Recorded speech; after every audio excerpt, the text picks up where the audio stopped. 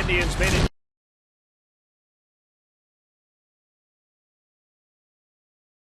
And Jack Hanahan joined him in the sixth for a 6-2 win.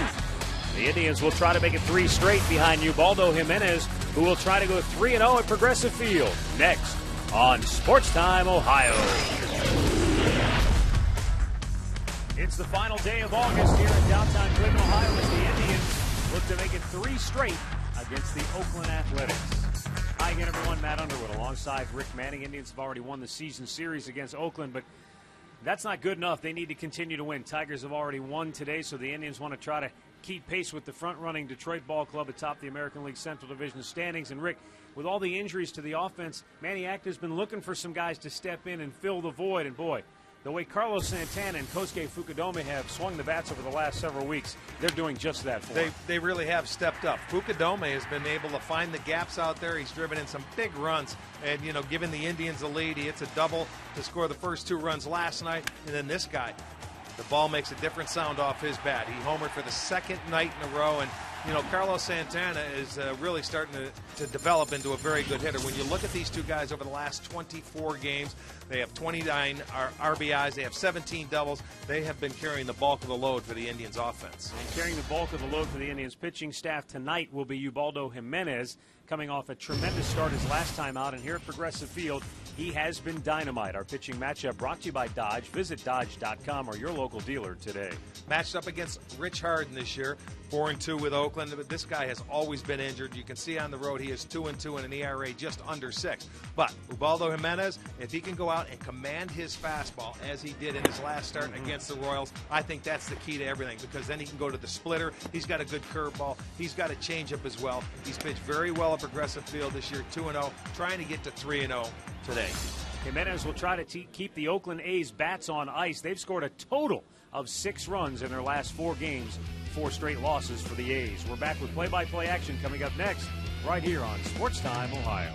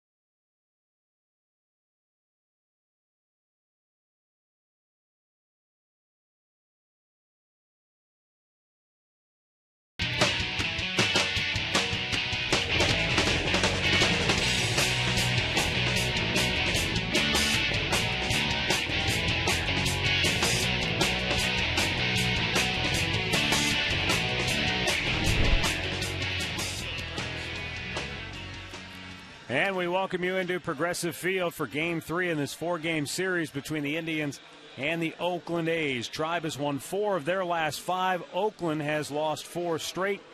And let's take a look at Bob Melvin's starting 9 tonight for the A's. Jemiah Weeks will lead it off, followed by Cliff Pennington. Hideki Matsui batting 3rd. Then it's Josh Willingham, followed by Brandon Allen. Brian Sweeney gets the start tonight in center field, batting 6th. Then it's David DeJesus, Kurt Suzuki, and Scott Sizemore. Ubaldo Jimenez on the mound for the Indians. He is with the Tribe 2-1, 5.79 ERA, 28 innings, 32 strikeouts. He's pitched very well at Progressive Field this year, 2-0 in his 15 innings. He has given up 12 hits, 16 punch-outs, and just 2 walks. So we'll see if he can go to 3-0 tonight. Let's take a look at the Indians' defense, brought to you by Pat O'Brien Chevrolet, saluting the men and women defending our country and watching on the Armed Forces Network. Head is in left, Carrera center, Fugudome is in right. Hanahan at third, Cabrera at short, Donald at second, Santana at first, Lou Marson behind the plate.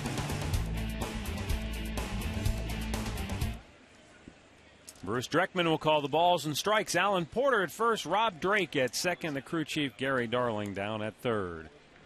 Ubaldo Jimenez into the line at tonight's first pitch, a called strike to Weeks.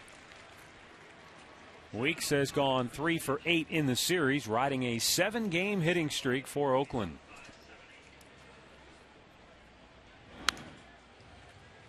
No balls, 2 strikes to count. 70 degrees our game time temperature. On a beautiful night, not a cloud in sight. Just the way we like it. The final day of August in this 2011 baseball season.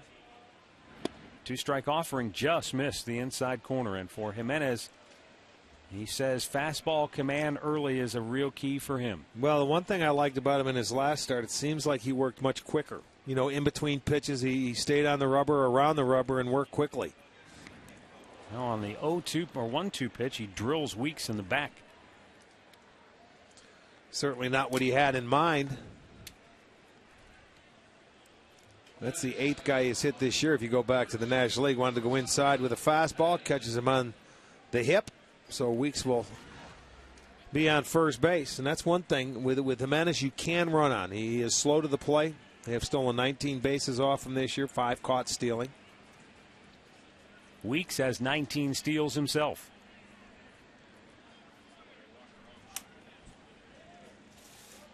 Cliff Pennington looks at a ball down low. He did get picked off yesterday, though. Gomez got him. Remember, he tried to time him, and he threw to first base and caught him leaning towards second.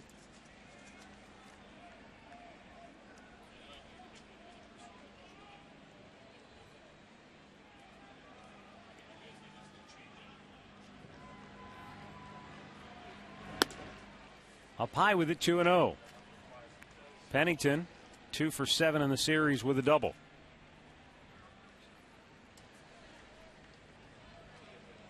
And on this current road trip, he's gone 11 for 31. Popped him up.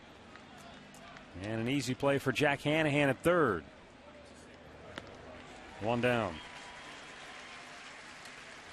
Get a look at our Ion 4 Powerade rankings tonight. And at third base, nobody better defensively this year than Jack Hanahan in the American League. Well, he has definitely been there day in and day out when he's played, picking the baseball. It's going to bring up Hideki Matsui. And the Indians will shift with 3 on the right side. Hanahan, the third baseman, goes over to the shortstop position.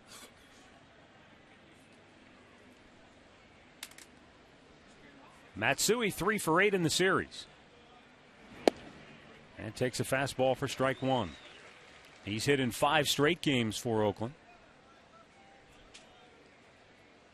But just a .215 average over his last 16 games combined.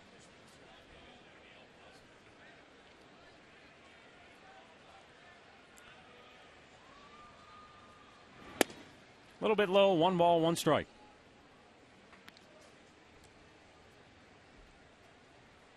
That's true, and if Weeks should take off, I would think that Hanahan's going to end up covering second base here, with Marson coming out of the chute.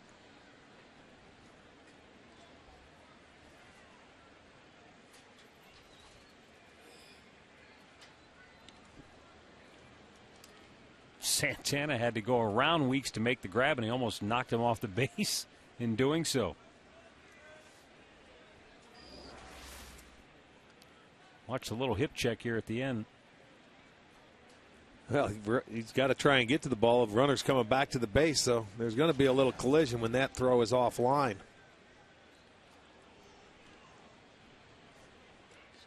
One pitch.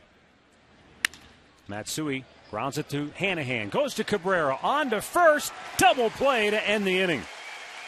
5-6-3 on the twin killer. And the Indians are coming to bat when we come back.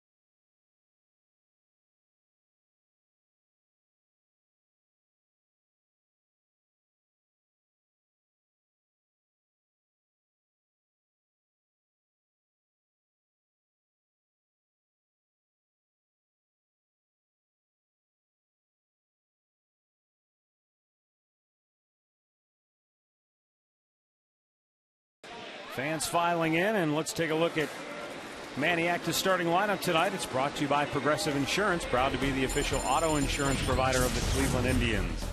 Ezekiel Carrera at the top, followed by Kosuke Fukudome, Asdrubal Cabrera hitting third. Then it's Jim Thome, Carlos Santana, and the red-hot Jack Hanahan.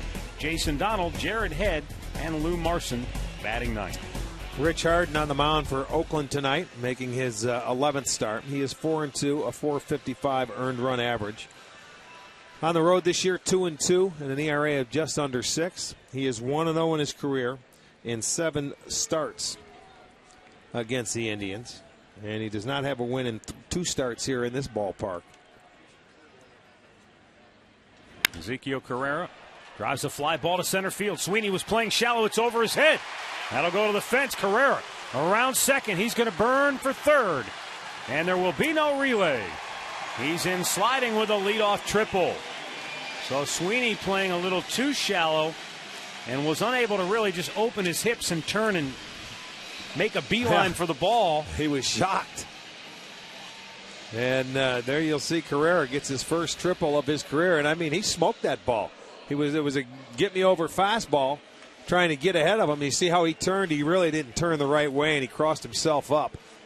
It actually shocked him that he hit the ball right at him, made the wrong turn. So Carrera comes burning into third base. What a way to start a game. Lead-off triple. And now Kosuke Fukudome looks at a ball up high. Fukudome on the homestand has gone 11 for 33 with 5 runs batted in. But as we told you in the open, in his last 24 games, he's accounted for 10 runs batted in, hitting a .316 average. Lifts the fly ball deep left, Willingham back. He'll make the catch, but Carrera will tag. He'll come home easily, and the Indians have a 1-0 lead.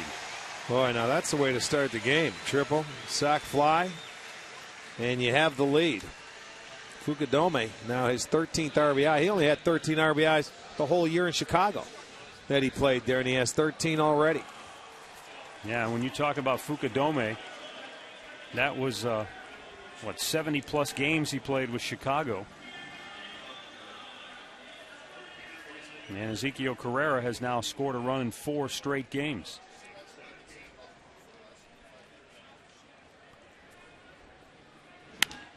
As Dribble Cabrera lifts a fly ball left field over near the line. Willingham makes a backhanded grab. Nice play there. 2 down.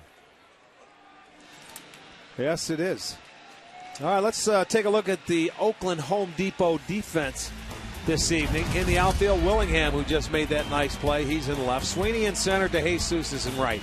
Sizemore at third. Pennington at short. Weeks at second. Allen is at first with Suzuki behind the plate.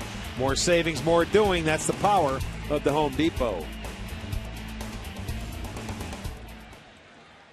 How about that shot right there? Beautiful shot from the Goodyear blimp, hovering overhead tonight. Here's Jim Thome. Checks on a ball down low.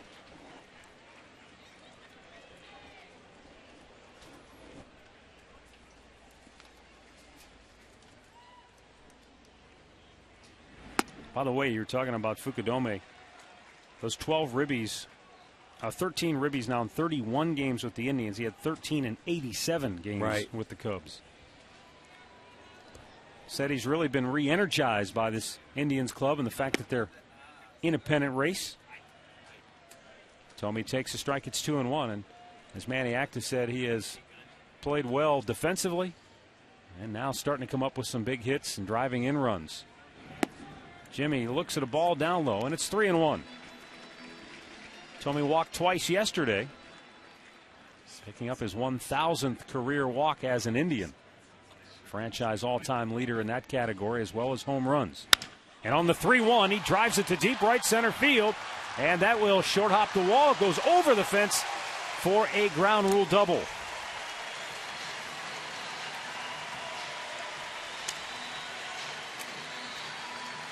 Well, 3-1. Jimmy's sitting dead red, and he gets it, and he did not miss it.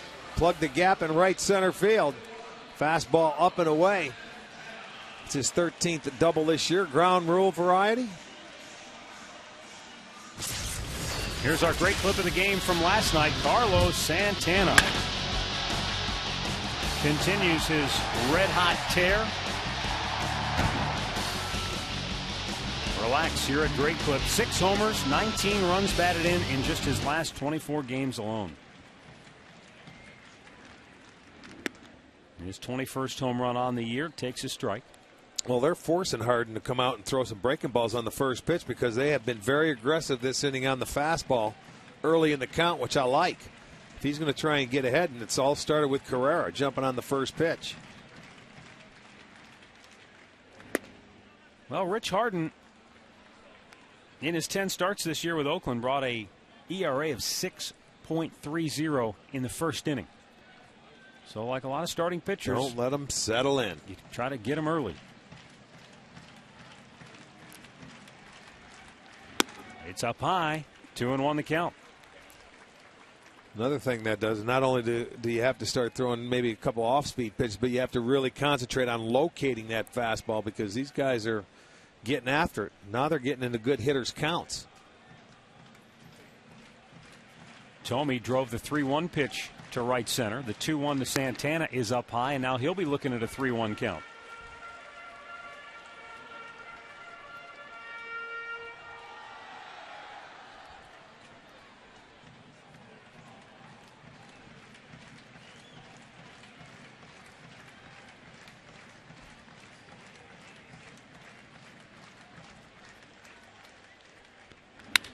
And a ground ball to first. Allen with a nice backhanded pick. Flips to Harden to end the inning. But the leadoff triple by Zeke Carrera leads to a first inning run, and the Tribe's on top 1-0.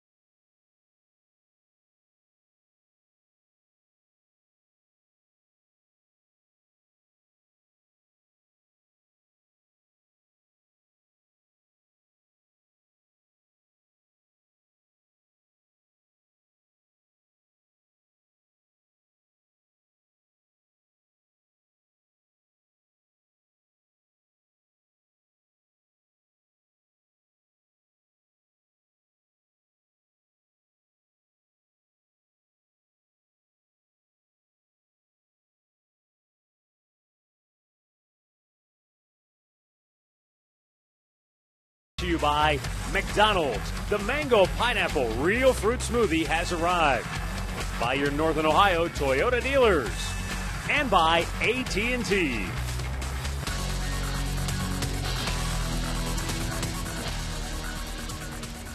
All right, we go to the second inning, 1-0 Cleveland. Josh Willingham will lead off for the A's.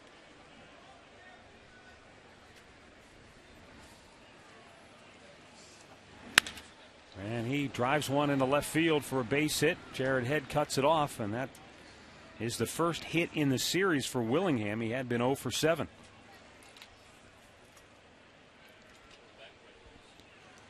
Well, Willingham wasn't going to wait around. He was looking for the first fastball as well. That's check it out on our Time Warner Cable pitch tracker right there. And why not get after that first fastball if it's to your liking? So the first hit for Oakland tonight. That stops an 0 for 11 slump overall for Willingham, and it brings up another struggling A's hitter, Brandon Allen, who is 0 for his last 14. And looks at a ball down low.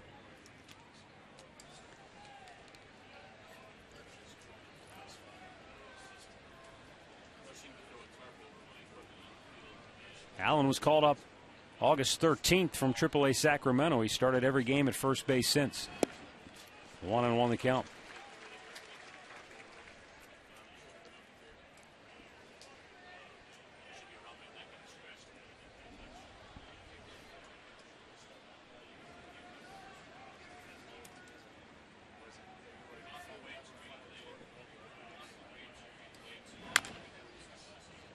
Fouled away.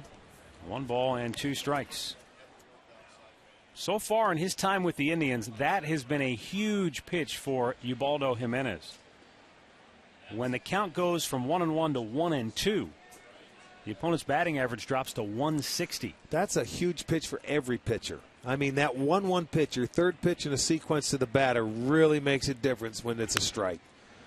Because now you put them on the defense and you can be aggressive as a pitcher. Conversely, when he misses and goes to 2-1, the batting average goes to 450. That doesn't surprise me. I mean, it's maybe more dramatic with him than some other pitchers, but boy, when you can make that third pitch and you have a 1-1 count and get that strike, the odds should go up in your favor as a pitcher. Well, especially with all the different pitches he has and the different ways he can go at a hitter. Well, you take the different pitches away from him, I think, when it goes to 2-1. Yeah. More than you would. You'll probably see more of a fastball than you will anything else. Unless he has good command of some of his breaking pitches that day, and that catcher's going to work him through it. Right back up the middle, he swats it through. And Willingham stops at second. So back-to-back singles here in inning number 2 for Oakland. I think that was a split, that field pitch that stayed up in the strike zone. Got the ground ball, but it was elevated. He didn't make him work for it. You see, he reaches away and gets enough of this ball to get it through the infield. So that's a little split that stayed upstairs and into center field. So back-to-back singles, first and second, nobody out for Oakland. So Willingham snapped an 0 for 11. Allen snaps an 0 for 14.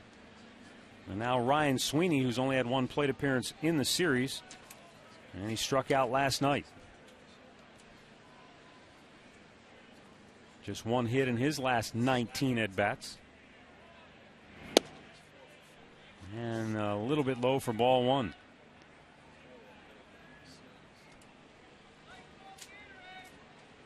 He had a career-high 5-hit game against the Indians back on May 5th, did Ryan Sweeney.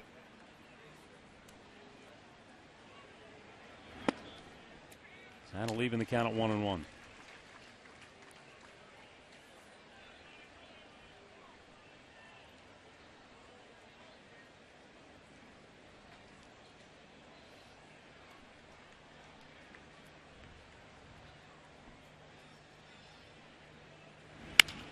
Line to first. Santana's got the ball, but he couldn't quite get to Allen in time to double him up. 1 away.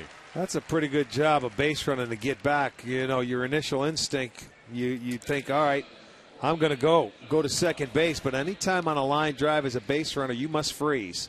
He thought about it. He took a half a step, but he was able to get back because Santana playing behind him. So pretty good job to get back there. So with one down, it's going to bring up David DeJesus. DeJesus 0 for 3 last night. Did draw a walk and scored a run.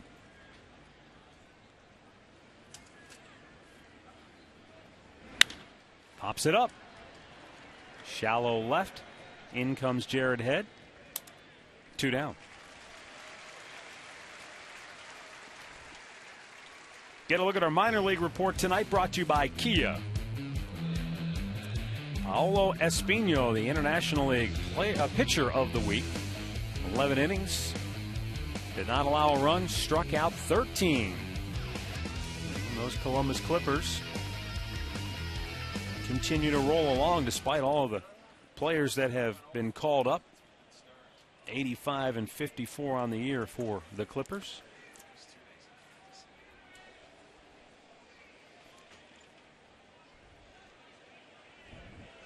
Columbus clinched the Western Division in the International League 8 days ago.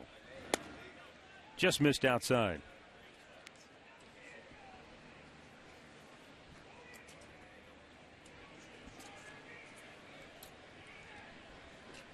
Kurt Suzuki 2 for 7 in the series with a double.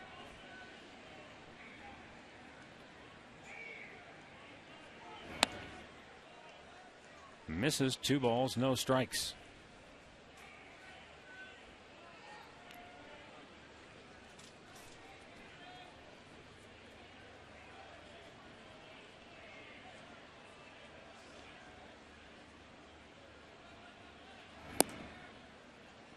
And it's 3-0 with Scott Sizemore on deck.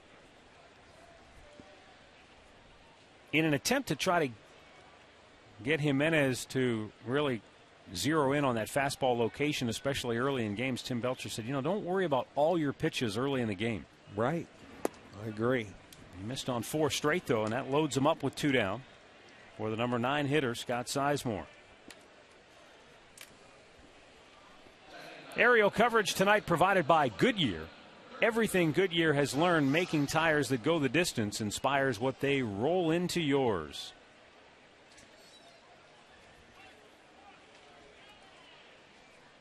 Bird's eye view.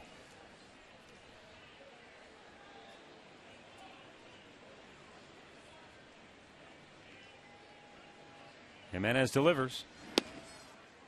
And he misses again.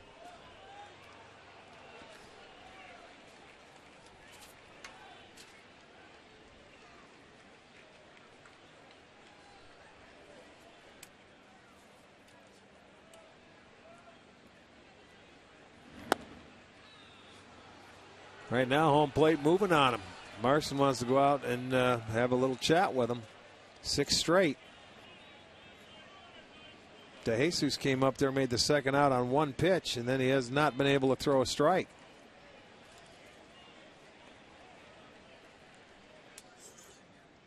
But I know what Belcher's talking about. When I don't care if you have 5 pitches, you have to command your first one, your most important one, which is always your fastball. Then you get a feel for your split or your change, and then your breaking ball as you work your way through a couple of innings.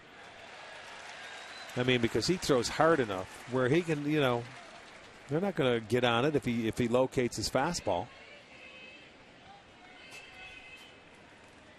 Especially this is the first time that he's ever pitched against Oakland. They haven't seen him yet. 3-1 to count.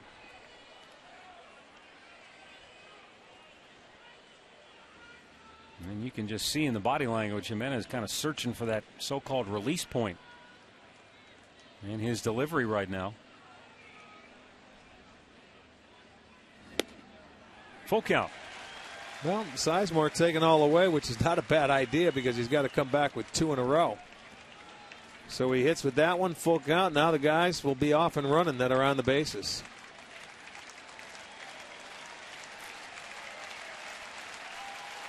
And the payoff pitch. Fouled out of play.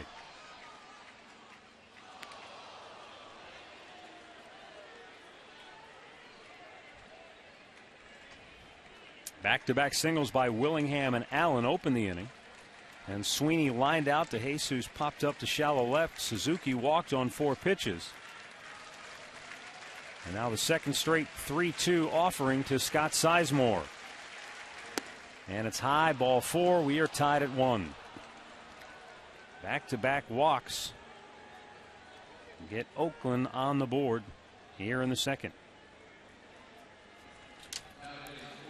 Well, anytime you give a struggling offense help via the walk or extra bases, or you make an error defensively, they'll find a way to score. And, you know, with the back-to-back walks, he puts them on the board. And now you got to get out of it to keep it. If they get a 2-out base hit, you may give them a little confidence here. And Jamal Weeks takes a strike. He was hit by a pitch down on the count 1-2 his first time up.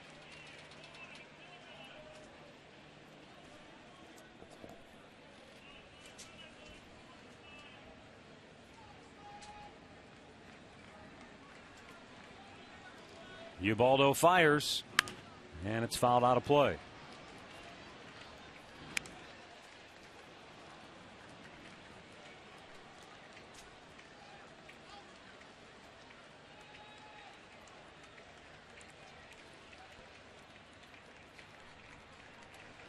Allen at third, Suzuki at second, Sizemore down at first.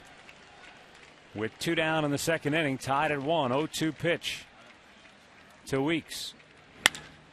Broken bat flare to center, but right there to grab it is Carrera. And that'll end the inning. A's leave them loaded, but they tie the game at 1.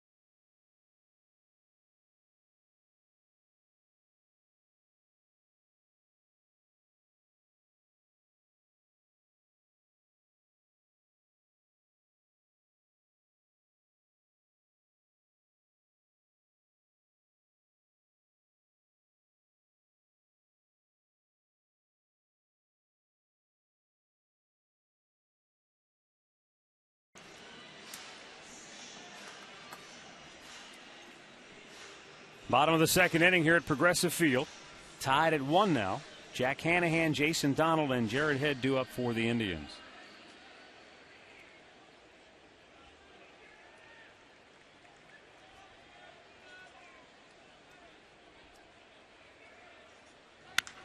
Hanahan with a drive to deep center. Sweeney racing back, looking up. It is gone. Jack Hanahan continues to sizzle. His second home run in as many nights, and the Indians go right back on top 2-1. Well, he smoked that ball. I mean, he got a fastball up in the zone, and he gave it a ride. That one went over the trees, so that had to be about 430 feet. We'll get another look at it on our home run replay, brought to you by Great Clips. Great needs, great deeds, great clips. Look at that. Fastball up and away, and look where his head is at. Right there, used the big part of the park. And he didn't hesitate. First pitch, that makes it a 2-1 game. They come right back and get that run back. Good swing. Now Jason Donald takes a strike. That's already, Rick, the 11th home run, unless that was a typo in the stat sheet. 11 home runs allowed by Harden. Yeah, that's his 11th. In just 58 innings of work. Well, when you keep throwing fastballs there, you're going to give up a lot of home runs. These guys, I mean, I think their approach has been great tonight. They've been waiting for that first pitch fastball. You know, you've got Carrera started the game off, first pitch, triple.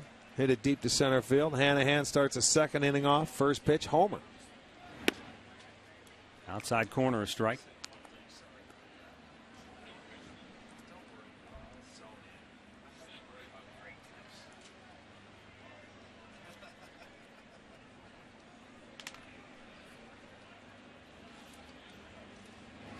Donald got a hanger, yanks it to left field, and Willingham can't get it. He does cut it off, and he'll hold JD to a long single. Well, they've hit for the cycle already. We're in the second inning. Jason Donald goes down and picks on a pitch, and he's able to pull it into the left field corner. He was thinking double. That was a breaking ball. Down at the knees, a curveball, and Donald put a good swing on it. Already 4 hits now.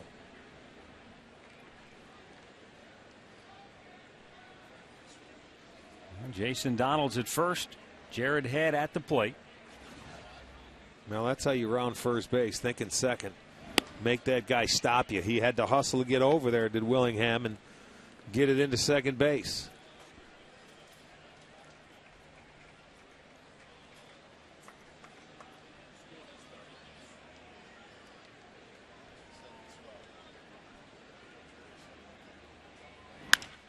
Head with a high pop foul out of play to the right. Rich Harden is in his second tour of duty with the Oakland Athletics. And it's almost apropos that he began his second tour of duty with Oakland on the disabled list, because it's the 10th time in his career. 7 out of those 10 times he's been on the DL in an Oakland uniform. Yeah, this guy's always hurt. He was traded at the trading deadline. He was going to Boston. But he didn't pass the physical, so they had to nix the deal. He spent time with Chicago when Oakland traded him back in 2008.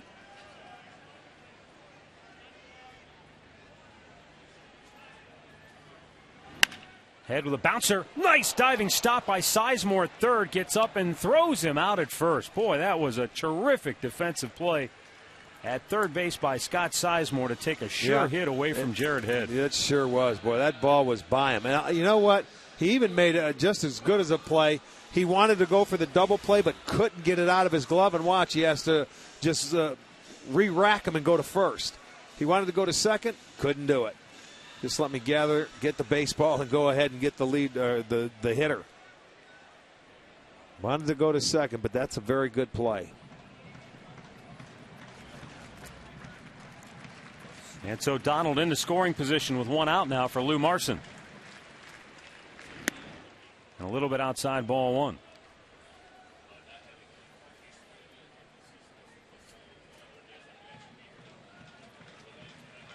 Lou in his last 7 games has hit .294, going 5 for 17, and he's driven in 3 runs. Out of play to the right.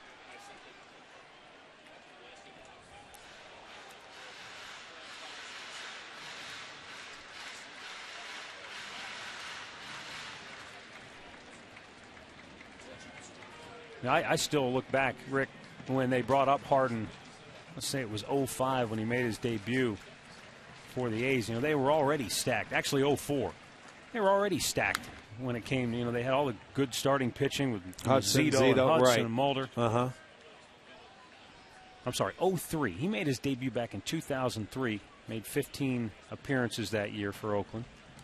And, you know, all you heard about was this hard-throwing young right-hander to Oakland had, and you thought, my goodness, they just keep plucking him out of the minor leagues one after another. But unfortunately for him, injuries have derailed his career. Well, the other 3 went on, and they had good careers, even though there were some injuries to every one of them. Yeah, Mulder was the one I thought was going to be really good, but he went to St. Louis. And, boy, injuries. Shoulder problems and had the issues. Hudson battled the issues, and this guy's still pitching.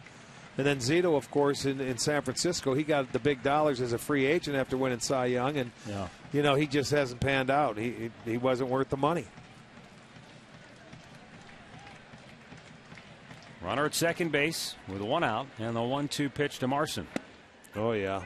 Painted the outside corner. Lou thought it was outside. Good. First strikeout for Harden. Good pitch.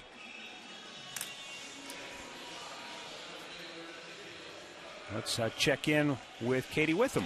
Well, Matt, Rick, the Indians trying to make a push for the playoffs, and fans, you need to make sure you've got your seat for that with the playoff payoff plan. All you have to do is make a deposit for 2012 season tickets, and you are guaranteed the opportunity to get your tickets for any postseason game played right here at Progressive Field. Check it all out online right now at Indians.com. Matt, back up to you. Thanks, Katie. Ezekiel Carrera, he started the game with a triple over the head of Ryan Sweeney, and this time Sweeney's playing him a little more straight up and honest. Well, and they didn't start him off with a fastball. They started him off with a curveball.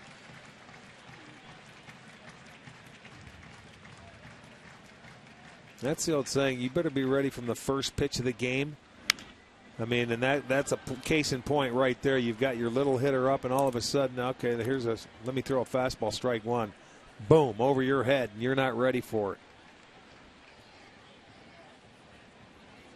Ryan Sweeney subscribes to the theory, fool me once, shame on you. Fool me twice, shame on me.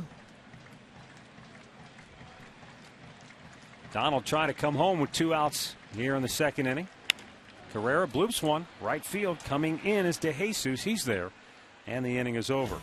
But Jack Hanahan's 7th home run of the year. His 4th hit in the series as the Indians back on top 2-1.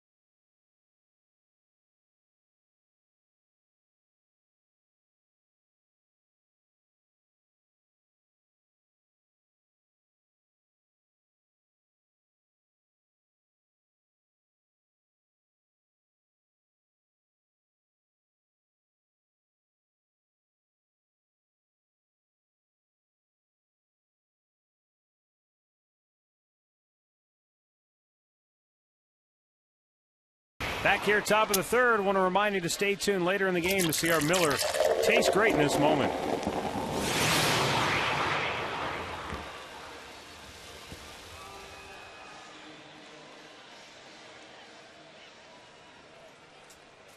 Two-1 Indians. Oh, look at that beautiful shot of the sun fading in the west.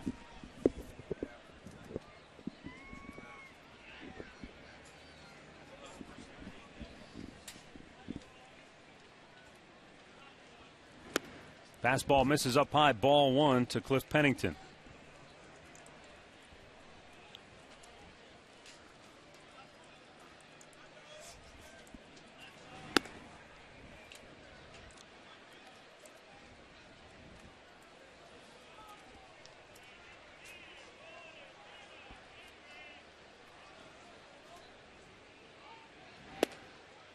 Strike over the outside corner. It's 2-1.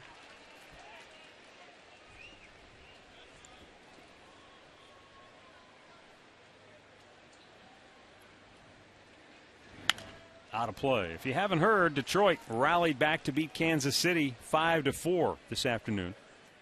However, Minnesota hung on and beat Chicago 7-6.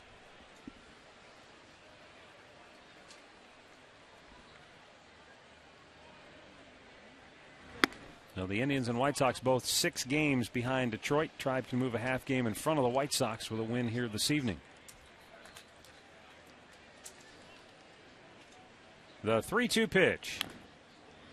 Fouls it back.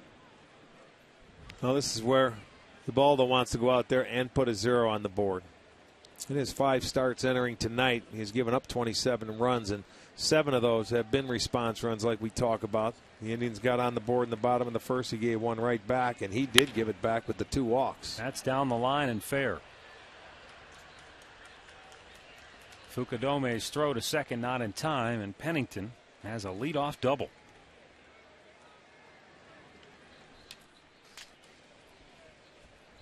Third hit tonight for Oakland. And they get their leadoff man into scoring position. Well, it's a fastball, 3-2, but he missed inside. They wanted it down. He comes in, 3-2, turned on it. Pennington hits it down in there and hustles for a double. First extra base hit for Oakland tonight, and their 3rd hit. And brings up Hideki Matsui. The Indians have a shift on, but because there's a runner at second, Hanahan has to play over towards third. Remember when Matsui hit into the double play, he hit it right about where Pennington is standing. Now he lines one to right field, and Fukudome with a thigh-high catch and releases it in a hurry to keep Pennington at second base, 1 down. Nice play, because that's a quick, sharp break Fukudome's got to make to get in and grab that ball. It was sinking on him in a hurry. Well, there's a good look at it right there. Hit right on the nose, and here he comes. You get a good jump. He comes in, catches it about waist high. And that runner cannot advance. And they get the first out.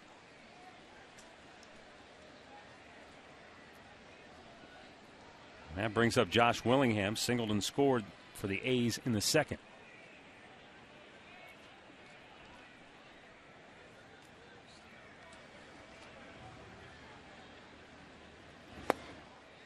Down low for ball 1.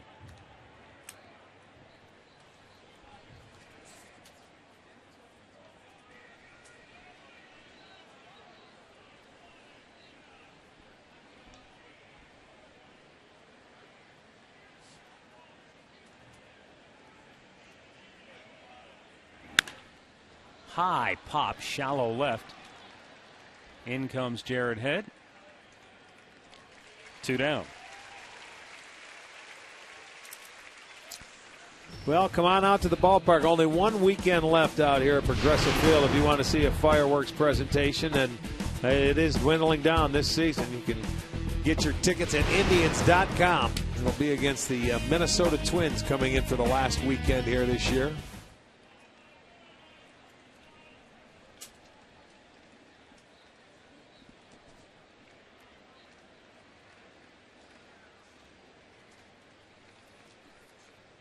Brandon Allen, a base hit right up the middle his first time up.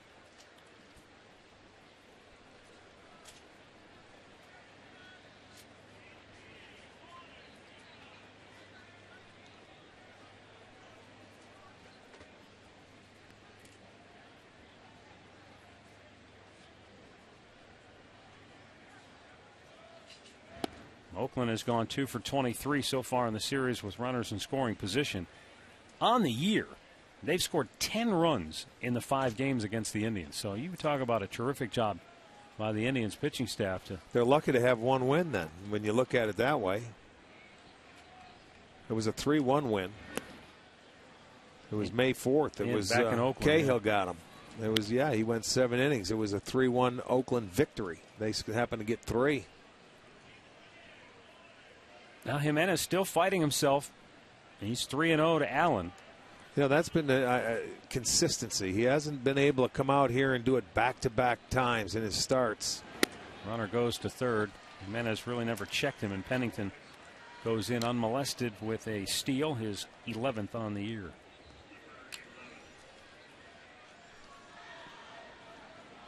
So a tying run 90 feet away with 2 down here in the third. And the 3-1 pitch out of play, full count.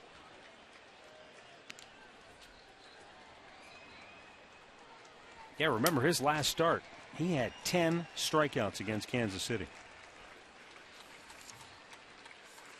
Well, it seemed like he did fall behind early in the first 3 innings of the game, behind in the counts, but then he really settled in.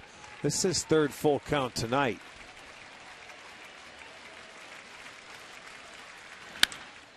Two out, RBI, single to center. And back come the A's. Right there, they answer. They tie it up with a 2-out base hit by Allen. His 8th RBI on the year with the A's. Both times in both innings, he had opportunities to get out of the inning with 2 outs and then a couple of walks. Now a base hit, and it prolongs the inning. Now comes Manny Acta to deliver a message. Well, as I said, he had 10 strikeouts in his last start against Kansas City. He hadn't had many swings and misses here tonight. Well, he's been all over the place again. The command, the control is not there. I mean, we saw David Huff go through this lineup. Gomez last night go through this lineup, and he's struggling.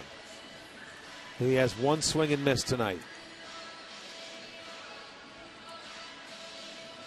Well, that tells you everything you need to know right there.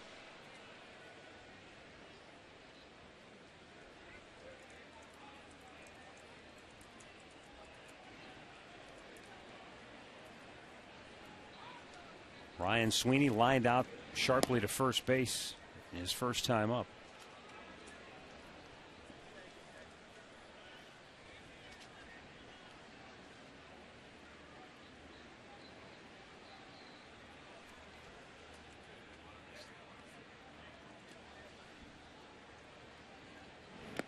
In the dirt, 2-0.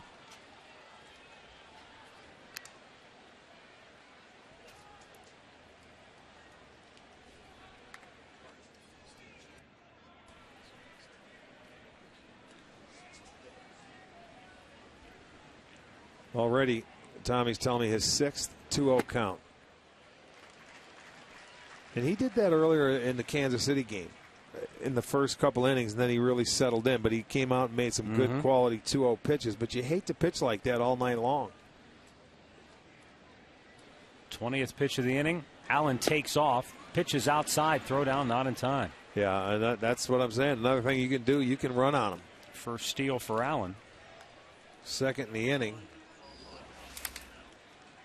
You can see the kind of jump, and that's not a base stealer, folks. That's your first baseman over there. They just get such a jump that they're taking off.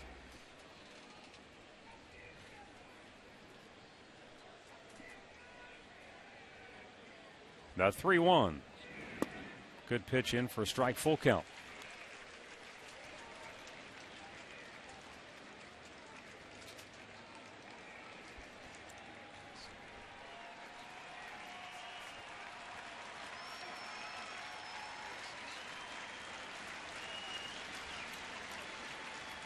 And Ubaldo sets the payoff pitch. Grounded foul.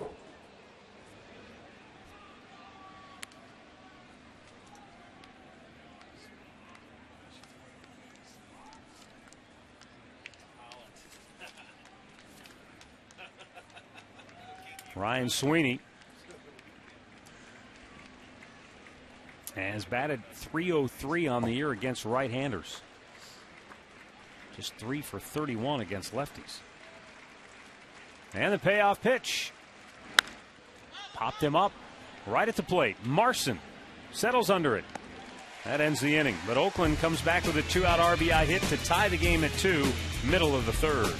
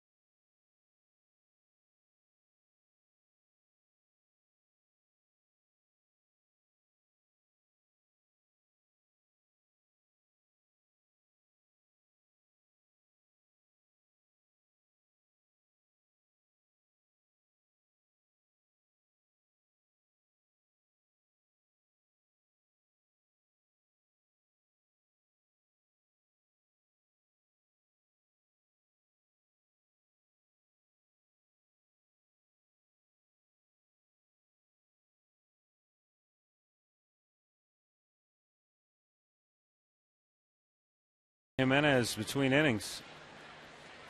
He's got to try to get things turned around here. Bottom half of the third, Kosuke Fukudome as Drupal Cabrera and Jim Thome for the Tribe.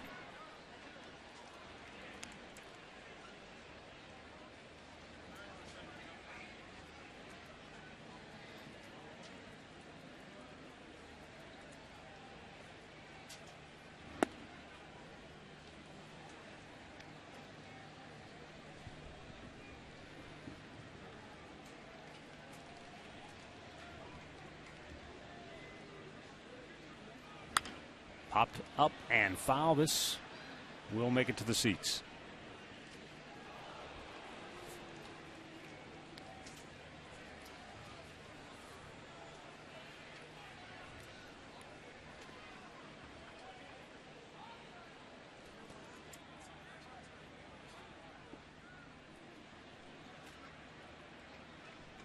Now the 1-2.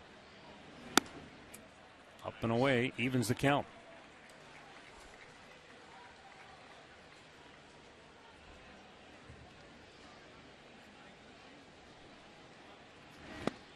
Got him swinging.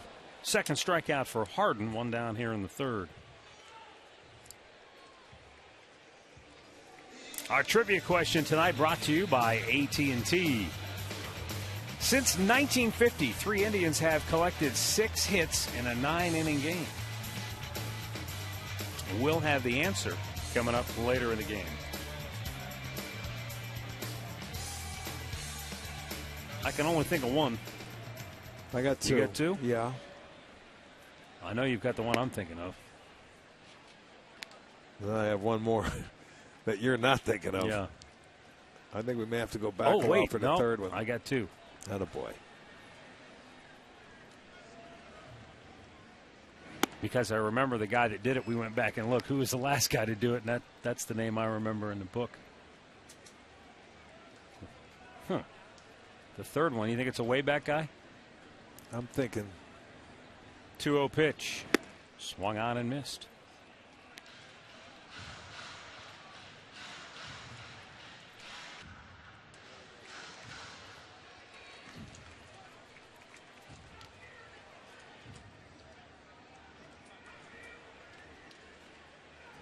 Two one popped up, and that'll make it to the seats.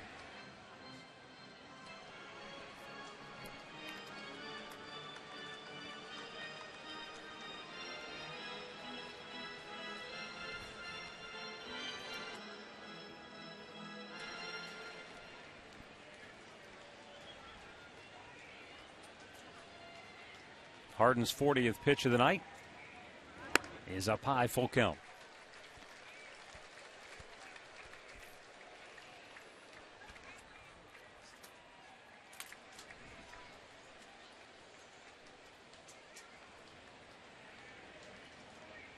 Payoff pitch.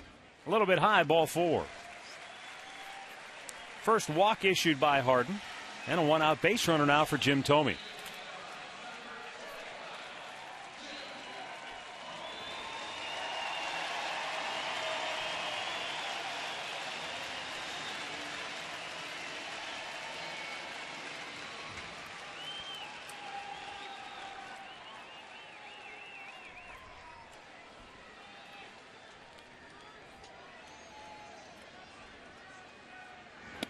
Down and in for ball 1. Thome doubled to right center his first time up. Now 3 for 7 in his career against Rich Harden. He does have a home run against the right-hander. And leaving the count at 1-1.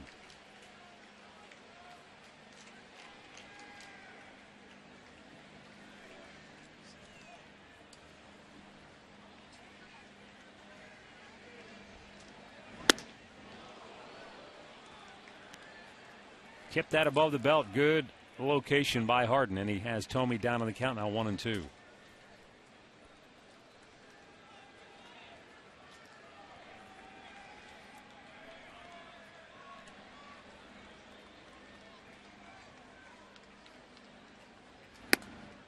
In off the dish, and it evens it up.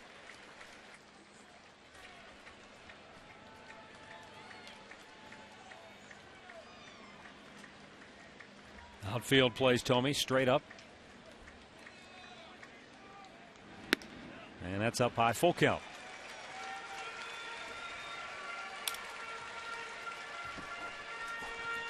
Carlos Santana waiting on deck. Tied at 2 here in the bottom of the third. Each team with 4 hits. Popped them up. Foul ground. Sizemore, the third baseman, makes the catch and bangs into the tarp for out number 2.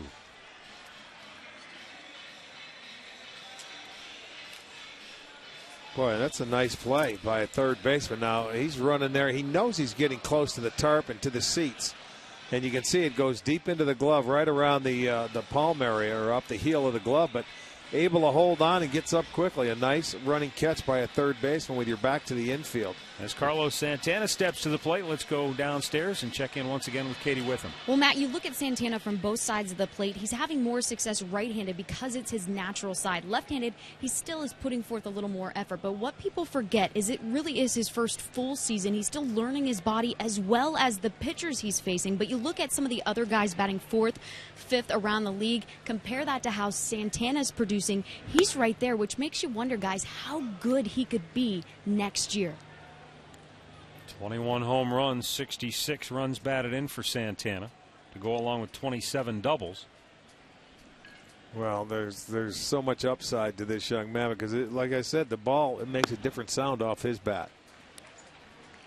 And it's just a matter of getting your games played. You have to pay your dues. You've got to play every day, and that's how you learn, to become a big leaguer. Experience.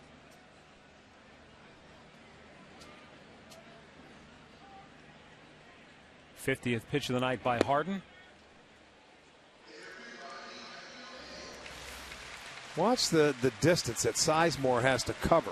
He's over at shortstop now, mind you, on Tomey's fly ball. Look at, he has that far of a run to go and put that hand up. That's a terrific play. The 2-1. Had him out front, popped it up. And that'll end the third. We are tied at 2.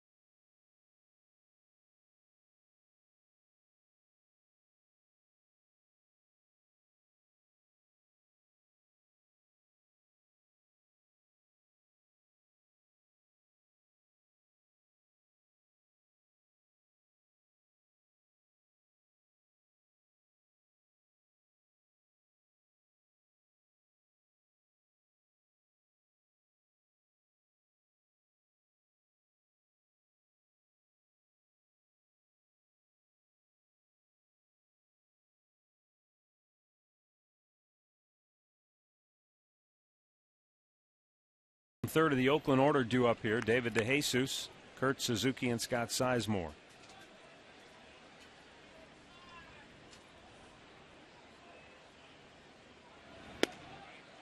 Jimenez with a breaking ball for a strike. That's something he hasn't been able to do to this point, throw that slider for strikes. So now you get the first one, get me over. And a fastball to back that up. And he's got him down on the count 0-2.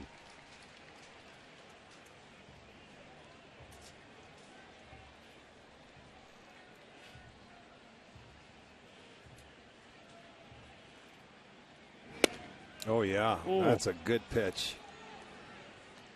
Good pitch, 0-2.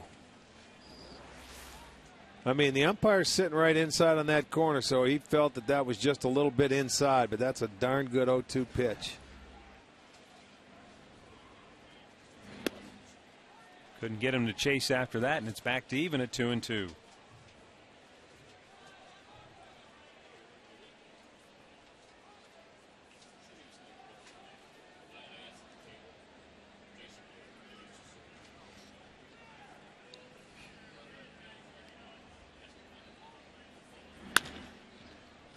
To short, Cabrera. 1 down. Hey, college football season is here. They're going to tee it up and boot it away. Find out what you need to know about MAC football. Michael Regai and Frank Stams preview each team during the Mid-American Conference Football Preview Show tonight at 11 right here on STO.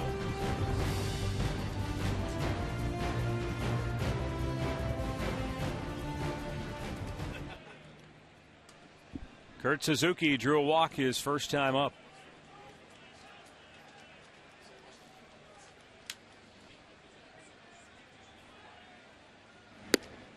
And a fastball strike at the belt.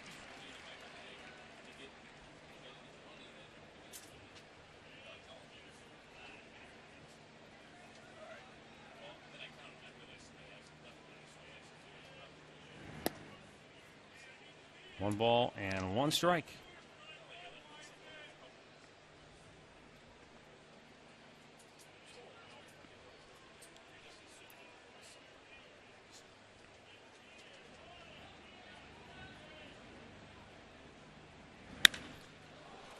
A hanging breaking ball, and it is crushed deep to left and gone.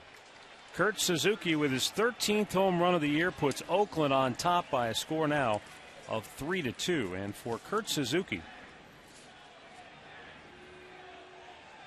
that's his 12th home run with the bases empty out of his 13 on the year. Yeah, well, call him, nickname him Han Solo.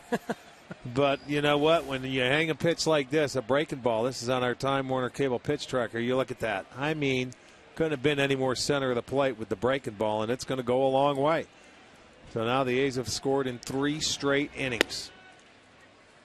That is the 6th home run given up by Jimenez here.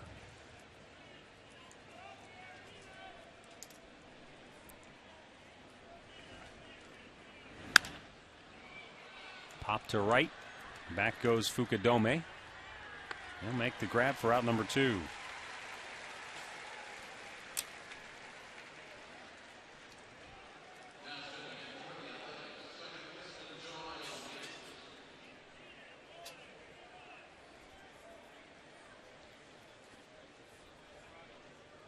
First lead for Oakland.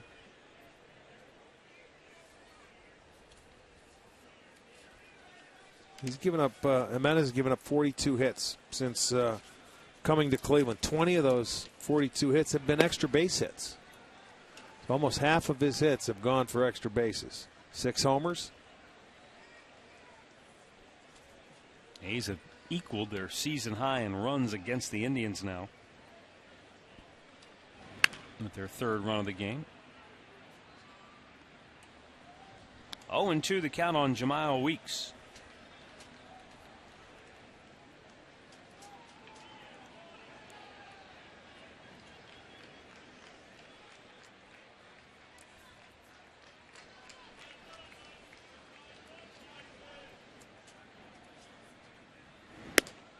Outside with a fastball, 1-2.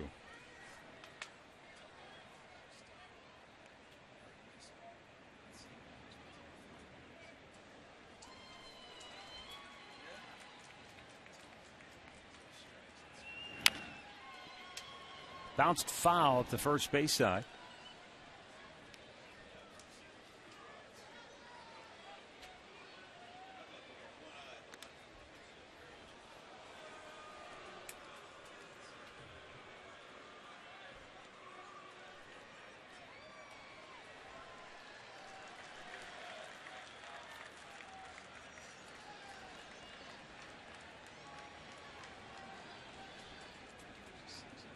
So Weeks climbs back in, and the 1-2 from Jimenez. That kind of play.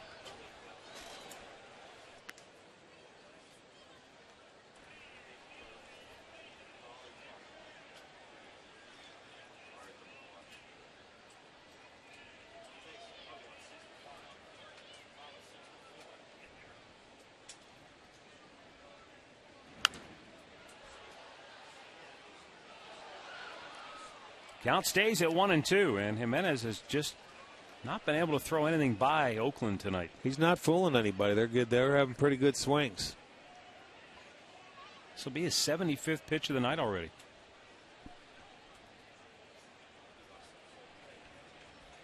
Trying to put Weeks away here to end the fourth. And he gets a piece of that one. You know, his second start against the Tigers, he went 8 innings in that game, 5 hits. His last start, Kansas City, 7 innings, 7 hits. But after, I mean, his first start against Texas, 5 innings, 4 2/3 against the White Sox, 3 1/3 against Detroit. Bounced up the middle. Cabrera, what a grab, but he's not going to be able to get the speedy Weeks. And so Jimenez just can't put him away, even when he had him down on the count. First hit tonight for Weeks. Extends his hitting streak to 8 games, and the inning stays alive now for Cliff Pennington. Stays alive, and with 2 outs, I would expect to see him run if he could get any kind of jump here. Cabrera does a nice job getting to the ball, but he's not going to get anything on it. So an infield single. That is the Oakland's 6th hit of the night. He might need a chin strap for that helmet. It keeps bouncing off his head, whether he's swinging or running. Pennington takes a look at a ball down low. Well, and here, when you're the hitter, you take a pitch here. If this guy's your leadoff hitter, you know he can steal bases. Give him an opportunity. Looked like Pennington was going to square around a bunt if he cares to run.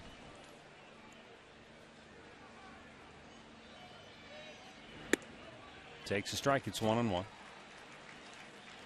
Well, Pennington gave him 2 pitches. Yeah, I mean, that's what you do as a second place hitter. But after that, you're saying, hey, pal, I gave you your chance. You don't want to run. Now it's up to me. There's 2 outs here. I can't sit and wait forever.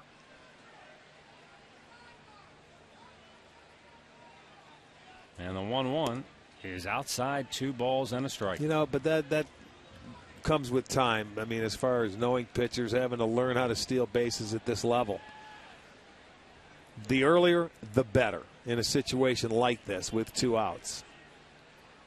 How often with a young player does the manager just put the steal sign on to take the guesswork away for him? You know, sometimes they won't force feed them and say you must go. You know, you'll learn. You'll go out there and learn, and they'll talk about it after the inning. Hey, what did you see? Why didn't you go? I gave you the if you get a jump. You know, you don't want to, when Oakland, they're not scoring runs, you don't want to make any outs on the bases. Yeah, so you don't want to go into there defensively. If he's going to steal a base, you want him thinking about it, and you want him doing it on his own. Well, it's been a struggle for Ubaldo Jimenez tonight. He's gone full count to Pennington now. And with 2 down, that means the speedy Weeks will be taken off on the pitch. Now this is pitch number 24 for Jimenez here in this 4th inning. And he struck him out. He got a foul tip to end the 4th, his first strikeout of the night. But Oakland takes the lead on the homer by Suzuki, 3-2.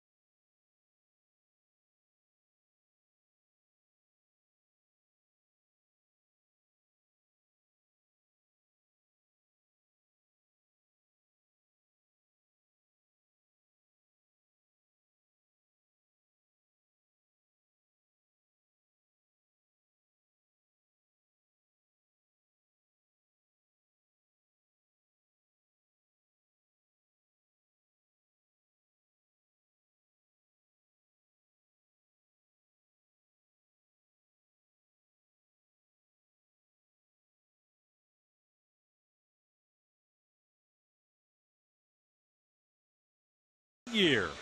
Everything Goodyear has learned making tires that go the distance inspires what they roll into yours.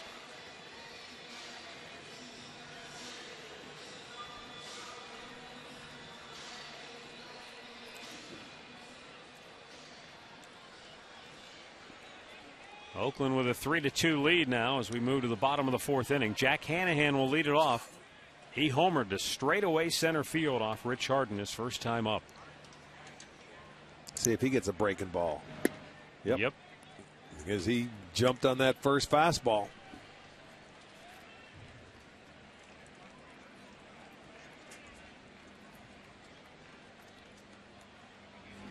Fastball upstairs. And it's 0-2. He hit this ball a ton. He stayed on it, middle of the field. Jack told us a couple days ago when we had him on the post-game show, he went to a 33-ounce bat, a couple ounces heavier. Says the ball seems to jump a little better off that heavier bat. Strikes out here and the throw to first to complete the putout. Third K for Harden. One down here in the fourth. Our scoreboard update brought to you by your Northern Ohio Ford dealers and the all-new 2012 Ford Focus. Ford, drive one.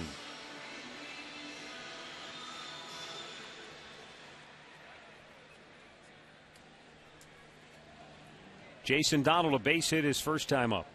Singled to left. Popped out of play.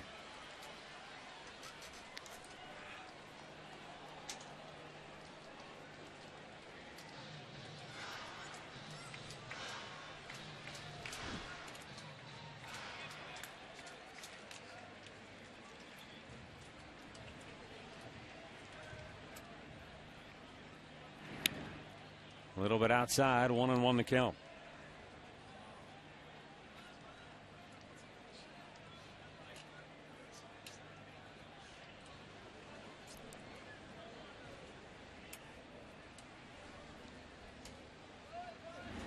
And a good changeup. Had him way out in front. 1 ball and 2 strikes.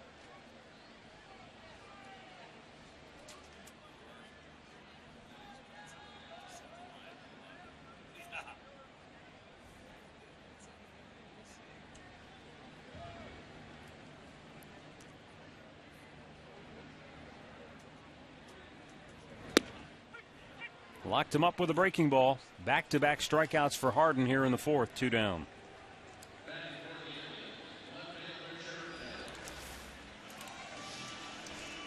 Well, there's the slider right there that he takes. He hit that pitch. He hit that pitch in his first at-bat for a base hit, and now he takes it with 2 strikes. So he's upset with himself. He should be, because he got a base hit on that pitch the first time up. And with 2 down, Jared Head coming to the plate. Robbed of a hit his first time up on a terrific defensive play at third base by Scott Sizemore. And he takes that slider for a strike.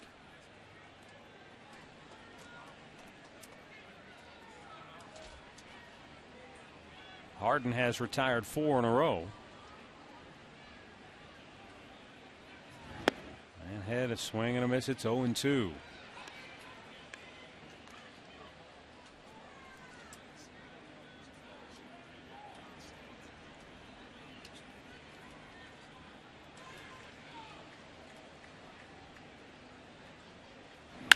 Fastball hit on the ground to second. Weeks throws him out, and the Indians go 1-2-3 for the first time tonight through 4. It's Oakland 3, Cleveland 2.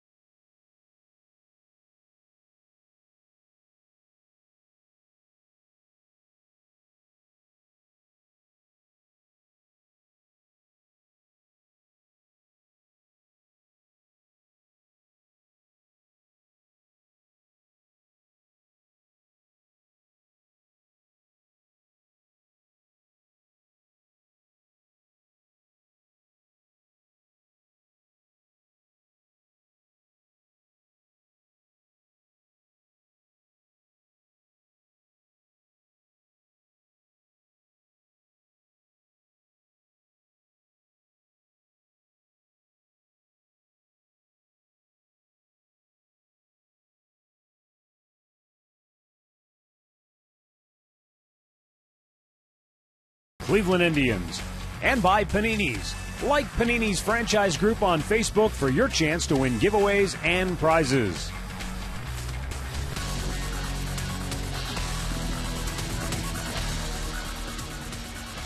Well, we go to the fifth inning. It's a 3-2 Oakland lead. For the A's, Hideki Matsui, Josh Willingham, and Brandon Allen.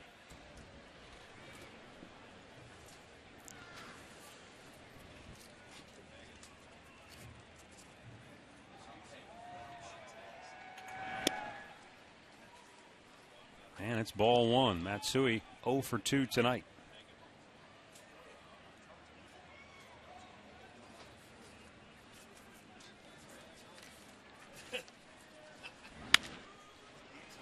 Out of play, 1-1 to count.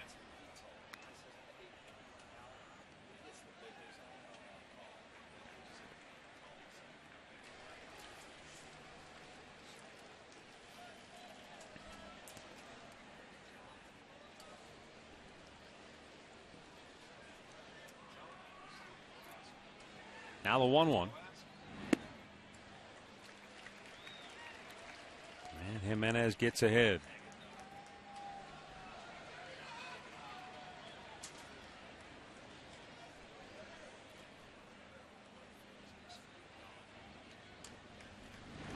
Struck him out. Back-to-back Ks for Jimenez. One down here in the fifth inning. Well, sitting the newest hotspot here at Progressive Field this year. It's the Time Warner Cable Bleachers. All tickets are just $10. And a reminder, always buy your tickets in advance for great savings.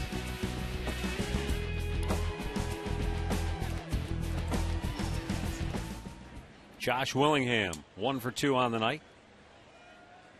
His hit in the second inning is only hit in the series, but he came around to score the A's first run. Fastball strike.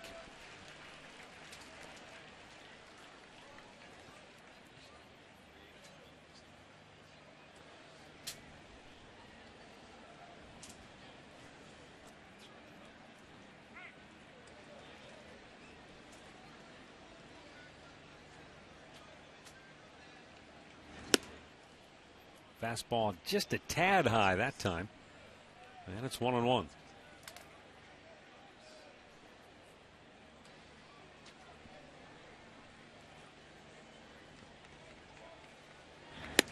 Curveball away is outside, 2-1.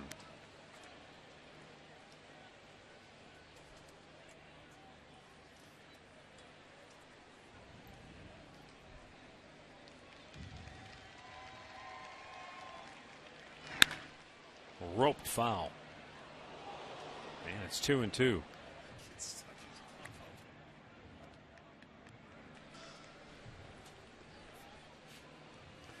We get a catch down there? No. We had a miss. Deflection. That ball had, as you say, it had some hair on it. Yeah, it did. The 2-2. High pop foul, first base side. That's going to find the seats. Send along some birthday wishes tonight. Ed Vasilchek of Struthers, Ohio, is turning 85. Ed, happy birthday. Alice Weissman of Beechwood is turning 59. Jimmy and Julie Ellison of Talmadge celebrating their 9th anniversary. Congratulations. And happy birthday wishes to Bob Ewell, celebrating his 40th birthday tonight in Massillon. The 2-2. Way outside, full count.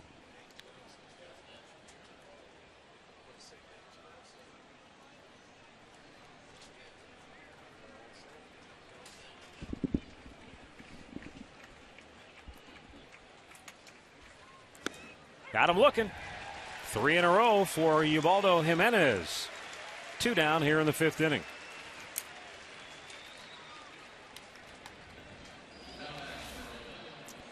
There's a pitch. Marson sitting away, located beautifully. Right on the outside edge. You can see it come back a little bit, look like another split. Third straight strikeout for Jimenez. Brandon Allen is 2 for 2 tonight after stopping an 0 for 14 slump. And a breaking ball in for strike one.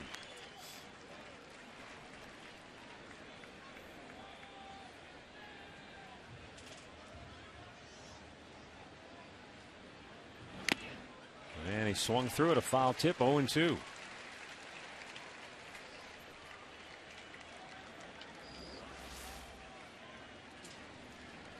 Well, that had some good movement. You see where Marson caught it in the catcher's glove? That had pretty good movement on it. 93-mile-an-hour fastball running away from the left-hander. And the two-strike pitch. Blew it by him. Ubaldo Jimenez maybe finally getting loose. He struck out 4 straight, but the Indians trail it 3-2 middle of the 5th.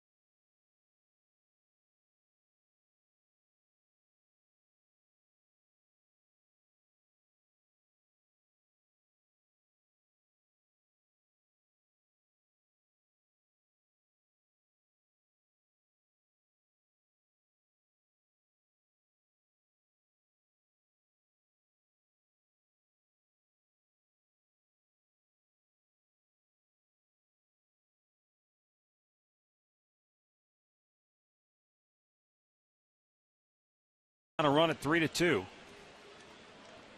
Lou Marson, Ezekiel Carrera, and Kosuke Fukudome due up for the Indians.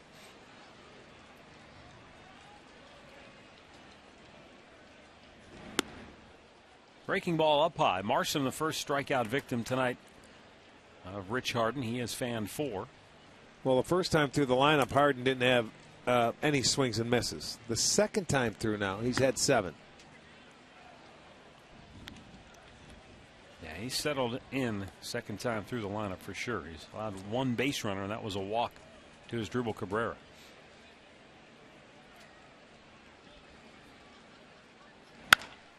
Bounce to short. Cliff Pennington. High throw. Allen comes off and makes the tag for out number 1. This recap brought to you by your Northern Ohio Toyota dealers. Jack Hanahan's second home run in as many nights gave the Indians a 2-1 lead. But back came the A's.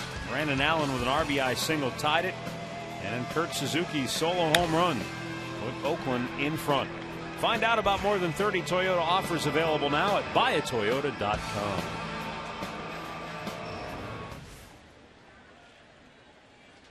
Ezekiel Carrera tripled and scored in the first, giving him a run scored in 4 straight games. Slide to right his last time up.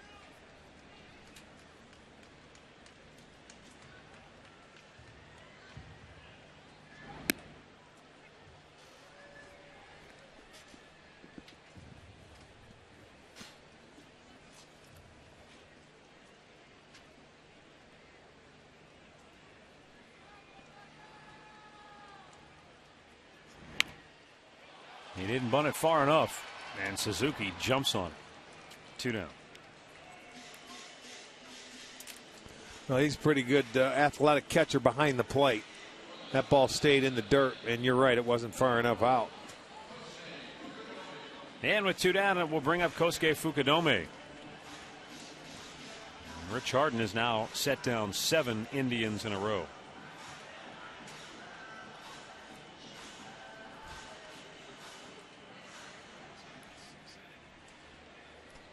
Fukudome drove in the first run of the night with a sac fly in the first.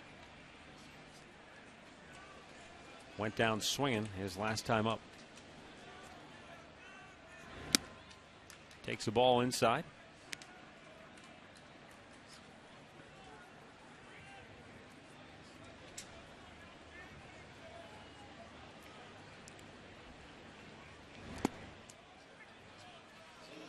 One and one to count.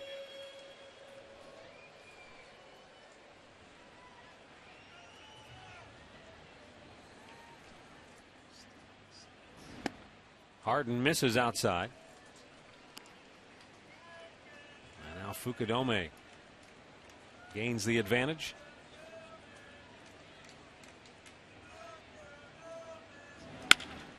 And smacks it right back up the middle. A 2-out single here in the fifth. Going to bring up Asdrubal Cabrera.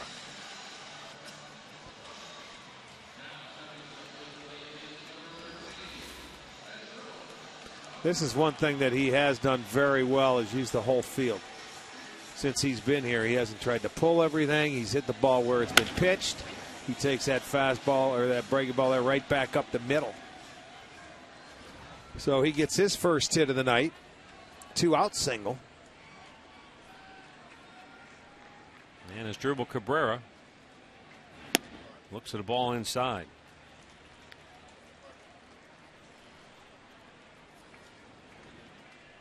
And Asdrubal just 6 for 34 on the homestand.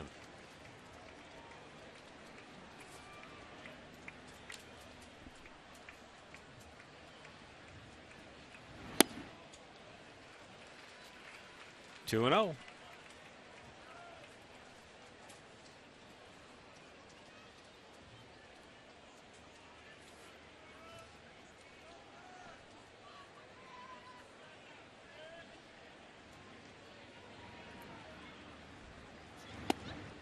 Missed outside. 3 balls, no strikes. Jim Thome would be next.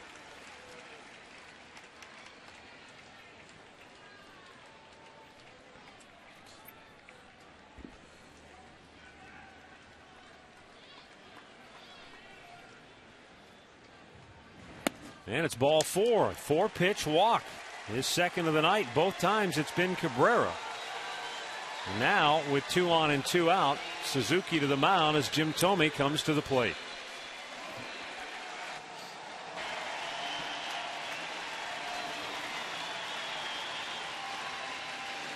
And one guy trying to get everybody fired up in that section. Oh, there's a hat for you, Arch. That's a Texas hat. That'll fit you. Make him bigger down there. He took it off in a hurry, didn't he? Maybe it wasn't his. All right, here's Jim Thome now. Doubled in the first, fouled out his last time up. And a big swing and a miss.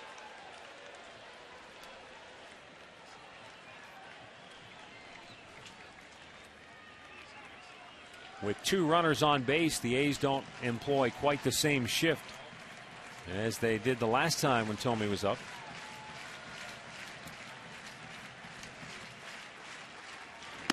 High and away, and it evens the count.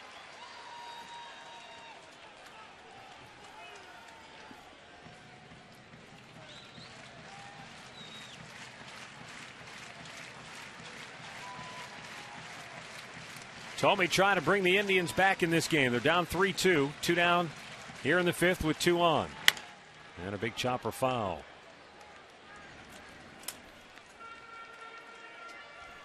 Let's send along some more birthday wishes. B. Siegel is turning 84, and B sent us a nice donation for the gathering place in honor of her daughter. So B, thank you very much. Yes. And a special happy birthday. I know it was a little before today, but we just received your letter. Thank you, B.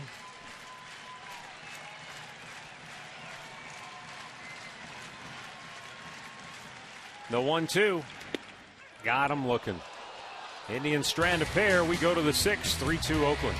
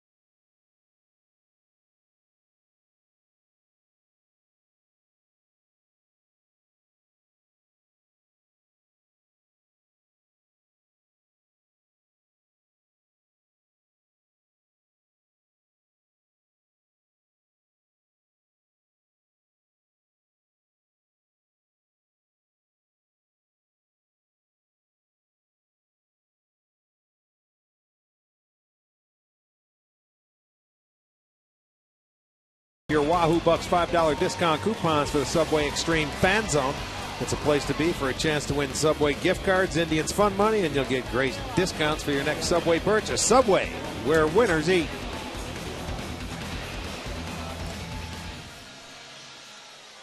Well, sixth inning, it's 3-2 Oakland. Ubaldo Jimenez will start the inning at 96 pitches on the night. Activity in the Indians bullpen. He has struck out 4 straight Oakland hitters. And Ryan Sweeney 0 for 2. I don't know what went off, in him, what he found, but I mean, now he's just pounding the strike zone. With all we've heard about mechanics, you wonder if just sometimes it snaps into place, and every once in a while he loses, and it takes him a while to find that. We don't know enough about him. Yeah. We haven't seen him pitch enough. Only his 6th start. Because he had 1 swing and miss the first time through the order? Yeah, he did. Yeah, he only had 1. He had 4 in the second time through. Miss there. 2 balls, 2 strikes.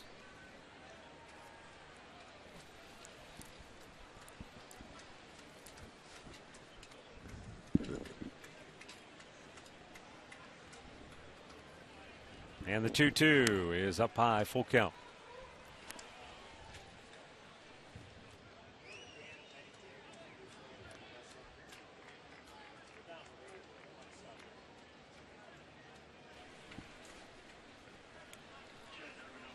Here's the payoff pitch. And it's fouled out of play. A couple more birthdays to take care of. Ralph Ricksecker from Canton is 47 Ohio. Ralph, happy birthday. Arnold Barzak of Warren is 74. And Ken Genoso from Kent is 63.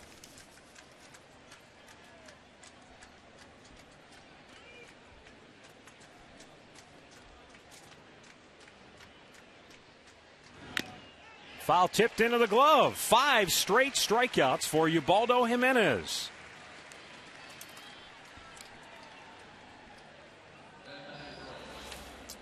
Well, you talk about getting them all at once. And, I mean, he didn't have one. He got number 1, and he hasn't stopped.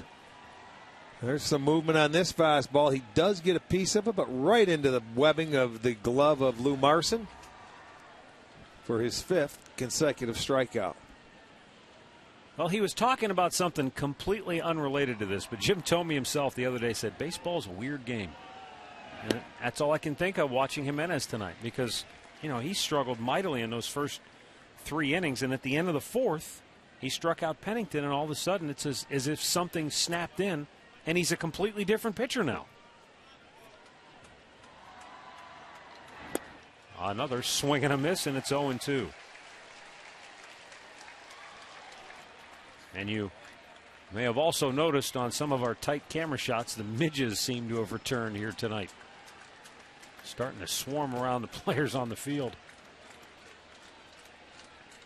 The 0-2. Way outside. That fastball took off on him.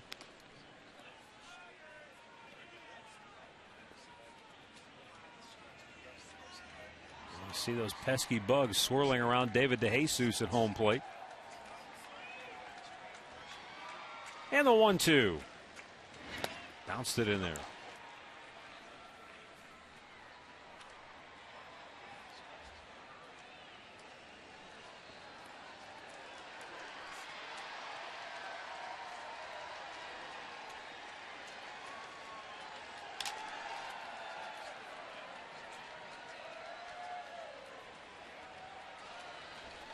And Ubaldo into the windup. Here's the 2-2 to DeJesus.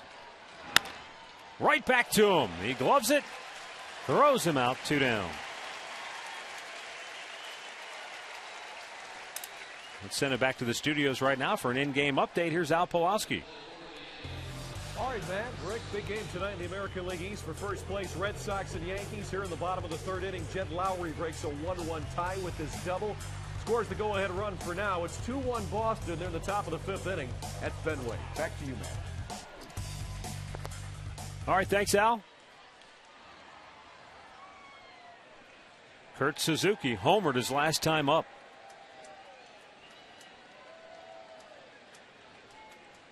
He got the hanging breaking ball from Jimenez and yanked it onto the home run porch. Straighten him up with a fastball. That'll keep you from leaning out over the plate for a breaking ball.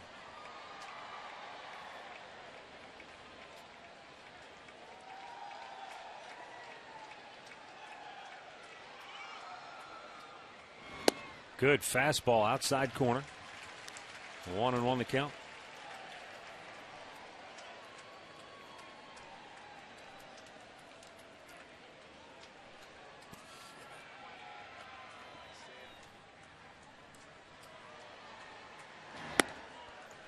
Low and away. One more birthday wish, since we won't be televising tomorrow. DJ Tracy from Massillon will be celebrating his birthday tomorrow, but since we won't be televising, an early happy birthday wish to DJ Tracy in Massillon. All right, Ubaldo Jimenez trying to brush away those pesky bugs. Look at all those things. You're not kidding. They are out in full forces, right? And the 2-1. Fouled back. Imagine those things flying in front of your face and you still got to concentrate and try and hit the baseball. Ask Jabba Chamberlain. They were his undoing back in that postseason game here in the Division Series of 07. He's got to step off the mound now. They're all around him. Do not spray anything on you. Dryer sheets. That's right. Get a Now little bounce. Now the wine and the 2-2. Trying to get him to chase. Full count. Jimenez near the end of his night, trying to retire the side in order for the second straight inning.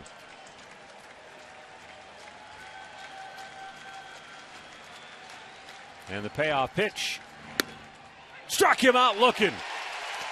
Ubaldo Jimenez has retired the last 7 A's in a row, striking out 6 of them.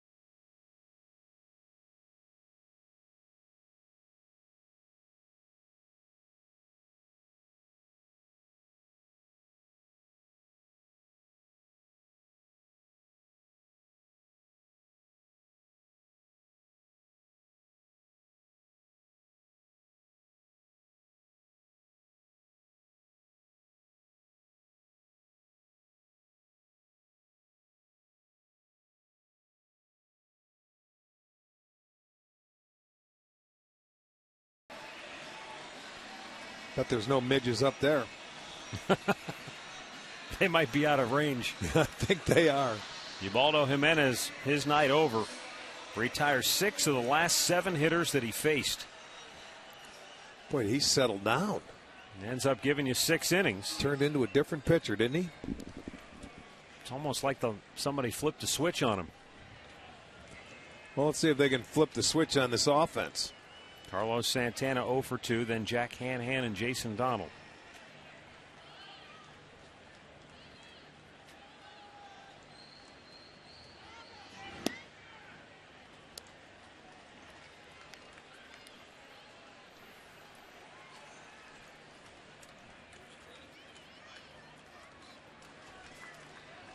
Now the 1-0. Evens the count up. There's his netting.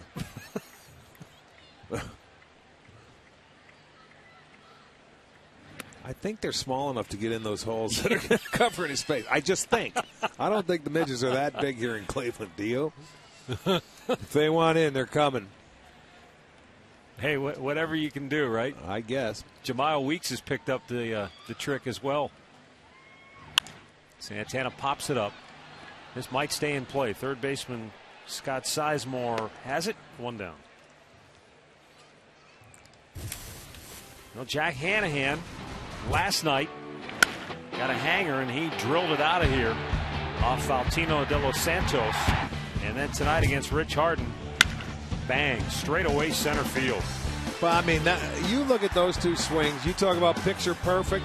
Pull the breaking ball because it speeds up your bat. He hit the fastball, the straightaway center field. Two really good swings.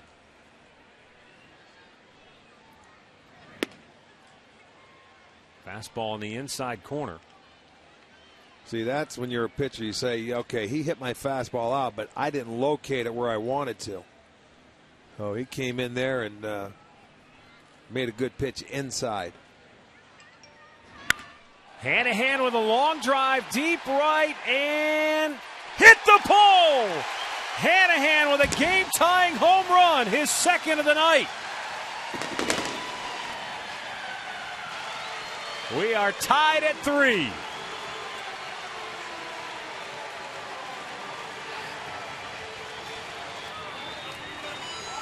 Boy, that was a blast deep down the right field line. The only question was, would it stay fair?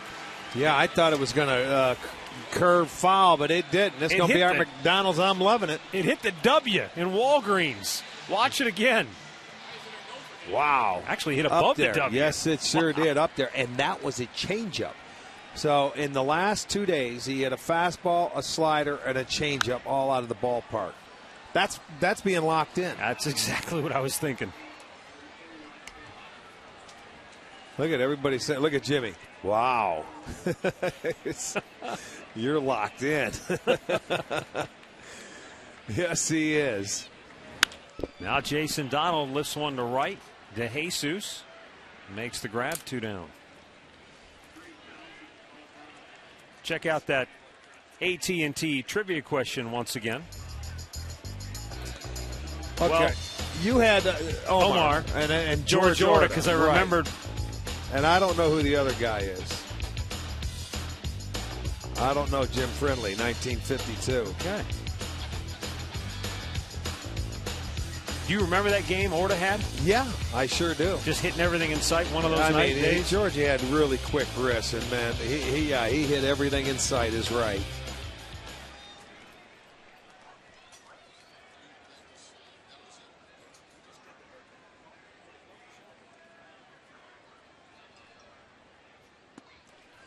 They're telling us that was the 3,000th home run. No way, that can't be right. 3,000th home run in Progressive Field?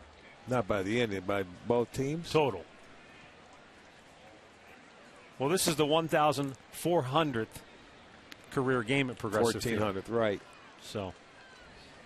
Teflon Tom, now he's got a helper. Jack Hanahan with a little history tonight. Teflon Tom and Pam Gary. He's the spray Pam. Pam Gary.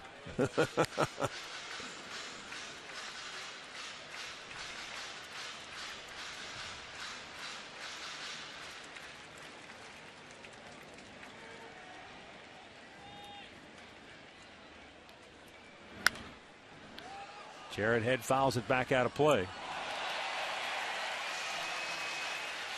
And the count is now 2-2.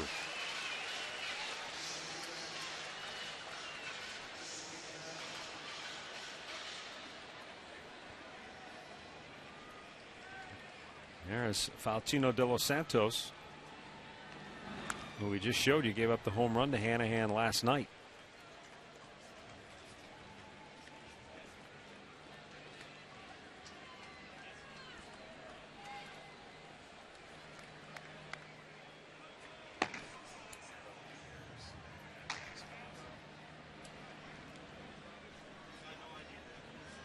Now Rich Harden into the line, and the 2-2 is swung on and missed. We go to the 7th inning here at Progressive Field. Thanks to Jack Hanahan, we're back to even. He has had a heck of a series. 3 home runs in the last 2 nights.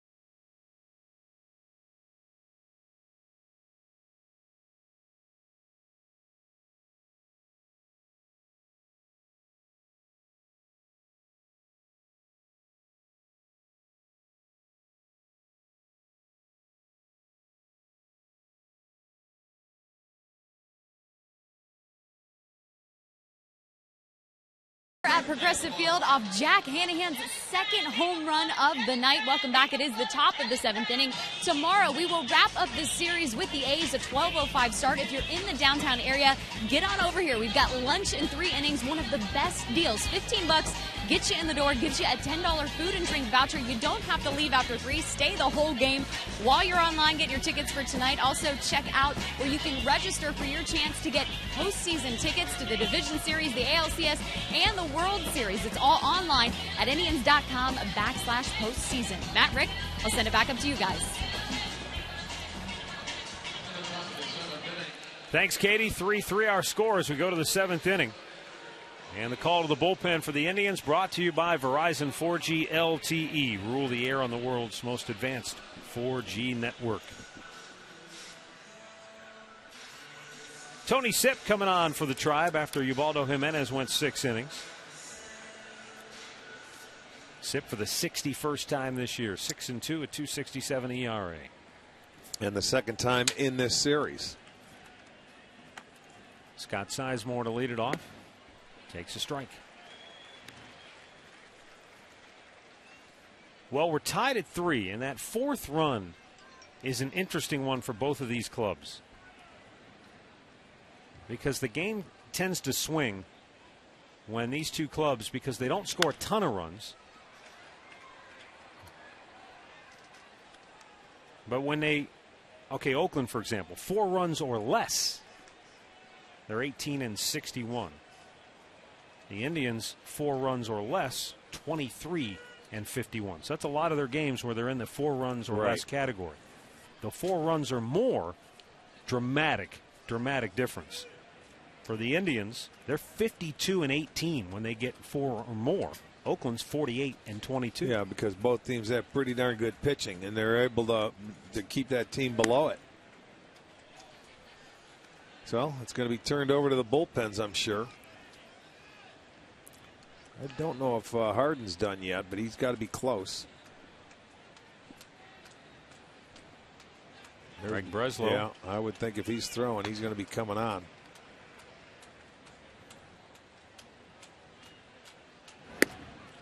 Missed outside.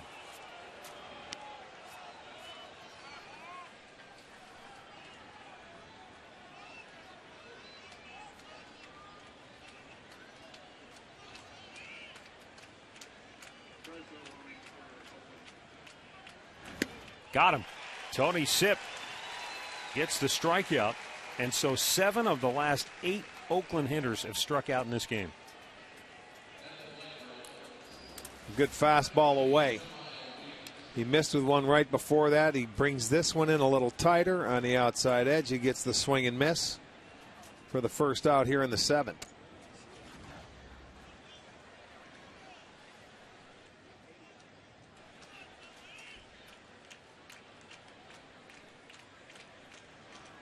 Now Tony Sipp comes set and delivers, and strike over the outside corner to Jemiah Weeks, who is 1 for 2 tonight.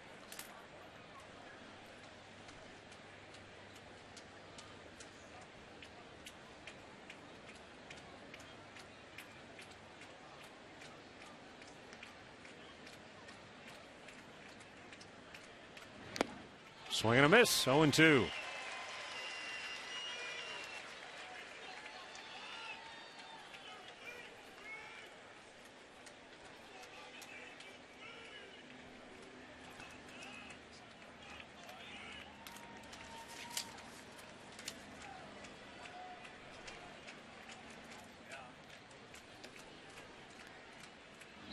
A little bit outside.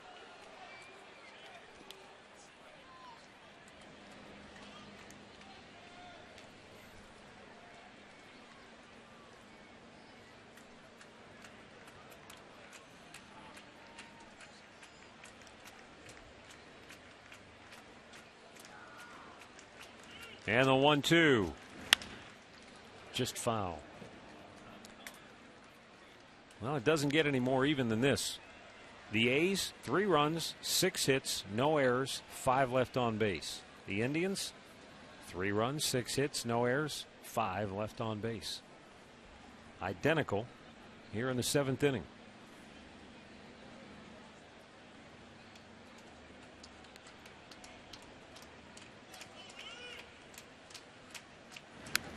Right back.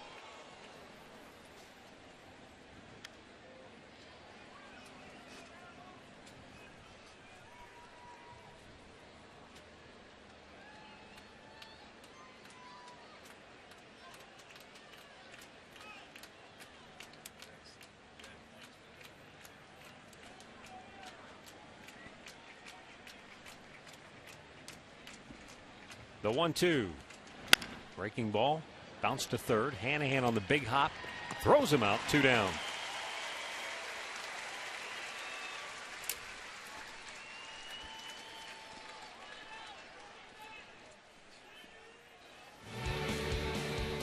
Facebook friends, become a fan of Sports Time Ohio and get the latest programming updates.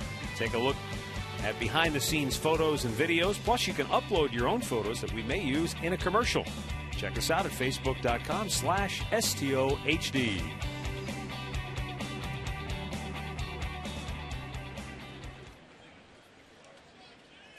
Now Cliff Pennington. Jemiah Weeks running to first base. Before he got there, you could see he ran right into a bug. That's like a car, the windshield. You're going to go home and have to clean your face, your forehead, and everything else. They are all over the place tonight. You almost need goggles. Wow, got one in there pretty good. What did Manny Acta say last year? Sometimes you are the bug and sometimes you are the windshield. That was last year. That's right.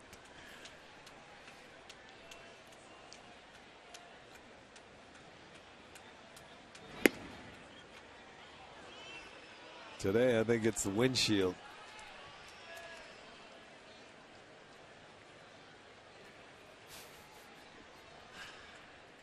Oh, boy. 2 down, bases empty. 3-0 pitch. And it's a called strike.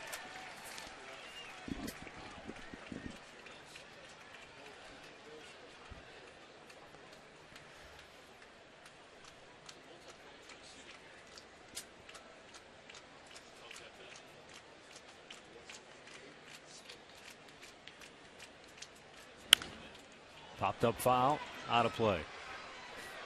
You remember the song by C.W. Call in the 70s, Convoy? Yeah. It was on the radio when I was driving home last night.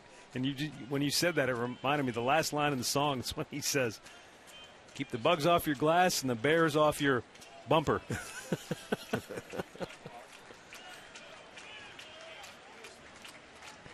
What channel were you listening to? The 70s. Gotcha. A little You bit like outside. that, huh? And that's the first A's hitter to reach since Jemiah Weeks singled back in the 4th. Sounds of the 70s, man. Yeah. Channel 7 on your XM That's radio. right. That's funny. Hideki Matsui 0 for 3 tonight. And he'll bat with a runner aboard and 2 down here in the 7th. And a 3-3 tie. Tim Belcher going to go out for a chat. Looks like Joe Smith is up in the Indians bullpen. Yeah, he may be getting up for the next hitter, Willingham, who's on deck. They thought Sip might go out there and go 1, 2, 3, even though he still has a chance to get out of this facing the left-hander, but they're giving Smith time to get loose.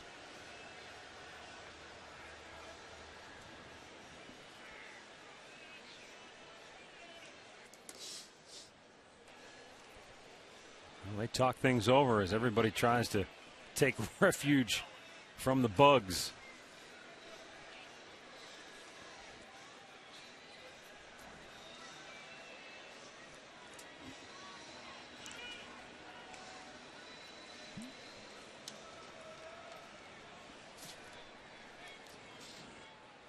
So Matsui steps in now. 3 for 11 in the series. Matsui's a guy that has been able to hit the left-handed pitching. You have to be careful with a fastball to this guy.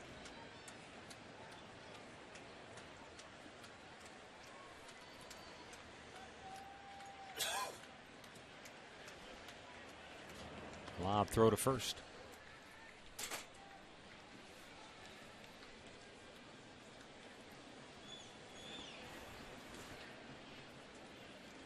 Well, and another thing, they may call that pickoff or the throw to first base to allow Smith to get a few more pitches under his belt down there in the bullpen. A little bit high.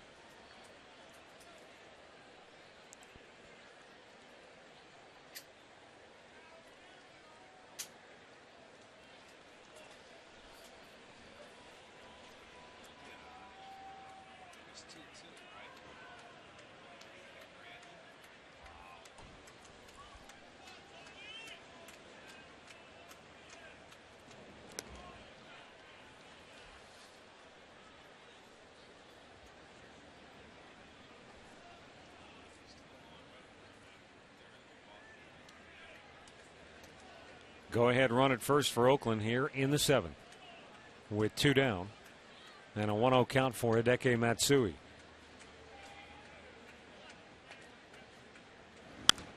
Fouled right back.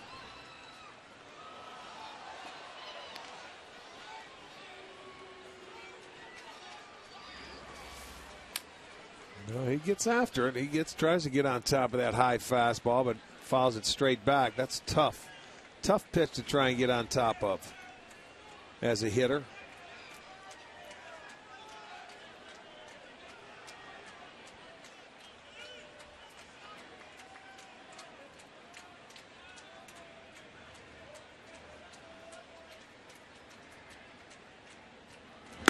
Swung on and missed. Chased one upstairs. It's 1-2. I like that location, though. You can see he's forcing him to try and hit that ball and hit that pitch. You get it above the belt, and left-handers just can't get up. That's a ball, actually, even though this umpire, Bruce Druckmann, has been a high ball umpire today.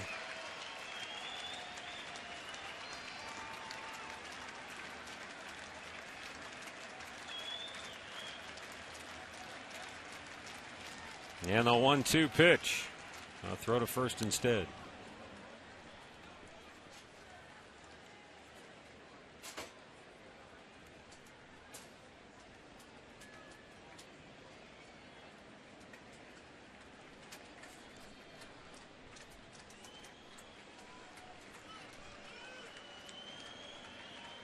Tony taking a long look in.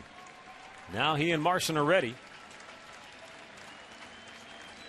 And a throw to first.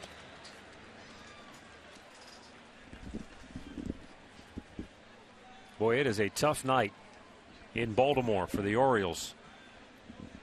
They're getting shut out on one hit in the 8th inning, and they're losing 13-0. Toronto has banged out 18 hits in that game. And the Orioles have been playing well. They've won 7 of their last 10 going in.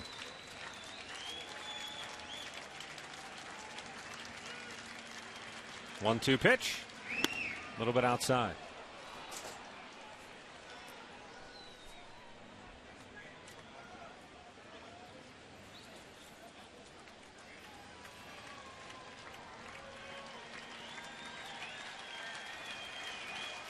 Elsewhere in the American League, Boston leads New York 4-2. They're in the 6th.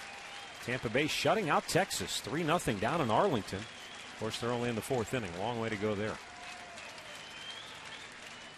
Angels are in Seattle later tonight.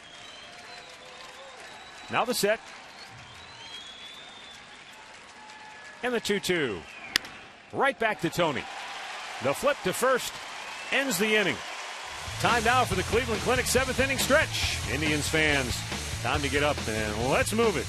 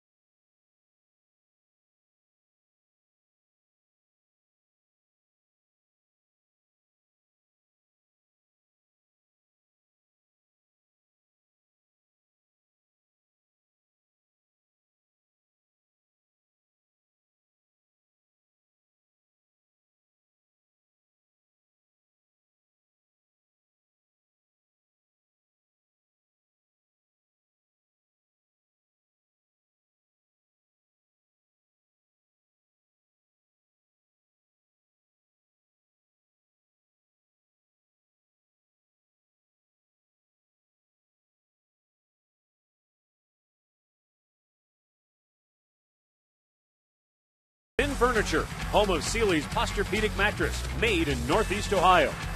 And by your Northern Ohio Hyundai dealers. It's time to join the Hyundai movement.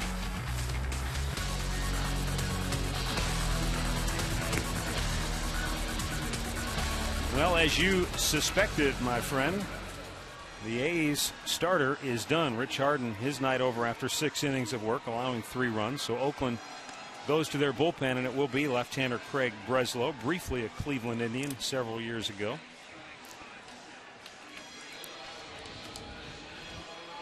Harden, victimized by the long ball tonight, gave up a pair of solo homers to Jack Hanahan. Yes. And a triple to Ezekiel Carrera, and he scored on a sac fly. Yeah, the extra base hit has paid dividends for the Indians tonight, and actually Jack Hanahan, the guy that's been on fire, has done all the damage.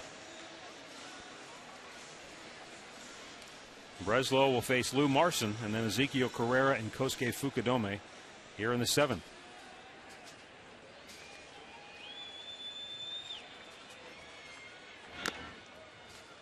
And a foul tip.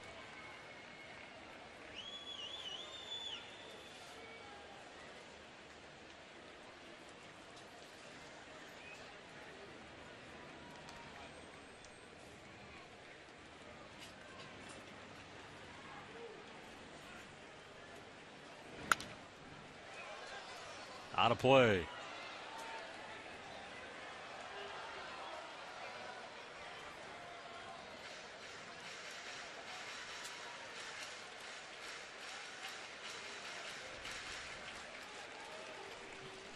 Starting to get into that part of the game where the Indians do a lot of their damage offensively. Late in the ball game here in Progressive Field. Well, on the year from innings 6 through 9. They've outscored the opposition by 43 runs. Yeah, and they've had their share of walk-off wins, 16 here. Well, make that 44 after the home run by Hanahan now. So they've outscored opponents by 44 runs. They've been outscored by 50 in the first 5 innings. It's, yeah.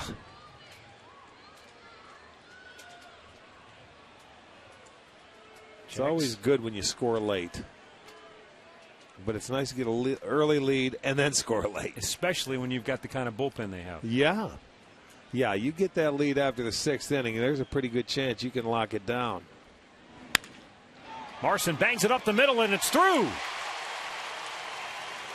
Lou with a leadoff single here in the bottom of the 7th inning. He hung him. It was either a changeup or a hanging breaking ball that Marson was able to keep his hands back enough to get that ball out. I think it was a straight change. If you look at it, watch, it's upstairs, boy. And when it's down, you really make a hitter work, and he has to use his legs, and they hit it on the ground. But when it's elevated, it helps him hit a little bit harder, and it gets through a few holes. So that's hit number 7 for the Tribe.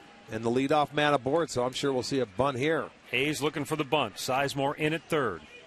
Carrera squares, bunts it that way. Sizemore looks to second, takes the out at first. And the go-ahead run into scoring position. Well, with the Bugs invading Progressive Field tonight, let's go downstairs to Katie with them. Guys, it's interesting. They're really not out in the stands. They're on the field and in the dugouts, and the A's not used to this. If you look out there, any of the guys that have a yellow dot on their shirt, those are mosquito repellents. They're trying that. Here in the dugout, they've actually pulled out the hand sanitizer. They're rubbing that on their bodies. They asked me to go get them some sugar water. It's really just making it worse, though. When Sandy Alomar walked out to first base, he pulled a dryer sheet out of his back pocket and said, "You guys got to go get the bounce." Yep. That's exactly right, man. They don't know it, but you put repellent on it, they flock to it. The pitch to Fukudome is a called strike. Well, Lonnie's spraying him. He wants him to. He wants all those bugs around him. Well, now maybe that's not mosquito repellent. We don't know what's in that. That's true. Concoction he's got there in that spray bottle. Maybe that's midge repellent. Oh, boy. Kosuke Fukudome awaiting the 0-1 pitch. I'm going with Sandy. I'm going with the bounce. Bounce to second. Weeks throws him out. 2 down.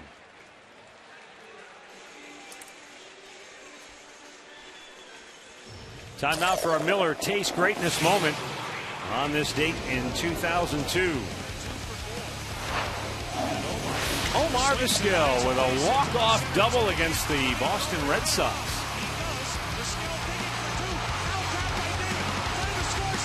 Bill Selby coming home with a winning run. Veritek couldn't handle the throw, and the Indians win it.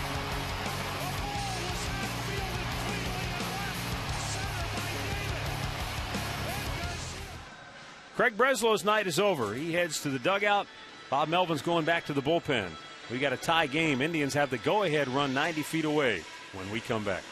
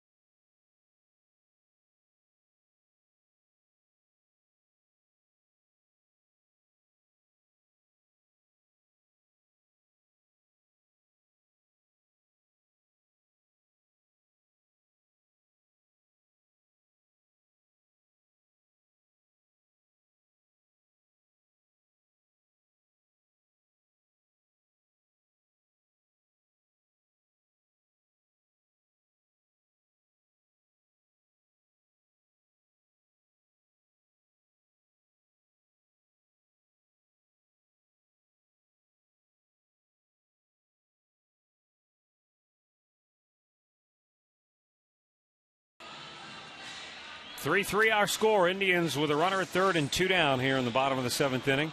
And as Drupal Cabrera coming to the plate.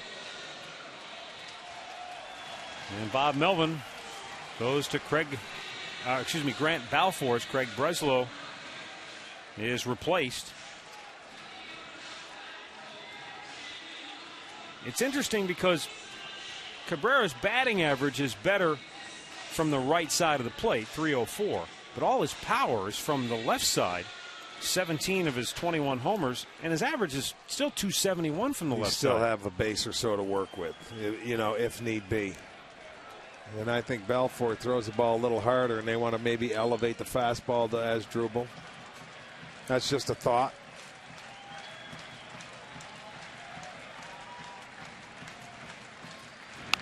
Checked his swing and fouled it back. Well, they've got their numbers too, and there's obviously, forethought in what they decided to do here. I think if you're going to face Cabrera from the left side of the plate, you need a fastball pitcher that can elevate it and get it above the belt left-handed. He can't catch up to it. You see, he was trying to get ready. Asdrubal's a good low ball hitter. He can hit a breaking ball down. He can turn on the fastball in if it's down. If you elevate it, he has problems with it like most hitters do. Fastball. Two pretty good heaters right there. Corner.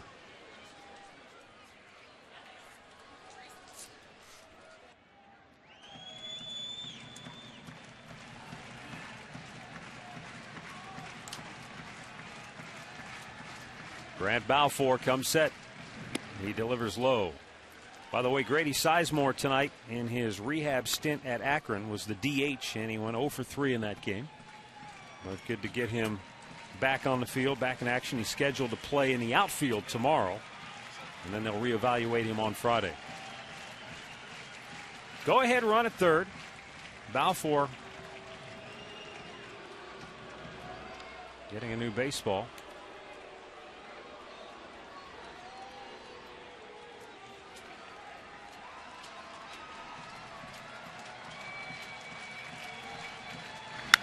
Cabrera with a high drive, left center, Sweeney back, and he'll make the catch on the warning track to end the inning.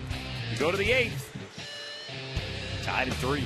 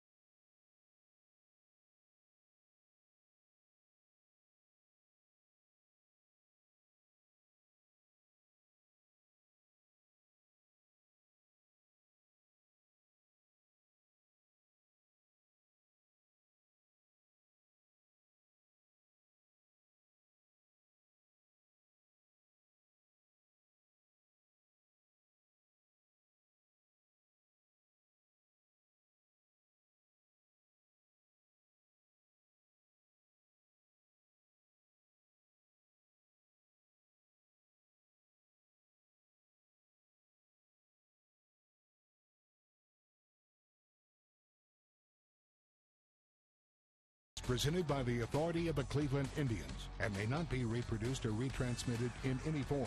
And the accounts and descriptions of this game may not be disseminated without the express written consent of the Cleveland Indians.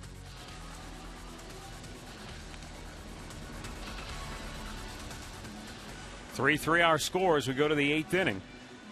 Like Panini's franchise group on Facebook for your chance to win giveaways and prizes.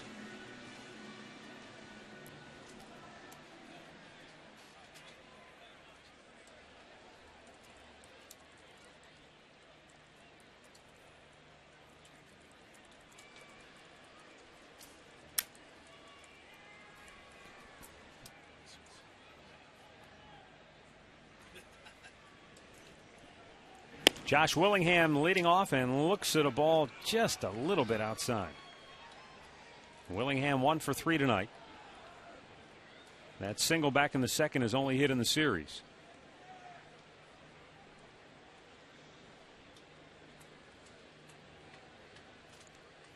The A's have had one base runner in this game since Jemiah Weeks' 2-out single in the 4th inning. And that came in the 7th with 2 outs when Cliff Pennington drew a walk off Tony Sipp.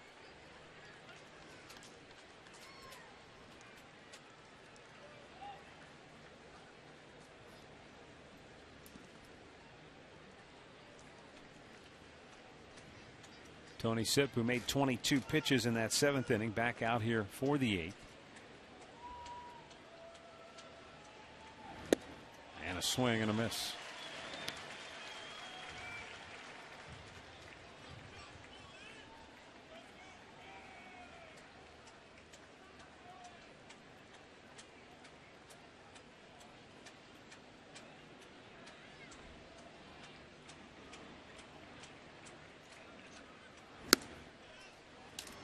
Tonight's Fill the House for Charity promotion raised $18,266 for Our Lady of the Wayside. Crowd of just better than 15,000. On what was a beautiful night at the outset. Till the bugs arrived. That's been the only downside. But as Katie reported, they're not in the stands. It's just on the field where they are congregating. You don't see the folks in the stands swatting them away. That's true.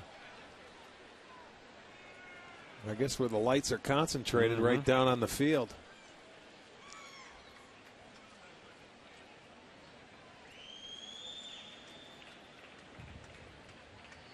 Looks a little warm in the stands. Yeah. Well, tad on the humid side. Checked the swing. He went. Called third strike. Didn't matter. Sipp rings up Willingham, 1 down here in the 8th. It looked like a good changeup by Tony on our Time Warner Cable pitch tracker. Right there at the knees, changeup. Well, now you see that's where, if the changeup's down there, that's a great, great pitch. You don't pull the trigger, and even if you do, not much you're going to do with it. Probably hit it right on the ground. Brandon Allen 2 for 3 tonight. Singled in the 2nd and 3rd innings, driving in a run with that second base hit. Struck out his last time up.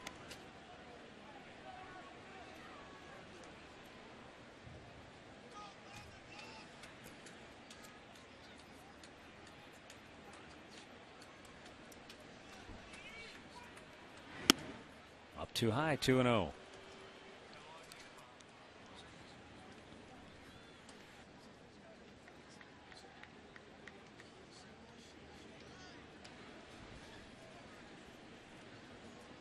His next pitch will be his 30th.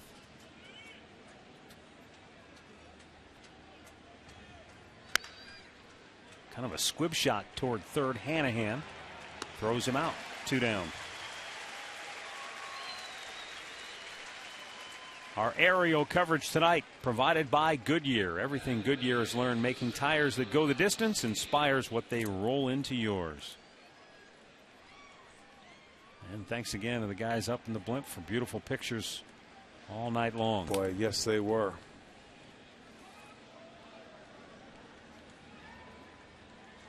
Starting to get darker a little bit earlier. Yeah. Now heading into September, you know, as that light starts closing out on you at about 8 o'clock. Well, the good news for Baltimore is it's almost over. 13 runs on 20 hits for Toronto tonight. Orioles being shut out in that game. Fouled away.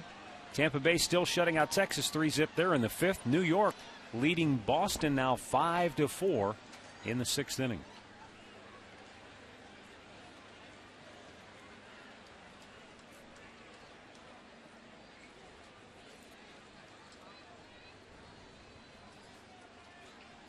Now the 1-1.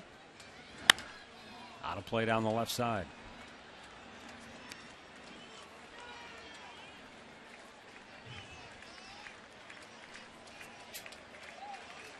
Sweeney lined out to first in the second inning, fouled out right at home plate to end the third, and then struck out to lead off the sixth inning.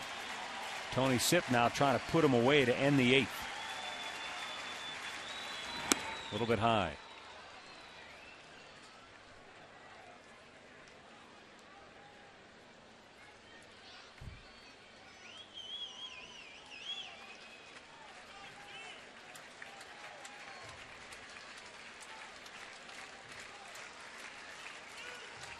And the 2-2. Broken bat flare to left, dropping, and it's in for a hit. Well, not much he could do about that pitch. He made a decent pitch. He broke his bat. He fought it off, and it went into left field. That snaps an 0 for 12 streak for Oakland hitters in this game.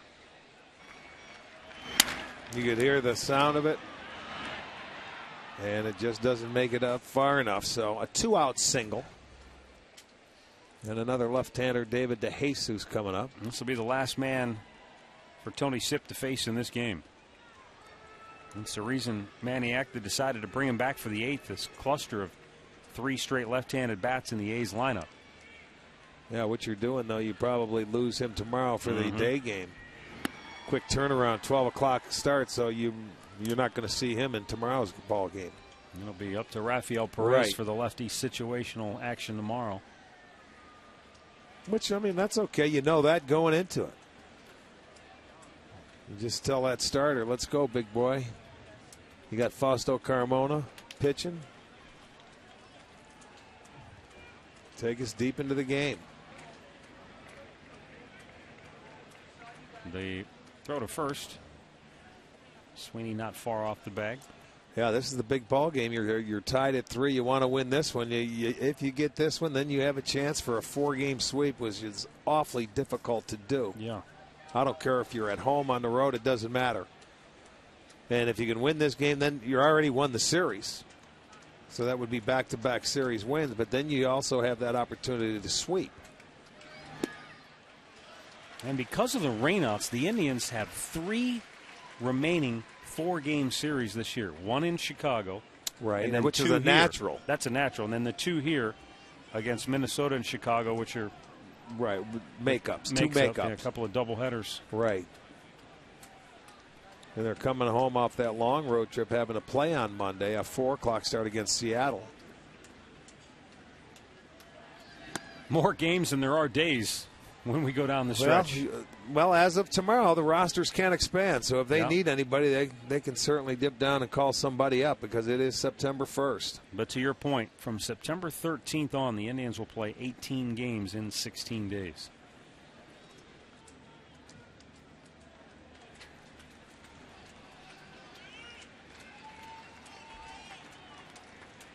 Now the set by Sipp. And the 2-1 to DeJesus. Popped him up foul into the seats.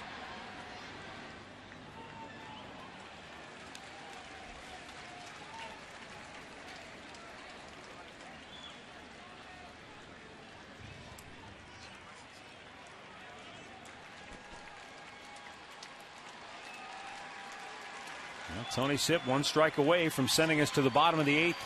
Knotted up at 3 apiece.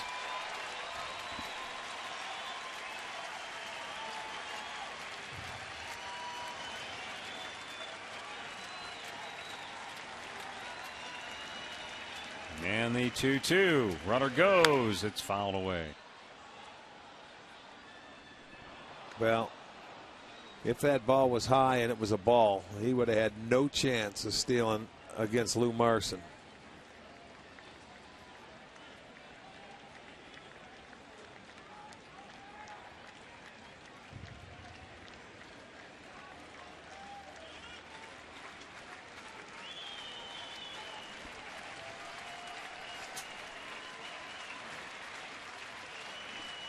Now the 2-2. Runner goes again. Swing and a miss. Ends the inning. Tony Sipp gets his 3rd strikeout. 9 punch-outs for Indians pitching here tonight. We're still tied at 3.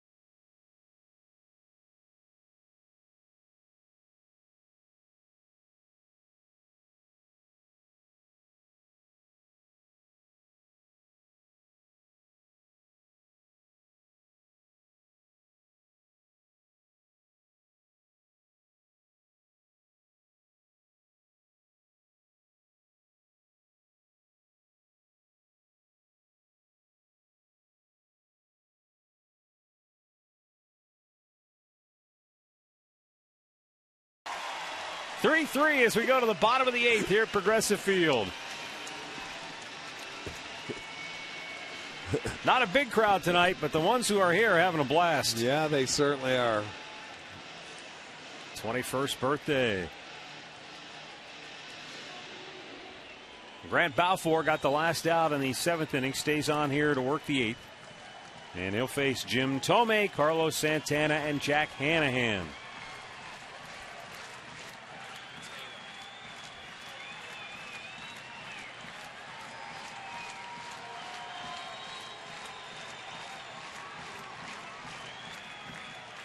Balfour delivers, and Thome takes a strike.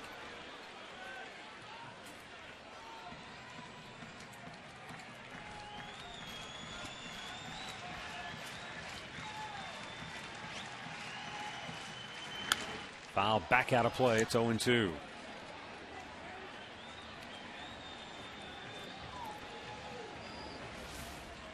Well, that's where Jim Thome likes it, that pitch down. That's right into his wheelhouse right there. Fouled it back. Now he's got a battle down 0-2. Indians got some good news today with regards to Travis Hafner. Manny Acta says that there's a real good chance the Indians will get Hafner back. And he said, in the month of September, we'll be able to use both he and Thome in the DH spot.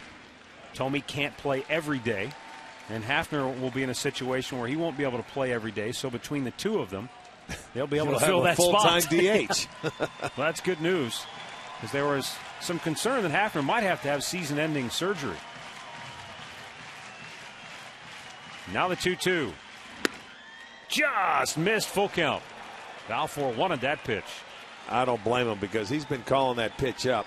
I think this is the respect to Jim Thome being around as long as he has. That pitch has been called a strike all night long.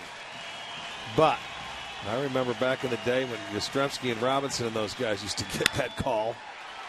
Into the teeth of that shift, Weeks from shallow right field throws out Thome. 1 down. And that'll lead us to our Northern Ohio Hyundai dealers box score, introducing the Hyundai Assurance trade-in value guarantee. Well, Jack Hanahan with a monster night. 2 solo homers,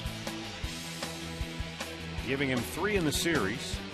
And, of course, Zeke Carrera had the leadoff triple to start the game, came home on Fukudome's sac fly. Now Carlos Santana 0 for 3 on the night, and Hanahan waiting in the wings. Oh, and a breaking ball in there for strike 1.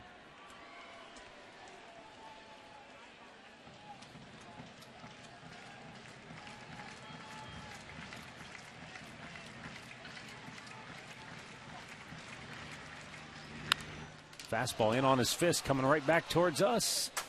Oh, McD, right next to him. He had it. He had it. Well, you know what hands happened? on it. Yeah, no, it was close. It was up there on the tough go for him. He got blocked out. He abandoned it. He abandoned the camera and went for the ball. I was impressive. He's very good. He has it, and it's a good shot. There he is. Nice job, Brian. We gave him the golf clap. I was just thinking, when he shoots golf, very rarely does a golfer hit a ball that far out of play where he'd have a chance to make a play on a golf ball. They don't have to play their foul balls. Yes, they do.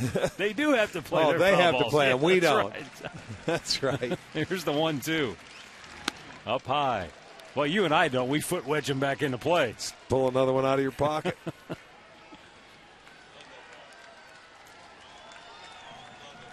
Grant Balfour in a battle with Carlos Santana here. 2 balls, 2 strikes, and with 1 down in the bottom of the 8th inning.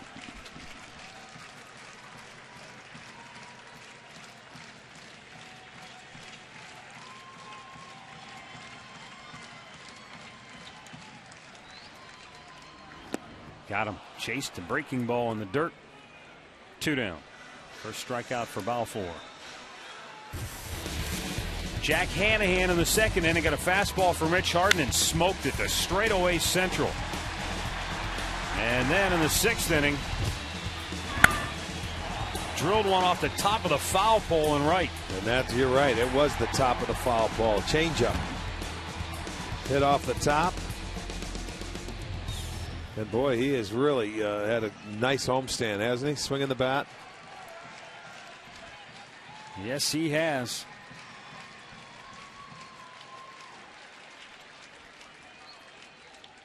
Five for 7 in the series.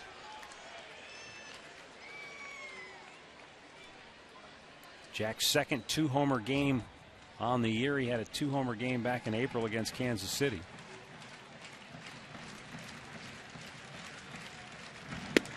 Takes a strike, 1-1 the count.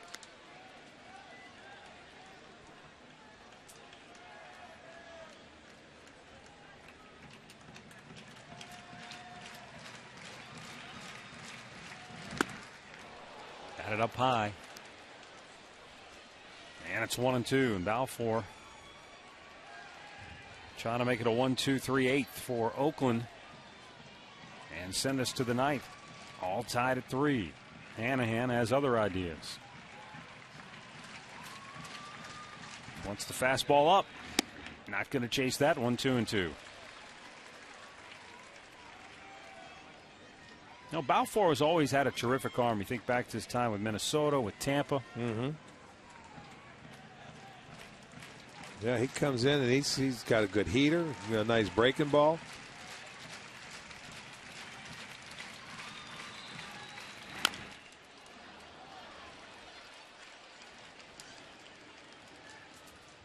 Found that off his leg, and he'll take a little walk. See if it got the protection. Nope, hit him on the inside of the calf. Yeah. You got to readjust that protection.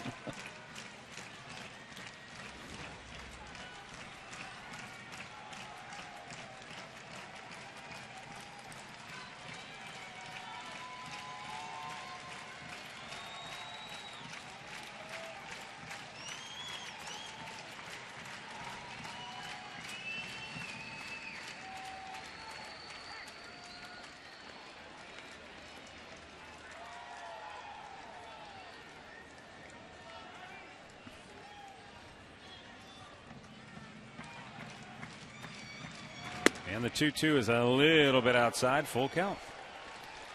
Jason Donald would be next.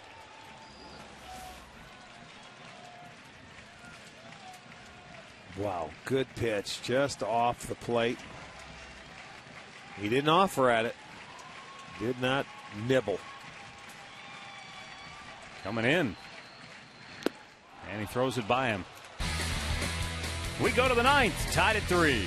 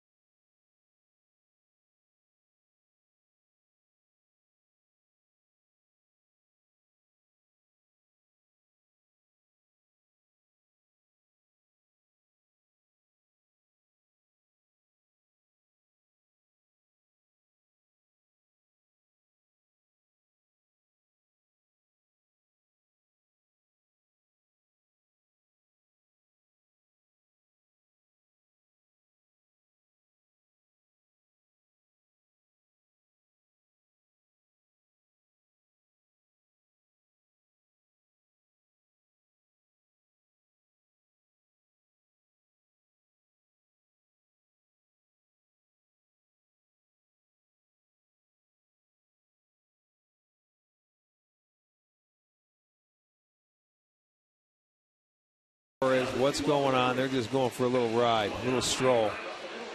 Round and around and around we go. Ninth inning, tied at 3. Chris Perez will come on to face Kurt Suzuki, Scott Sizemore, and Jemile Weeks. These non-save situations have been a little dicey for CP.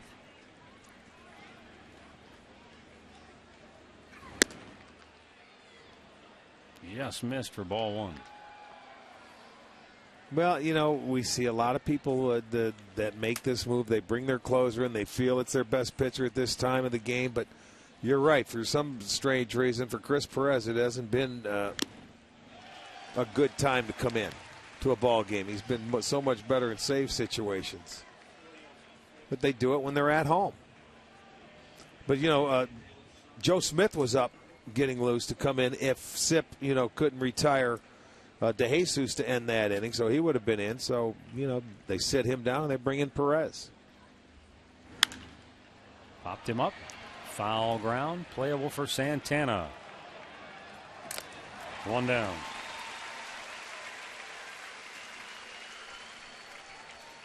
Stay tuned after the ball game for the Conrad's Tire Express and Total Car Care post-game show. Conrad's, home of the lowest everyday tire price guarantee.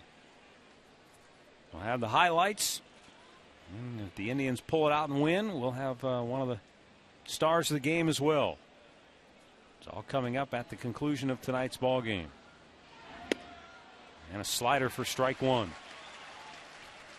And then later, after Chuck's last call, stay tuned for the MAC football preview show with Michael Regai and Frank Stams. Comes your way at 11 o'clock tonight. A little bit high.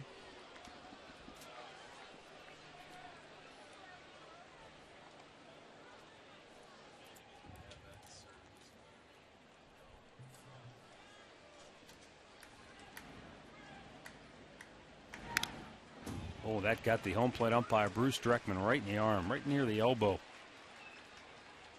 Fouled straight back. Drilled him. Tell you what, he's tough. He's shaking it off. Barely moved. Look at this. Oh, right up on the muscle. Have a nice little bruise there tomorrow. Whether Bruce Dreckman will be able to do a show tomorrow on the radio with that sore arm. The 1-2. Fouled back. Are you referring to All Bets Are Off? Yeah, oh, that's right. All bets are off. That's at 3 p.m. tomorrow on Sports Time okay, Live. that's right. You know, when you look at it, it doesn't look that much different, does it? At the numbers. I guess it's the 4 losses that probably jump out at you. You know, I mean, that's. You know, I talked to Chris about this, and that's the double-edged sword of being that closer, the late-inning relief guy. Nobody remembers when you do good, but they all remember when you do bad. That's true. When you're the closer, yeah, and you bring them in there in a non-save situation, I think it is magnified. You're right. Wow, that looked like an awfully good pitch. Well, the only thing I'm thinking, he's been calling more pitches high today than low. He's not going to give you that one, even though it is a good pitch, because he's been calling the strike above the belt today. I'll tell you, he has been consistent with his strike zone tonight. You don't see players complaining.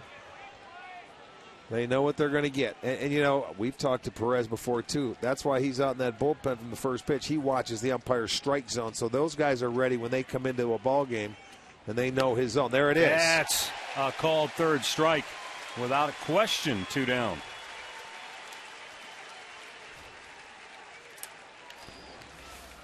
Well, that's a good pitch. There you go. That's a strike. And as you said, top of the strike zone. He's been consistent all night with that. All night long, he's given that pitch. The only one he didn't give it to was Belfour on Jim Thome.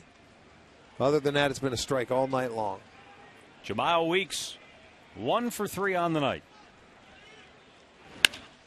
Bangs it into right field for a base hit.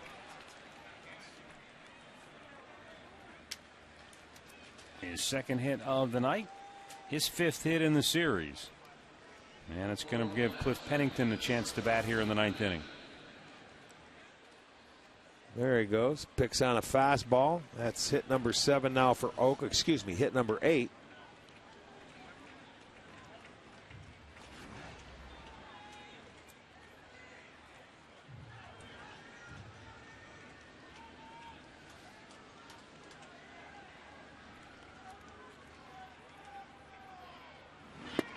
Strike one.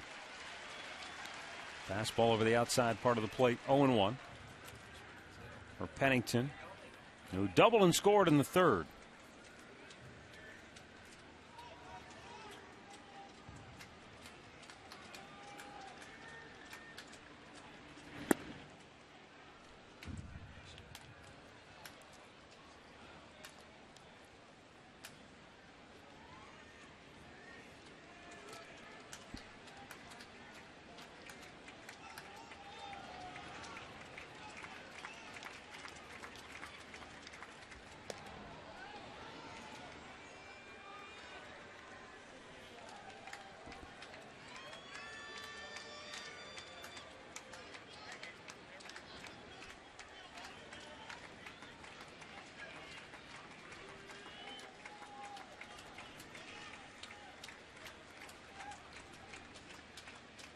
Runner goes, and the 1-1 is outside. Throw down. Not in time. Throw was just a little bit offline, and Weeks has tremendous speed. That's his 20th steal of the year. He had a good jump. He really did. And that throw was just a little to the second base side. Marson knew he had a good jump, and he would have had to be perfect right on the bag if he was going to nail him. So Weeks gets into scoring position. And a 2-1 count for Cliff Pennington.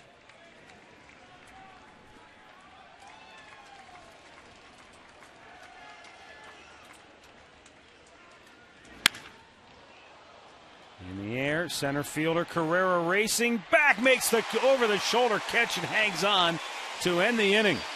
Nice play by the speedy Carrera, and we'll go to the bottom of the 9th, tied at 3.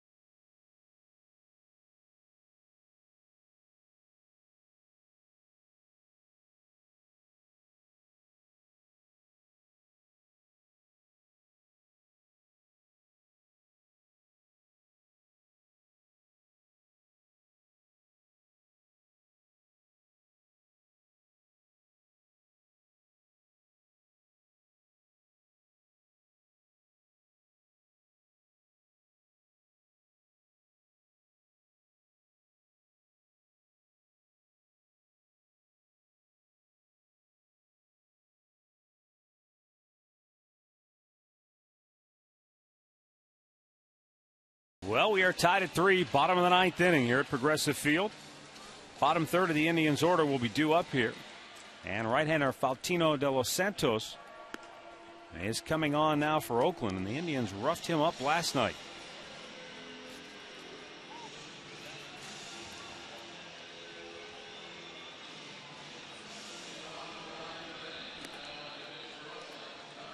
His 25th appearance on the year for the A's right-hander.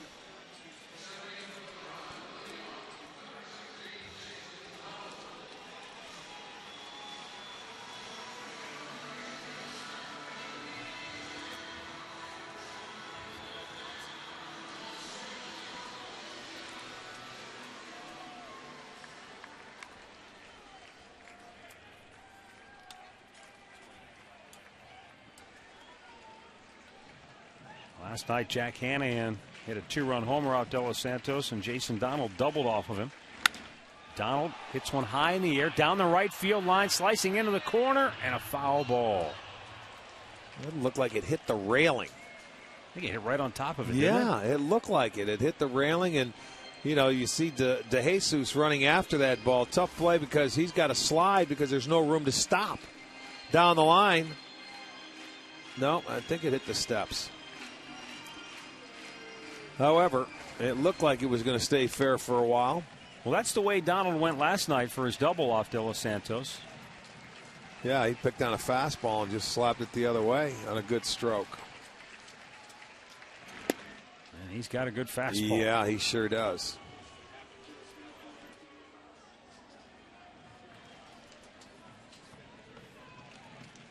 Finds himself down on the count 0-2.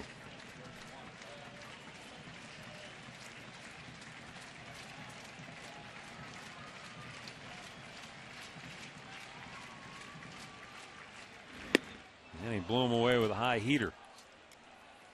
One down in the ninth.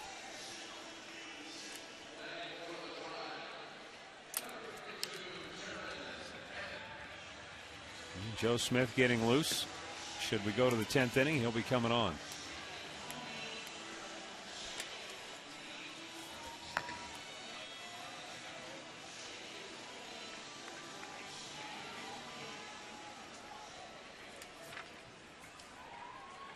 Oh for 3 for Jared Head tonight. Yeah, fastball in there for strike one.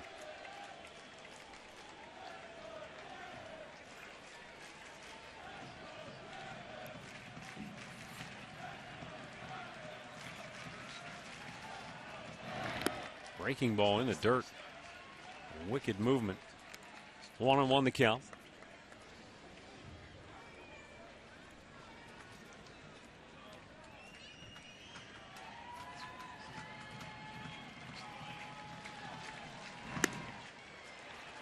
Up and away. It's 2 balls and a strike for Jared Head with Lou Marson waiting on deck.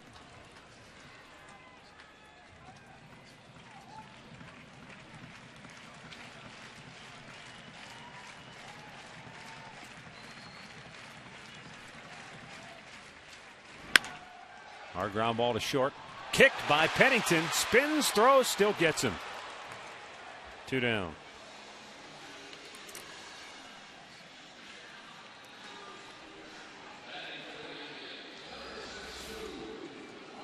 Well, the one thing that, most times if you don't catch it cleanly at short, it's going to be tough to throw it out. But he hit the ball hard and Pennington jumped right on it, able to throw him out at first base. So Lou Marson will bat here with 2 down on the bottom of the ninth. Marson singled his last time up. Breaking ball misses.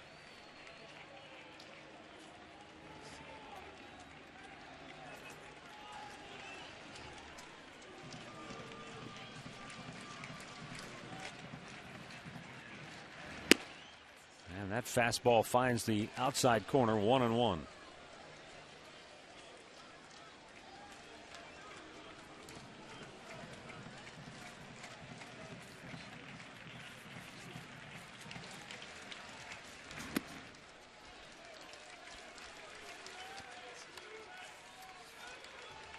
Two balls and a strike for Marson.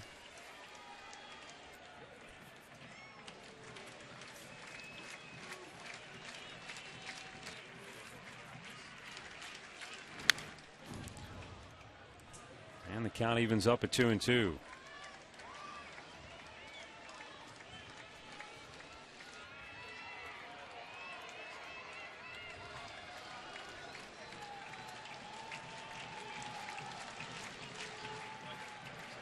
Bottom of the ninth, base is empty, 2 down, the 2-2 pitch.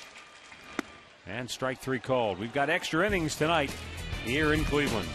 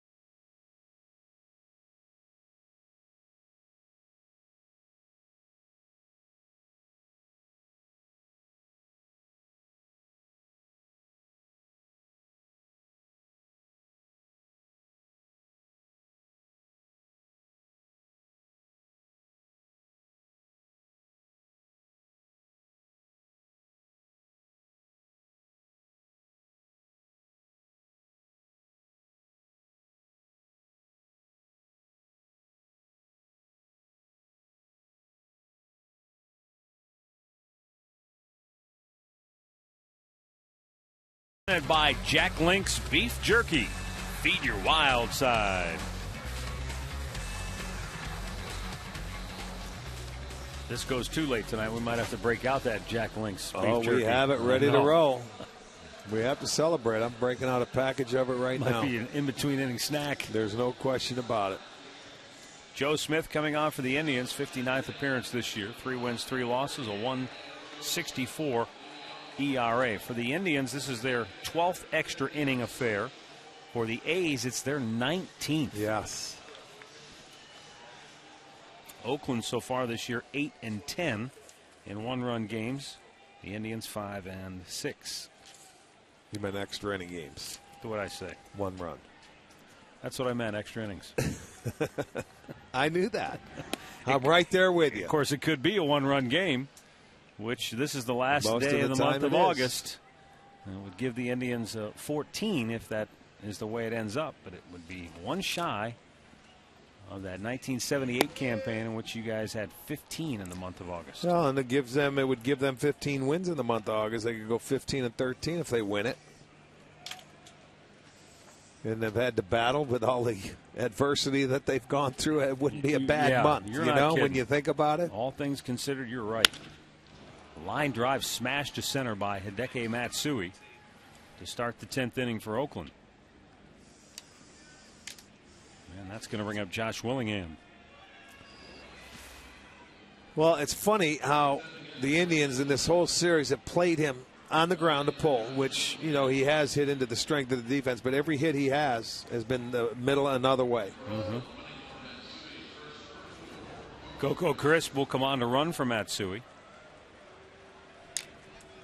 He has 37 steals on the year. If I recall, Smitty's pretty quick to the plate.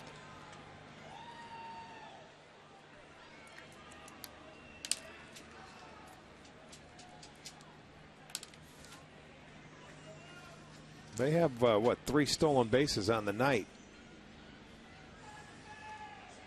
He takes off. Boy, he didn't waste any time, did he? And the throw goes into center field. Coco will hold right there, though. Well, that's how you do it. You get up, and he didn't waste any time. He took off on the first pitch. Not an easy thing to do. You're sitting around for 3 hours. Well, I mean, you're stretching and you're getting ready. But he goes into pinch run to come out and steal a base in that situation. That's tough to do. He does it. He gets himself in scoring position. Now you don't have to give up the bunt. Ties in with Gardner with the Yankees with 38. Ellsbury's hitting too many home runs to steal bases.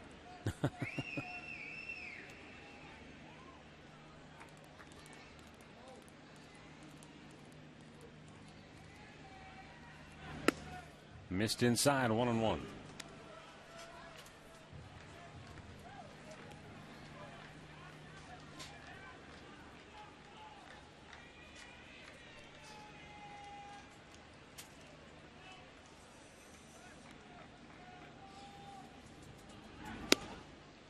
Up and away, 2 balls and a strike.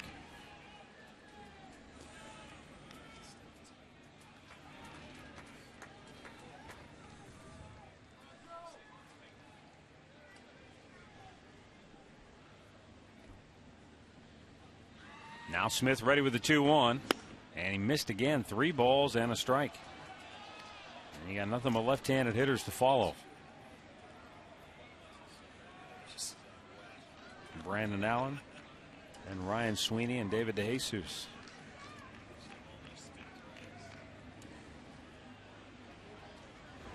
There's a strike, full count.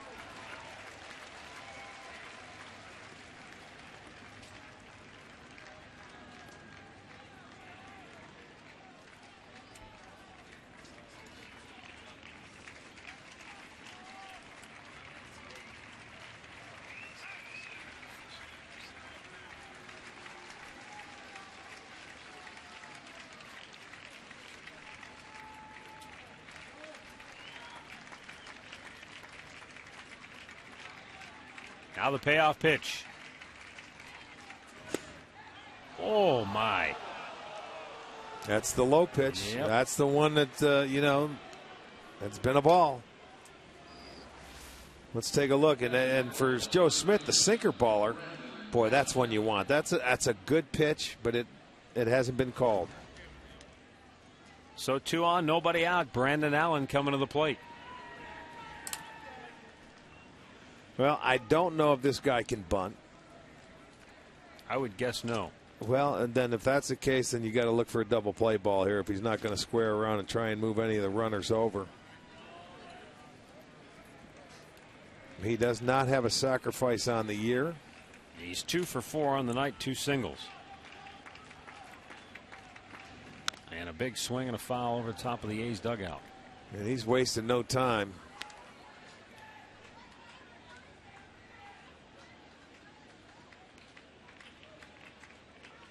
Checks with third base coach Mike Gallego before he steps back in.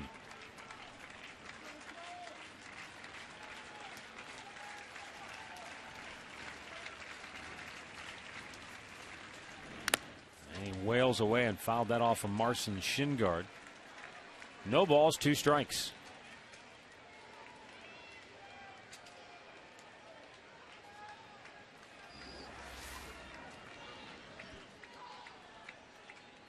Right off the top of the foot.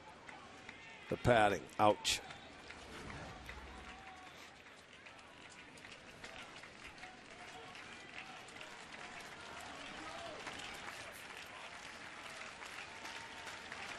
Now the set and the 2-strike pitch way outside.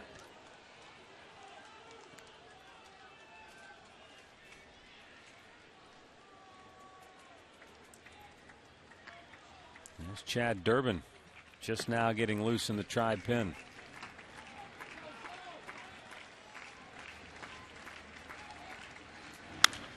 Fouled out of play.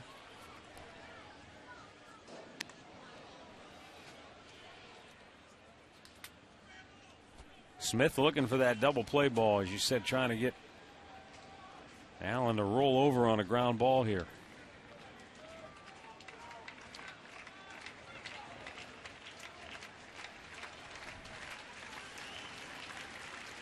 Now the 1-2.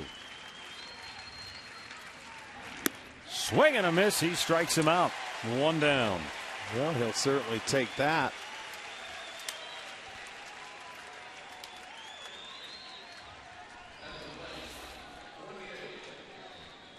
Joe Smith goes with that fastball away. It's got some run going away from the bat, off the plate. He gets Allen to swing and miss. So the first out here in the 10th inning. Now Tim Belcher's going to go out and talk to Joe Smith before Ryan Sweeney steps in. Well, this is pretty much a scouting report here, I think, for Sweeney. You have a couple of left-handers coming up next. And Joe Smith has been very good against left-handers this year. Well, the Indians are well aware of Sweeney. He had a 5-hit game against them earlier this season. A long time ago, but Smitty's 138 against lefties coming into today's games. He just struck one out. So just a little reminder, a little scouting report, and the guy that's up next. So Belcher makes his point. Says, look, get this guy to ground it to one of your infielders. You can be back in here in no time.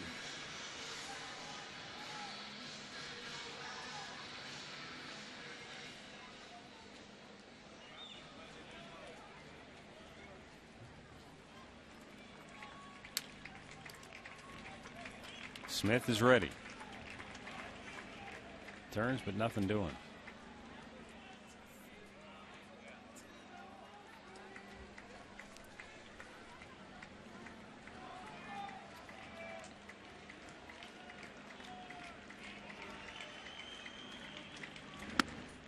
A little bit inside for ball 1.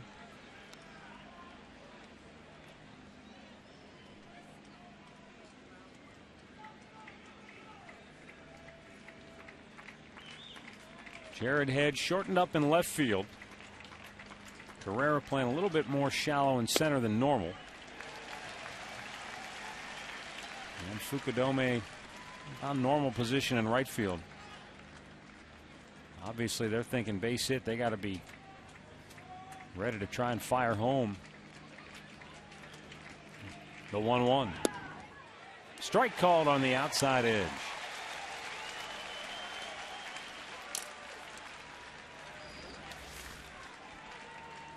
This one of the low strikes that were called tonight right there. You know, he made a pitch earlier that should have been, wasn't.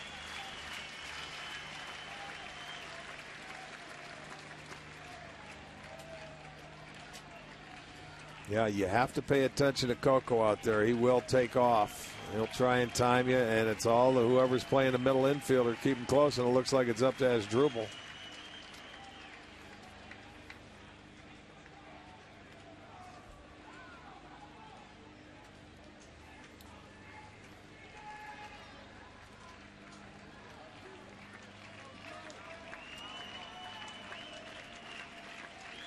A 1-2.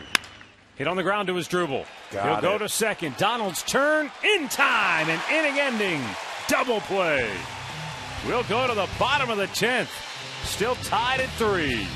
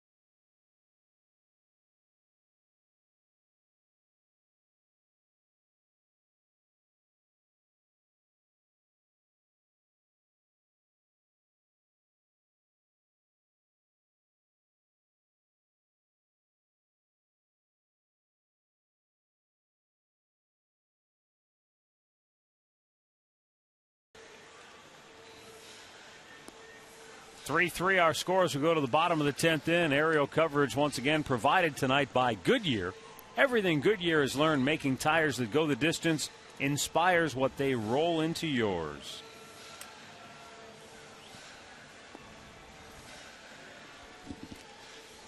Top of the order for the Indians here, and left-hander Jerry Blevins coming on now for Oakland. For the 12th time. Blevins just recalled from Sacramento today. His 6th stint with the A's this year. He was on the opening day roster. 27 games down in AAA in Sacramento. So he will come out here, the left-hander, to face Carrera, Fukudome, and Asdrubal. Strike one to Carrera, who is 1 for 3 tonight with a triple and a run scored.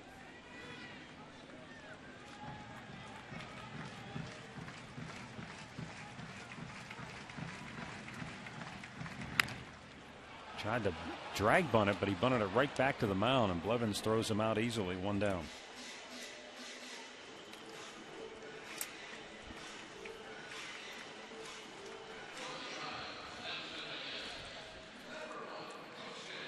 That'll bring up Kosuke Fukudome. 1 for 3 with an RBI tonight.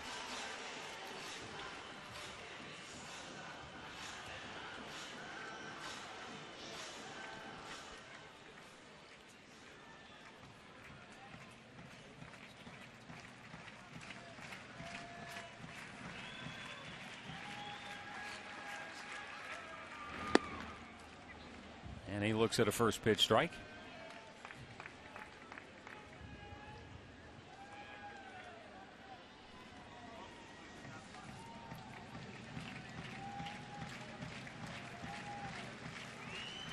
Blevins is listed at 6'6" and 175 pounds. Fukudome flies one to left. Willingham makes the catch, 2 down.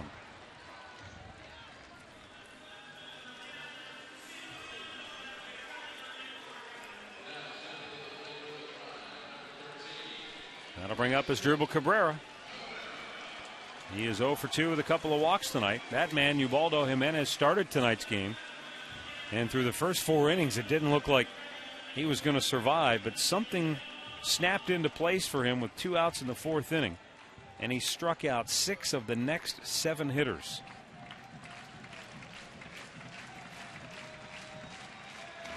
And Cabrera takes a strike. Blevins has not missed with a pitch yet. He is 5 for 5 with his pitches thrown.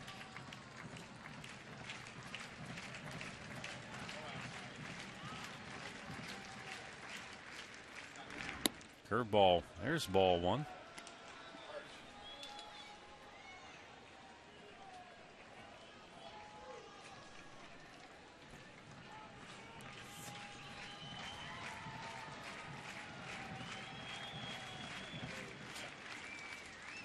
Down low. 2 balls and a strike.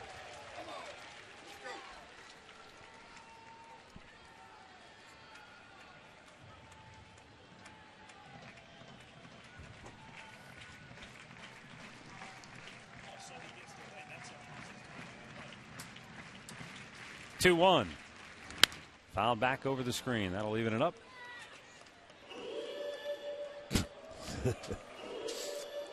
Boy, that woke everybody up, didn't it?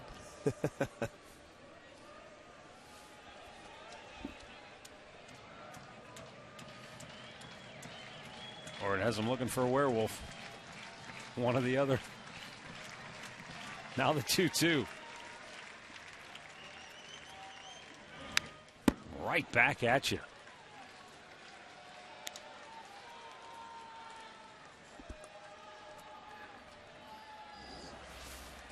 The man behind the glass, Kerry Cams, able to dodge another one. He's lucky that that screen's in front of him, or he would have had a rough homestand. 2-2 pitch. Swung on and missed. And we'll go to the 11th, tied at 3.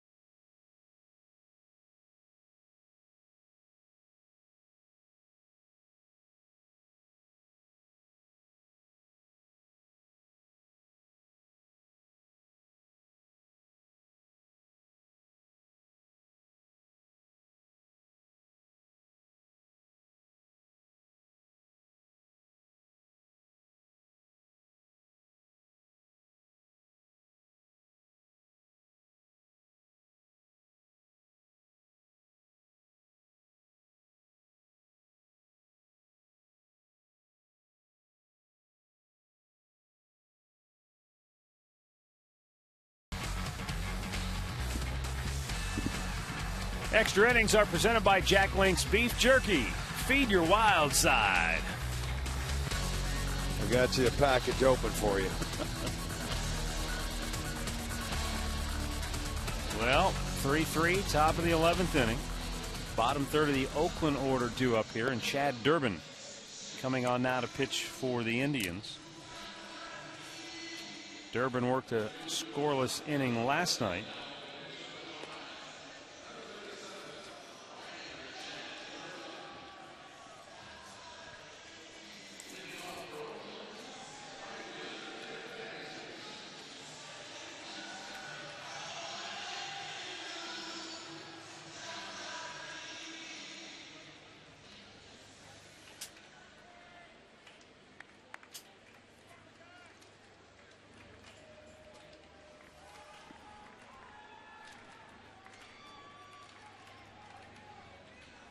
DeJesus 0 for 7 in the series.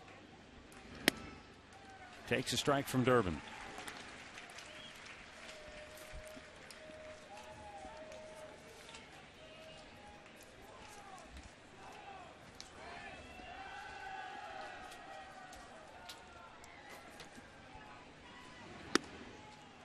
It's up high, 1 ball, 1 strike. Detroit beat Kansas City earlier today 5-4. White Sox lost to the Twins 7-6. Toronto shut out Baltimore 13-0. Red Sox now lead the Yankees 9-5. They're in the 9th inning as DeJesus hammers one to right. Fukudome over to cut it off. And he holds DeJesus to a leadoff single. So, second straight inning. The A's get their leadoff man aboard.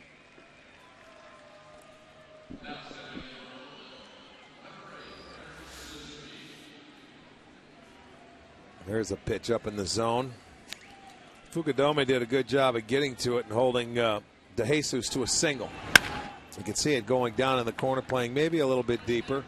He was thinking double, but no siree. Get that ball in quickly, hold him to a single. And now Kurt Suzuki 1 for 3 on the night. He homered back in the 4th. Struck out and fouled out since then.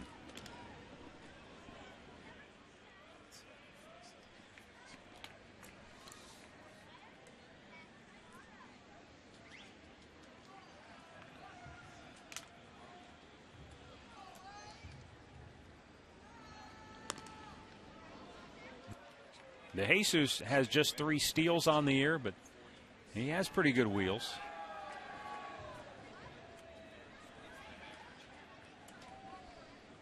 And with the bottom part of the order, they may choose to try to get him over to second. Don't you? I mean, this isn't that good of a hitting team to let these guys take swings, I wouldn't think. You look at them, they only have 29 sacrifices on the year. Well, I'm surprised you wouldn't let him maybe try to steal and then sacrifice it. Well, DeJesus, he only has 3 stolen bases. He's not what you call a good base stealer. I don't know. You're playing on the road. You go percentages. Some managers don't like to give up outs, but I mean the way these guys are swinging the bats, you might as well. You got to do something to try and win this game. They had first and second, nobody out. Good there bunt. you go. Hanahan.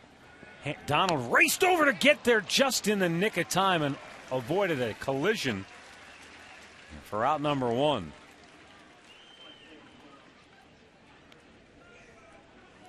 So go ahead, run into scoring position now with 1 out. You have to get over there if you're the second baseman. Your job is covering. They're crashing, and look at he's all over the base.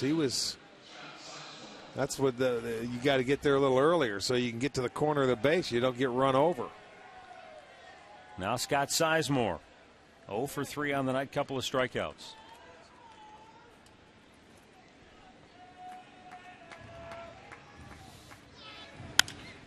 In the air, right field. Out goes Donald. The second baseman has it, 2 down.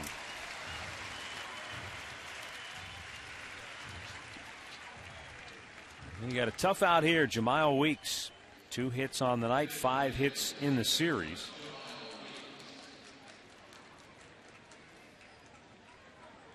Marson went out to talk to Durbin, see what he wants to do with Weeks. Go at this guy, or he said, all right. Durbin knows what he wants to do, the veteran.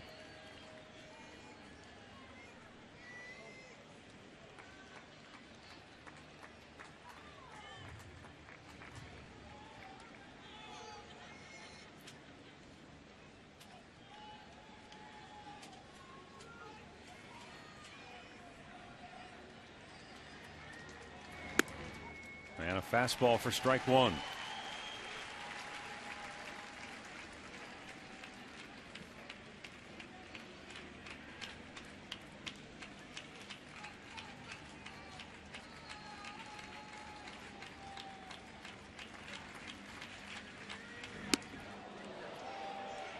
Up and in. That'll even the count at 1-1. A's have now out-hit the Indians 10-7 on the night. Well, Pretty good numbers right there. 2 outs, runners in scoring position. As an infielder, do anything you can to knock this ball down. 2-1 the count.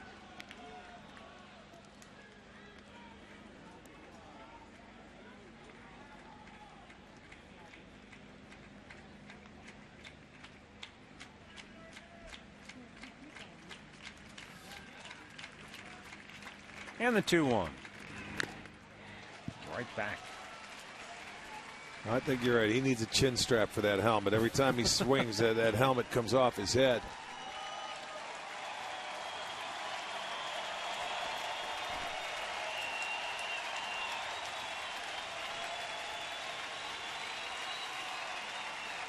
Chad Durbin 1 strike away now from sending us to the bottom of the 11th.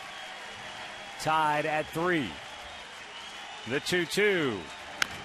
And Weeks fouled it off his foot. Tampa Bay trying to finish off a shutout of the Texas Rangers in Arlington. They lead it 4-0 in the bottom of the ninth. That is hard to do, my friend. When you go down to that ballpark and shut them out, you're doing a terrific job. Would that be David Price, do you suppose? James Shields. He went 8 innings. Yeah, James Shields could do it if he's on his game with that changeup. Got him looking. Chad Durbin rings up Jemile Weeks, and we will go to the bottom of the 11th, still tied at 3.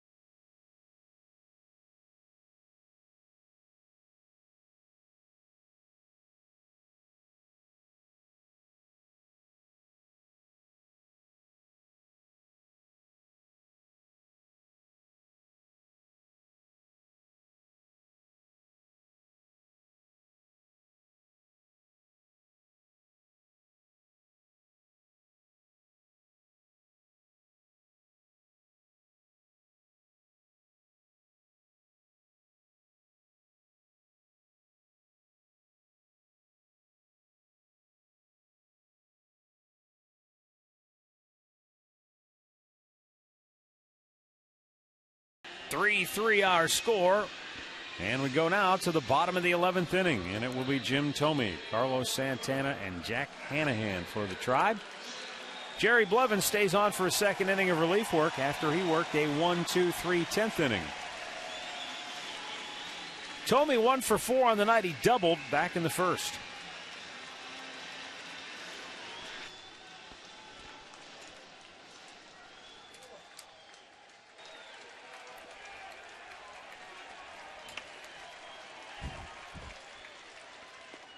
And it's outside, ball 1.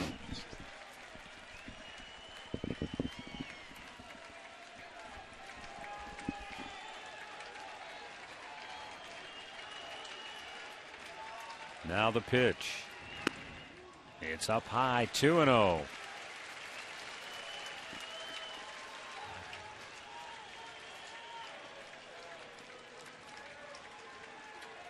That is very positive for the Indians. 3 for 7, couple of homers. There's the high strike, 2-1.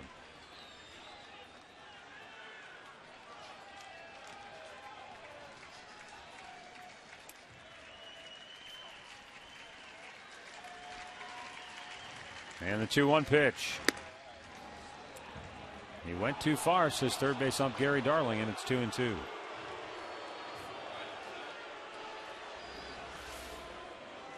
Yeah, 2-1. Well, no, not I'll a tell good you call. what, I thought he did an initial view of it, but right there it didn't look like he did. And the 2-2.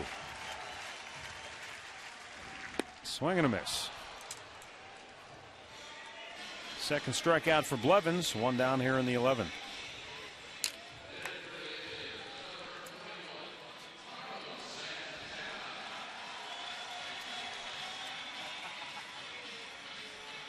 Carlos Santana 0 for 4 on the night.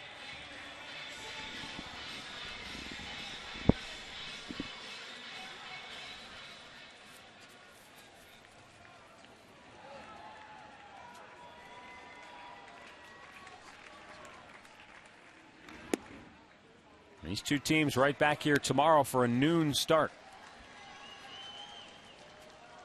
No television for tomorrow.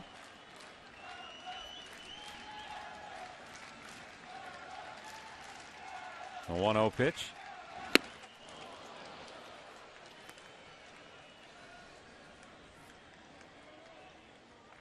We'll be back with you Friday night at 8 when the Indians take on the Royals in Kansas City. We'll have it for you on Channel 3. Now the 1-1.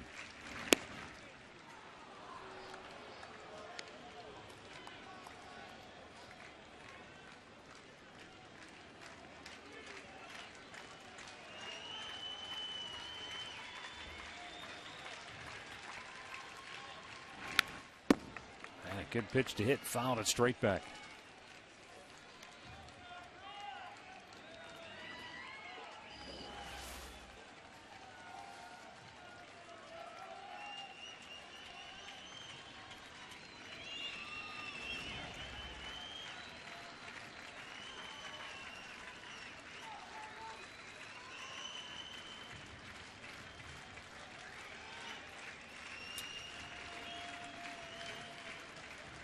Blevins delivers, and Santana chops it foul.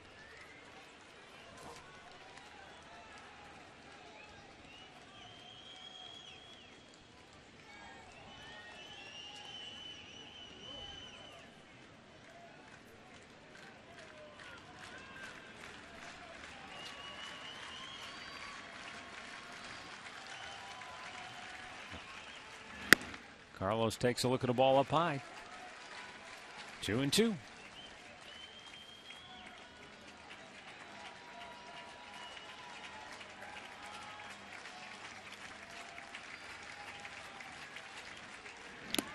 And he strikes him out, 2 down.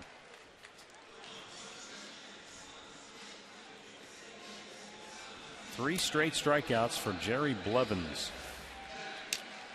Now he keeps it away, and you pull the string. You get a guy that's very anxious that wants to try and hit the ball out of the ballpark, and there he chases the changeup. See him shaking his head. Well, Jack Hanahan steps in now. He's been all or nothing tonight. 2 homers, 2 strikeouts.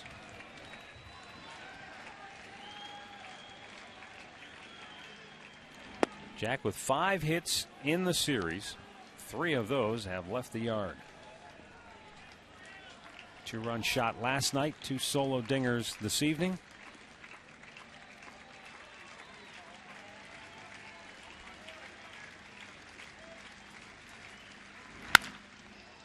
And a bouncer to second will send us to the 12th inning, still tied at 3.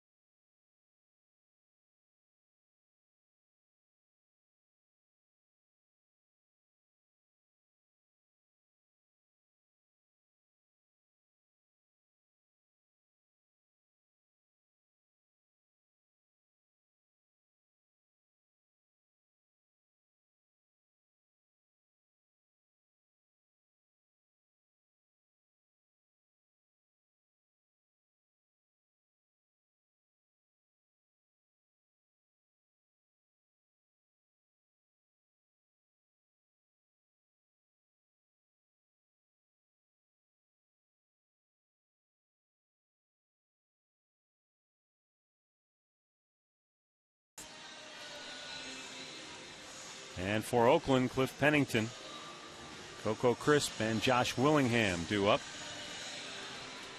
Chad Durbin worked a scoreless 11th, stays on for the 12th.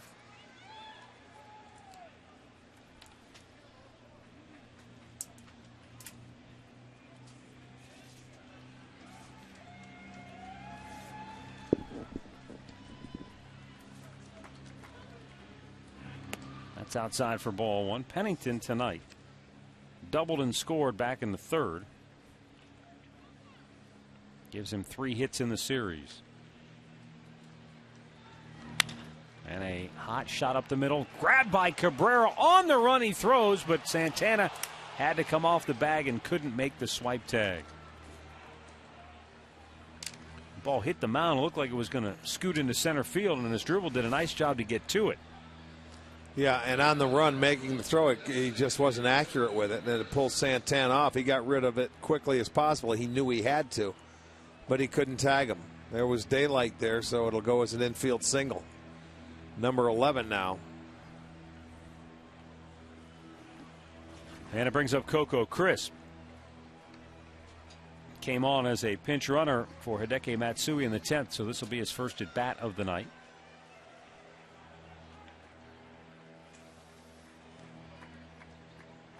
And Jack Hanahan in on the grass at third looking for a bunt.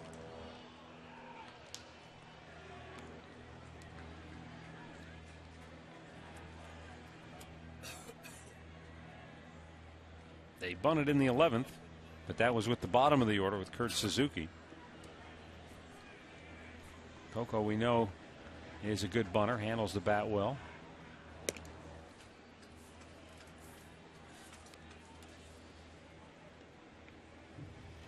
Four sacrifices bunts on the year for Coco.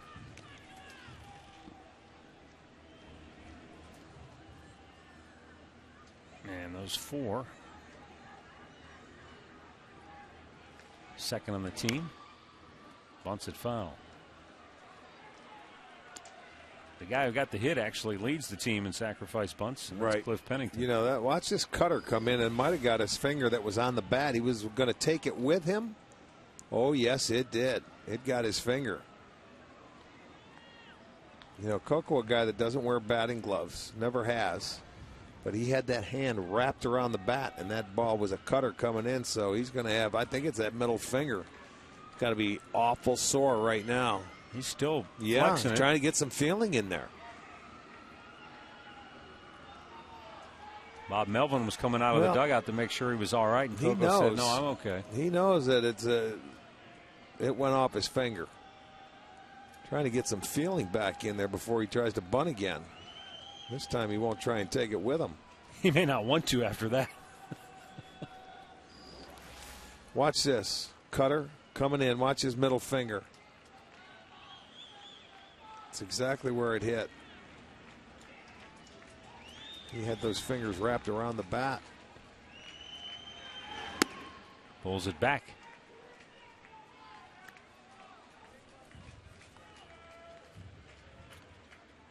Well, Texas scratched out a run in the bottom of the ninth, 4-1. Tampa still leading it.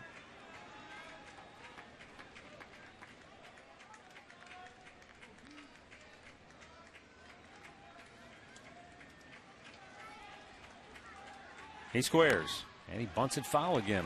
Came back in with that cutter. Same pitch, same result, basically.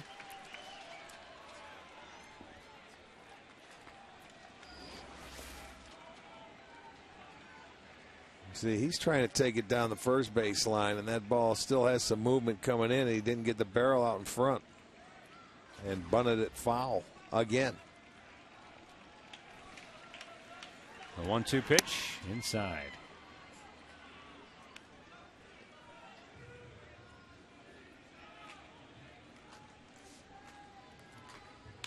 Josh Willingham waits on deck.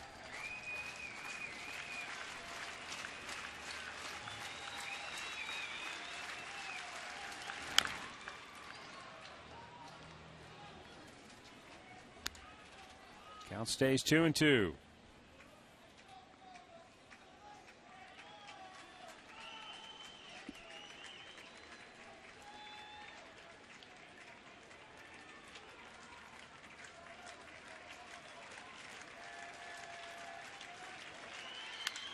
Bounce to first. Santana comes off the bag, makes a nice play.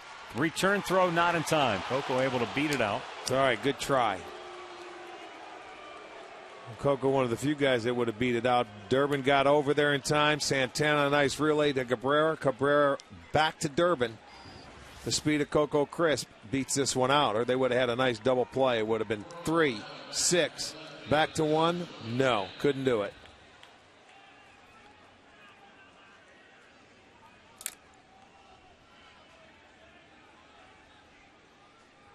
So 1 on, 1 out for Josh Willingham.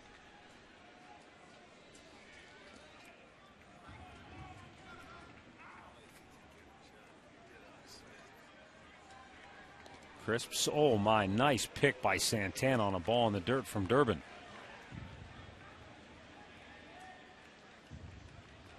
Coco picked up his 38th steal of the year back in the 10th inning.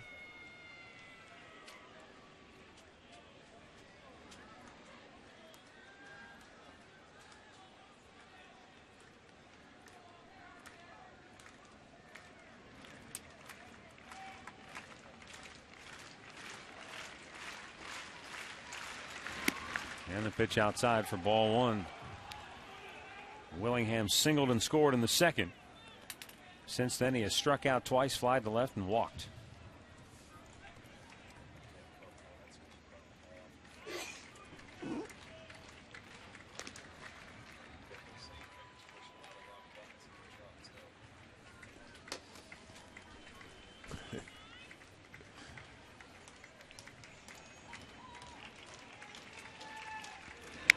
Fouled back.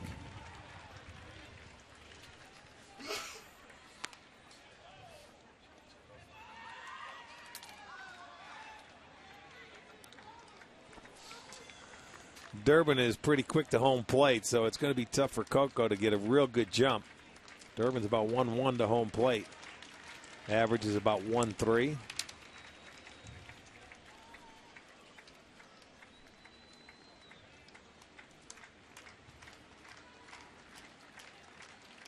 He holds, and the bounce ball's bounced hit to the third. bag. Hits the bag. It's a fair ball. Jarrett head up with it down the left field line, and Coco Crisp stops at third. Can you believe that? It hit the bag, and it took some spin off of it, and Hanahan couldn't get it. Boy, oh boy, you talk about a break right there. It goes as a double. Now Oakland in business. I mean, right on top of the bag. Almost looked like it hit the corner of the bag, too, on the Watch this. Line side. One hopper. Boom. Yep. And it just, Hanahan had it. And once it hit the bag, it took some spin off of it. It stayed down on the ground. It got under his glove. It goes as a double. Now they'll have to walk the bases loaded.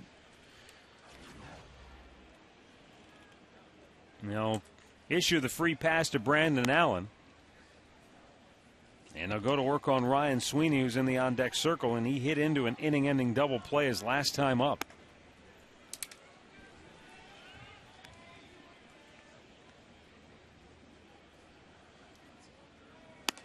But a bad break for the Indians, and Oakland is now set up with the bases loaded and 1 out here in the 12th.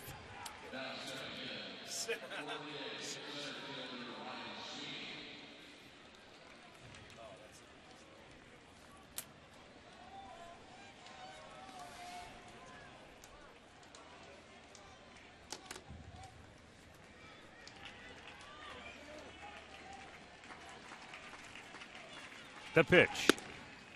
In for a strike.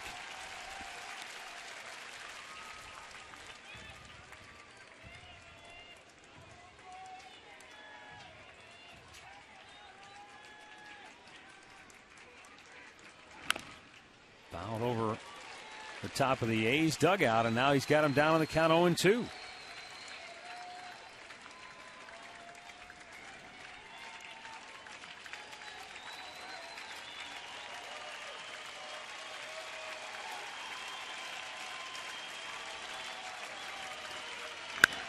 Ripped fouled on the right side.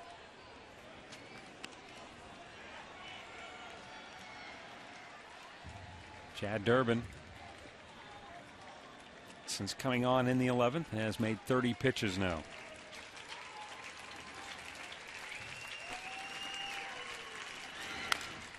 Fouled over toward the on-deck circle.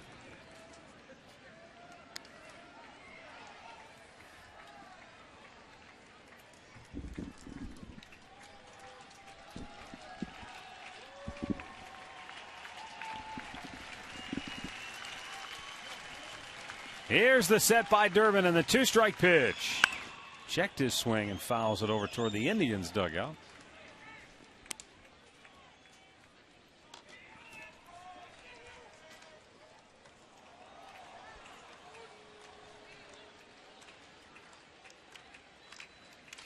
Three-hour score. Been this way since Hanahan homered in the 6th. Swing and a miss. Durbin strikes him out, 2 down.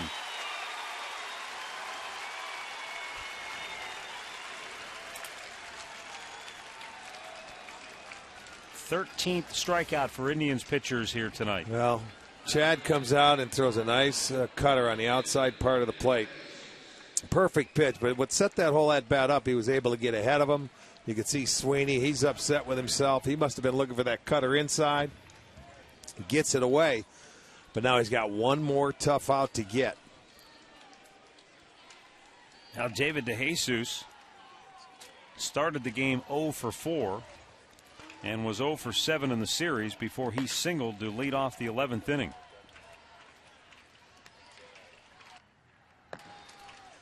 Frank Herman getting hot in the bullpen. But right now, the game is in Chad Durbin's hands. He gets to Jesus. We go to the bottom of the 12th, still tied at 3.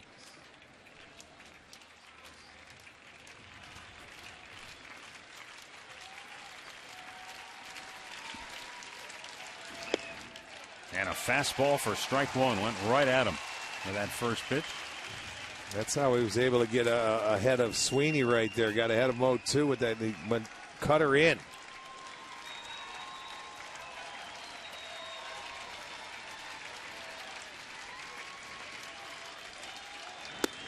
A little bit too high.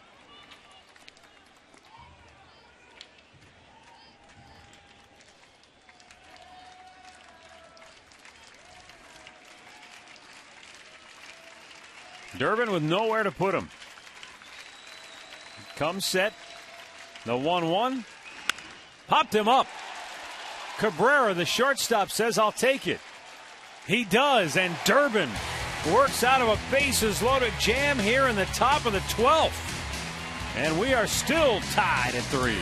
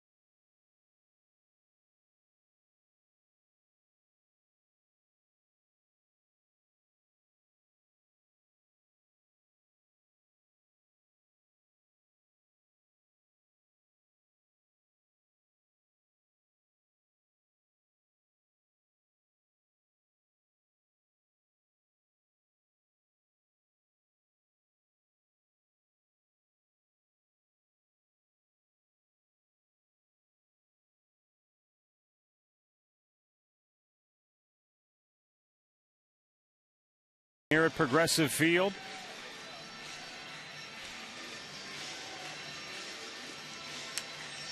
Neil Wagner, former Indians farmhand, originally drafted by the Tribe, will come on now for Oakland to pitch in the 12th inning. And the Indians offense has suddenly gone silent as Oakland. They sure have. Pitchers have retired the last 15 in a row, striking out 7.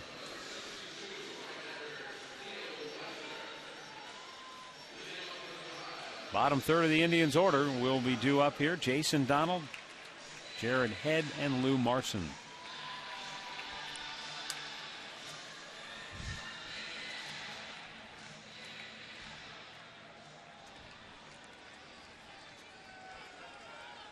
Donald 1 for 4. He singled back in the second inning.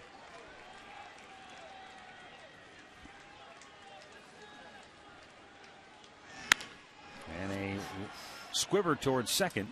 Ball looked like it hit the cut of the grass and stayed down, Sure didn't it? did. 1 away. I mean, that ball between the cut of the grass and the dirt, and watch how it hits and it just stays on the ground. It hugs it. Look at that. That's like coming off a pool table hitting one of the cushions. Little bank shot right there. Okay, Minnesota Fats. Well, you know. 9-ball side pocket. Jared Head 0 for 4.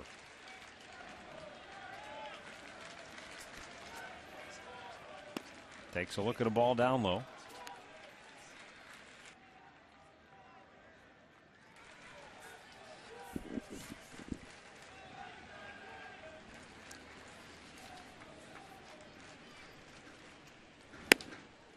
Outside, 2 balls, no strikes.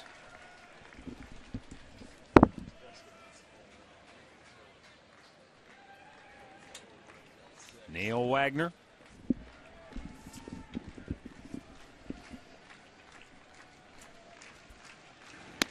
Inside, almost hit him. Wagner, a scoreless inning last night. He walked one, gave up a hit and struck out in a batter. He needed just a little, one more size. If Tony Amato would have given him a bigger jersey, it might have nipped it. The 3-0 took a little off. Instead of 96, he only threw 94.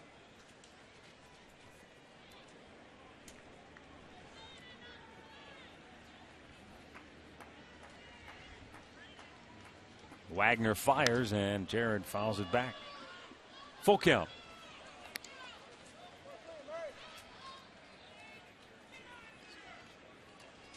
Boston beat New York. They lead the Yanks by a game and a half now in the AL East, stopping New York's 3-game win streak. White Sox had their 5-game win streak stopped earlier today by Minnesota. Detroit came from behind to beat Kansas City for the second straight day. 3-2. Popped him up, foul, back out of play.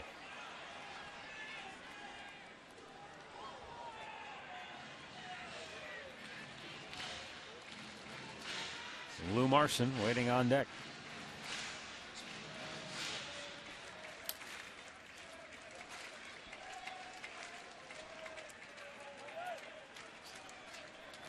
Payoff pitch. High pop. Rain falling. Weeks looking up into those raindrops. Makes the catch. 2 down.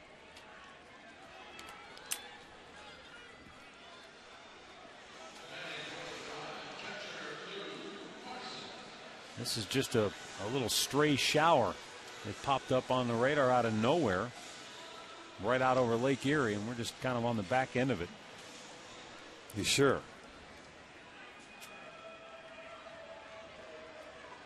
That's my story, and I'm sticking to it.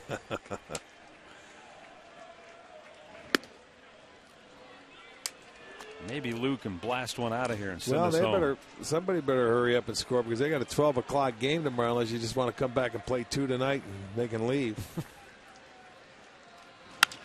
Ripped foul, right side, lower deck.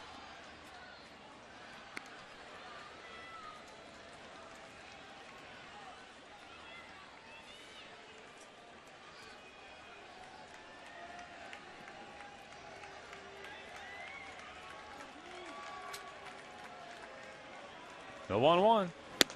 Swung on and missed.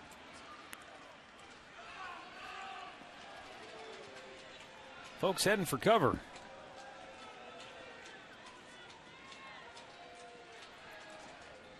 Not exactly a downpour, but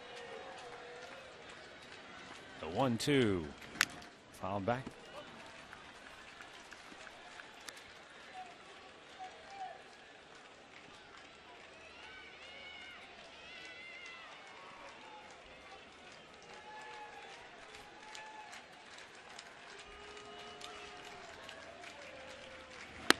A little bit high. 2 balls, 2 strikes.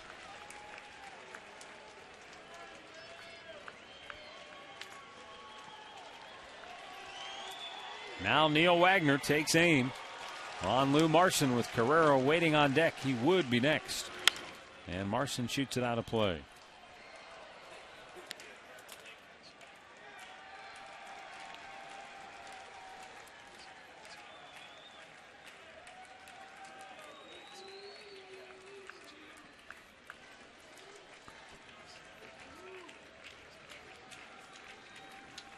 Now the 2-2 offering, and it's fouled away again. Marson putting up a pretty good battle here against Wagner.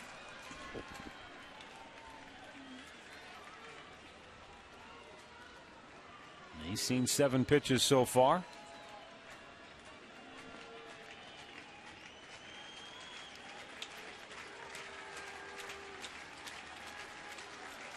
And the 2-2. Yes, he went too far, and he rings him up. The Indians go 1-2-3, and A's pitchers have retired 18 Indians hitters in a row.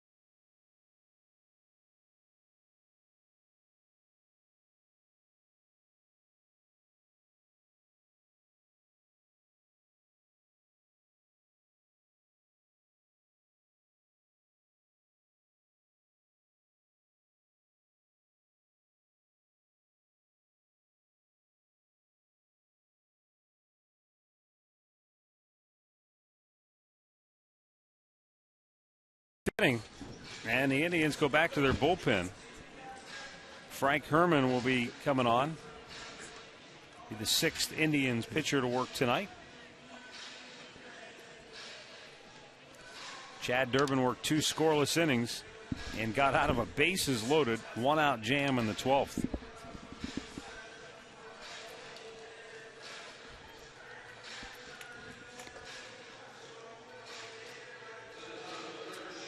So Frank Herman will be facing Kurt Suzuki, Scott Sizemore, and Jamal Weeks.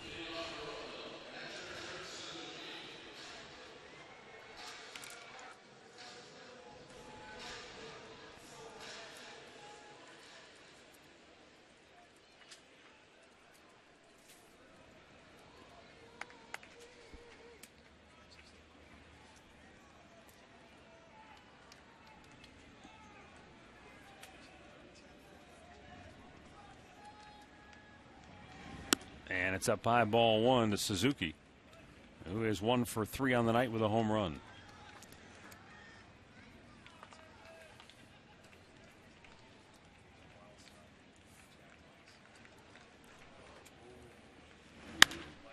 High pop. Might be playable for Santana. No, can't get to it.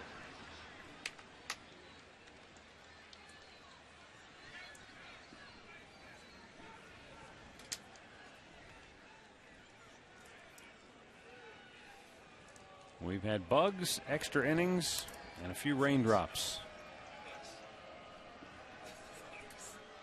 3-3 our score.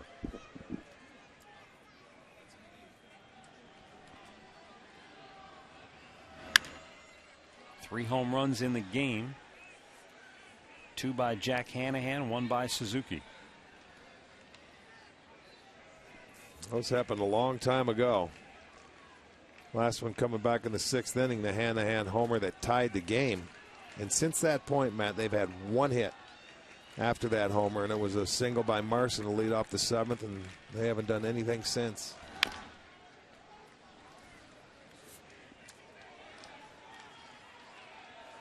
Yeah, we're talking about the A's, their bullpen.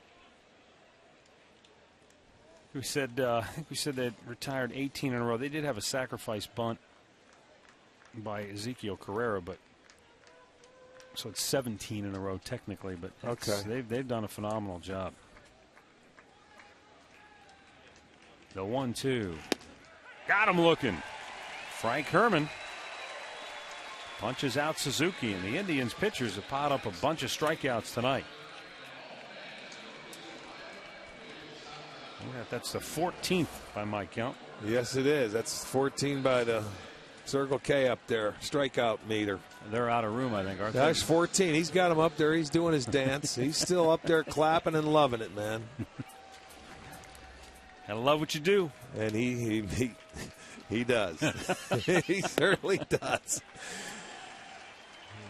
He's got plenty more. He's going to start wrapping them around the stadium now. He's going to head down to first baseline after the next one.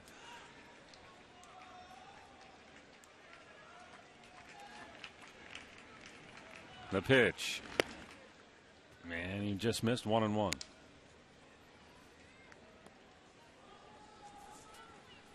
There he goes. Look at. And at the very end, you'll see our guy. He's figuring it out. He's getting ready for the next one. Look at it. He's putting it in place, and after he puts one up, boy, he does a nice little dance out there. He's taking him down now. What's going on?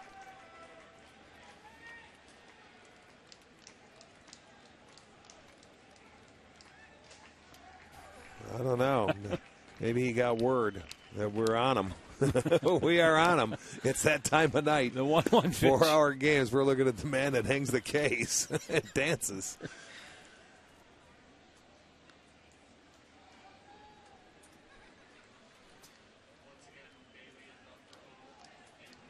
Now the set by Frank Herman and the 2-1 pitch.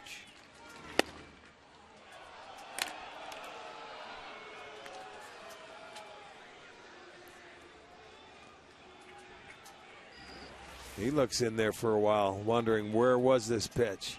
And it's low. Yeah.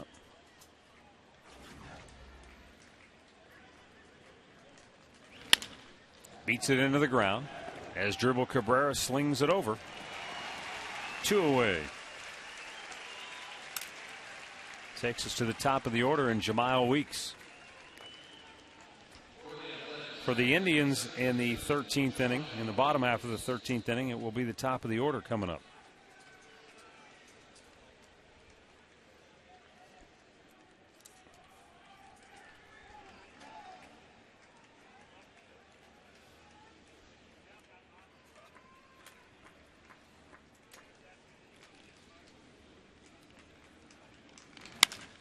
That's in the air to left. And Jared Head will make the catch. Frank Herman works a 1-2-3, top of the 13th. And we still stay tied at 3.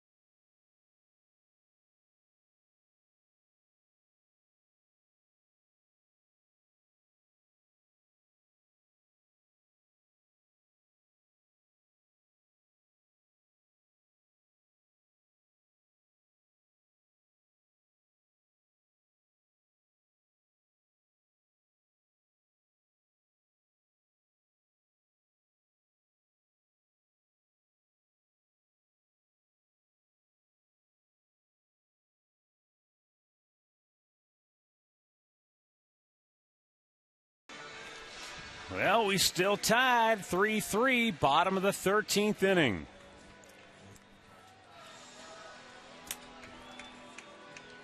And Oakland's going back to their bullpen. And the seventh man to work in tonight's game is Andrew Bailey. Well, their closer. Remember, this year started with Bailey getting hurt against the Indians in spring training. He threw that pitch and hurt his arm. Yeah, that's right. You know, that's when he walked off the mound in spring training and had to go down and miss quite some time.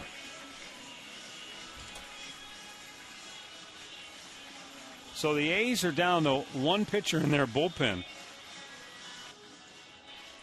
Wouldn't it figure that you have a game like this the day before you can expand the rosters? A day before, and you flip it over, and you got a 12 o'clock game the next day. You're playing in about another 12 hours.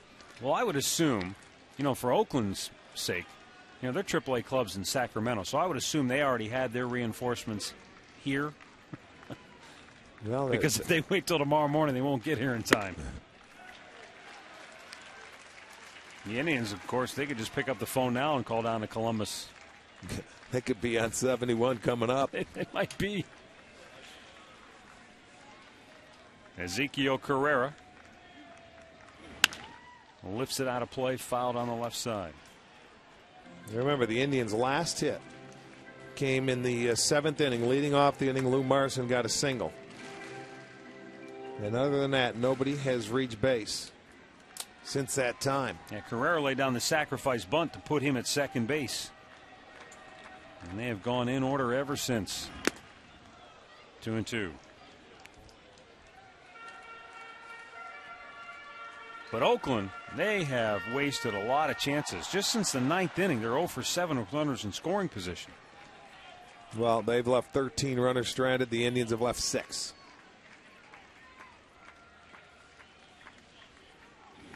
Well, you mentioned this is the most that runs that the A's have scored against the Indians that ties them for the most. Yeah. The only other time they beat the Indians, they scored 3 runs and they won 3-1. But they have had a hard time scoring.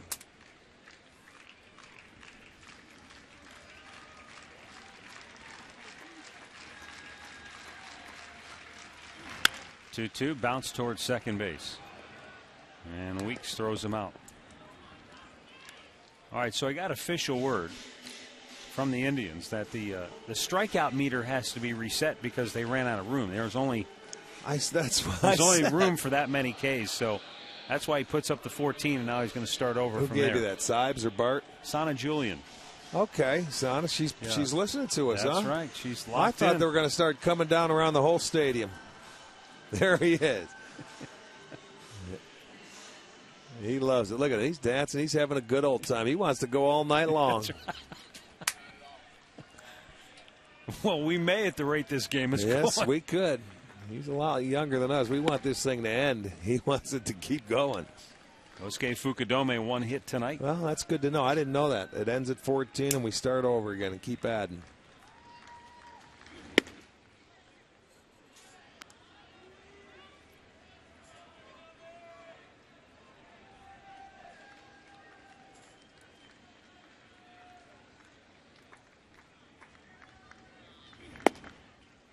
Just missed.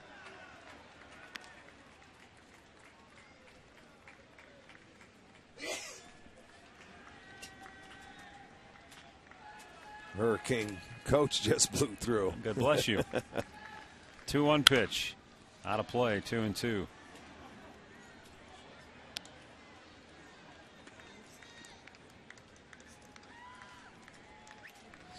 How about St. Louis beating Milwaukee tonight? Jake Westbrook hit a grand slam in that game. Did he really? Yeah. That's great. It was tied at 2, and he hit a grand slam. They ended up going on to win 8-3. St. Louis needs about a 10-game series with Milwaukee to try and catch them, though. And they have to win almost all. That's right. Ground ball to short. Fukudome out number 2 here in the 13th.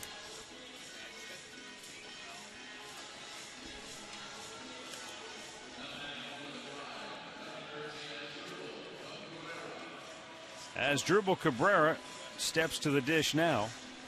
0 for 3 with a couple of walks tonight. 1 for 10 in the series.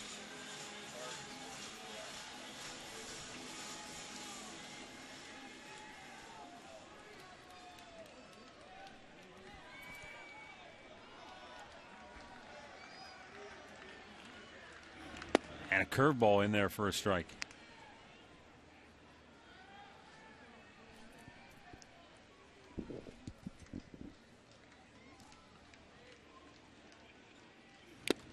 Threw it by him with a good fastball.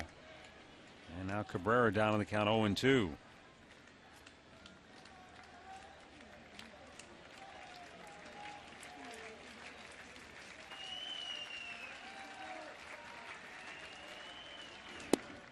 Caught the outside corner. Cabrera out looking.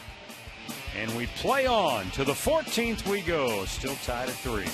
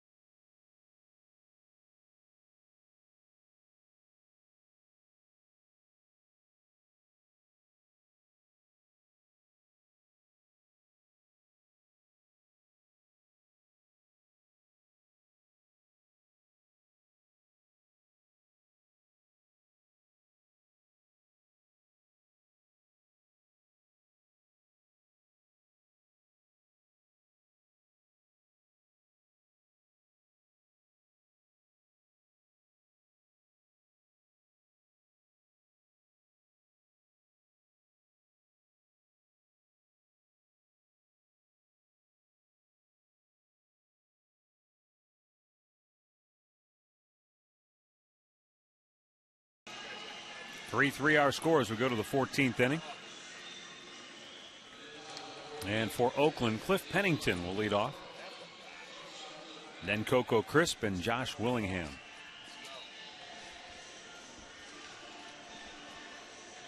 Frank Herman worked a 1-2-3 13th inning.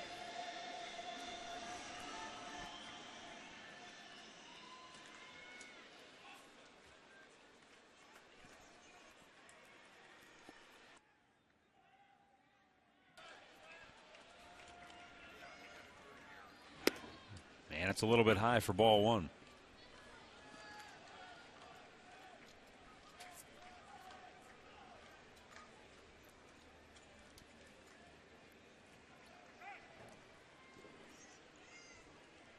Pennington a single, a double, and a run scored.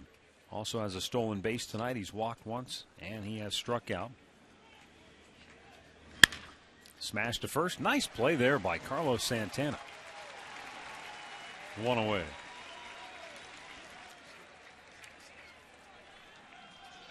That'll bring up Coco Crisp. This is what you call an atom ball. Hit him right there, right in front of Carlos. He steps on the bag. Out number 1.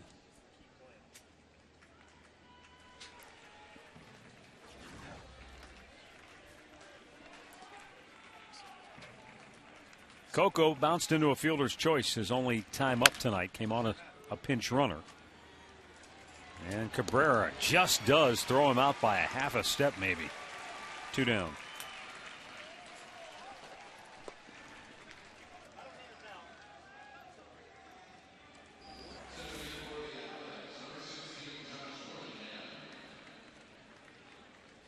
Took a little pump and then threw, and I mean, just did get him.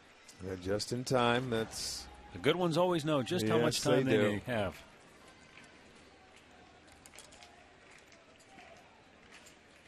Josh Willingham has singled, doubled, and scored a run. He has walked, struck out twice, and flied to left.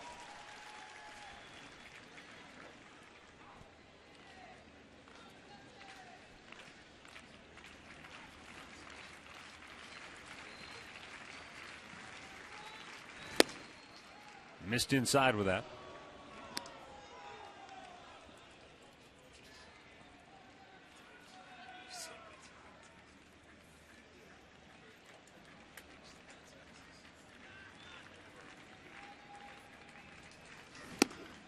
Lost command of that fastball, and it's 2-1.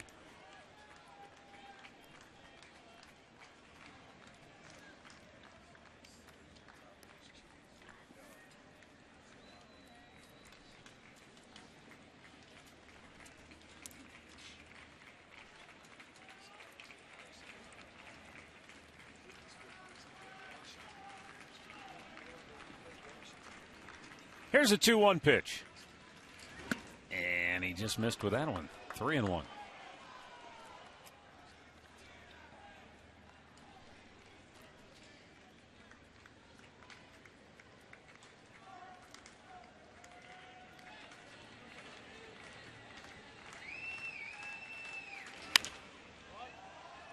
That one goes out of play, full count.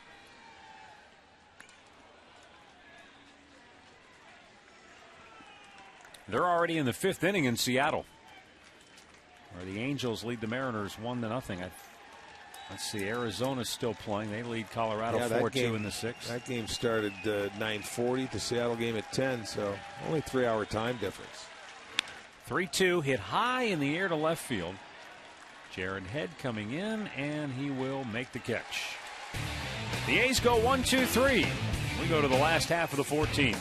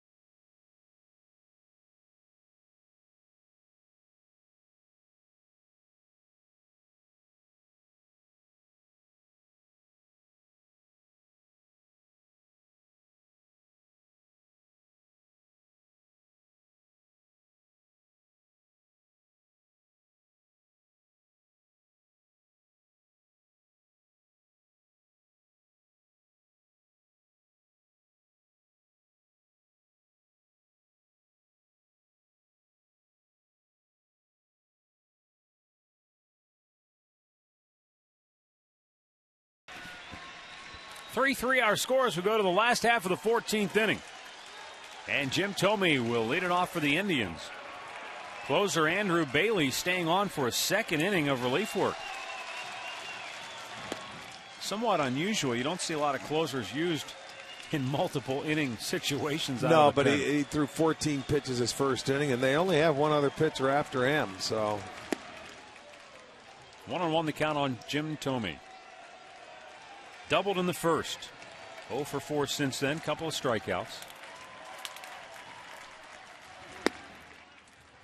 And that just missed 2-1. Jimmy would have had a base hit back in the 8th inning. But with that shift on, Weeks was able to field the ball in shallow right field and throw him out. If he'd have been positioned normal second base, he would have never come close to getting that ball. But that's where the defensive shift can take some hits away.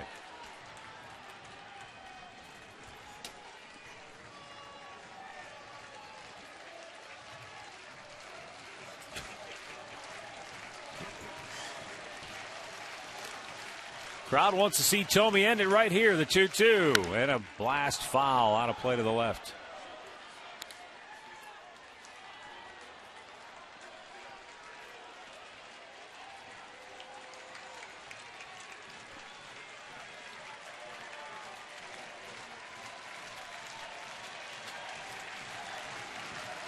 The 2-2 pitch. Swung out and missed. Went up the ladder on him. Second strikeout for Andrew Bailey. And one down here in the 14th for Cleveland as Carlos Santana comes to the plate.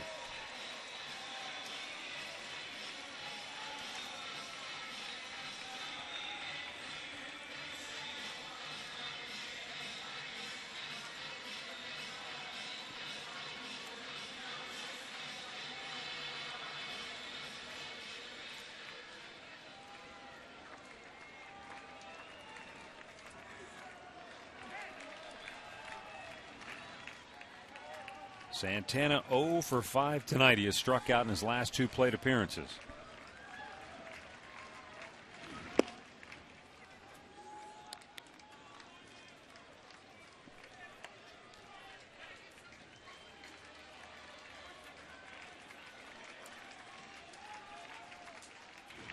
Fastball away. And the count 1-1.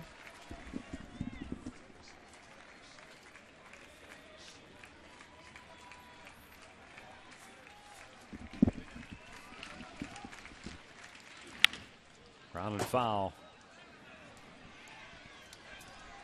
1-2 for Carlos.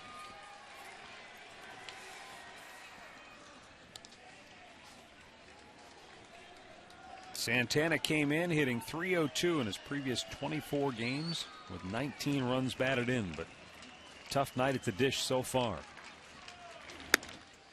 Well, just one swing away. He could end it in one swing. I mean, that's what everybody tries to do. I think you get to extra innings and everybody wants to be the hero. You hit one swing, but the Indians, I mean, they haven't had a hit since the 7th. You need to get some base runners on. You can't just swing for the fences.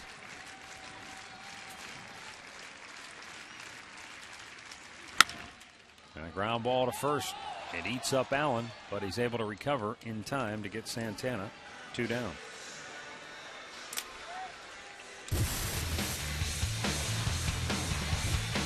Well, Jack Hanahan with 2 home runs on the night.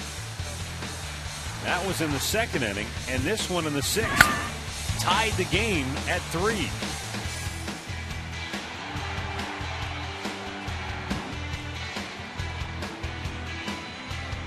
One more would look really good.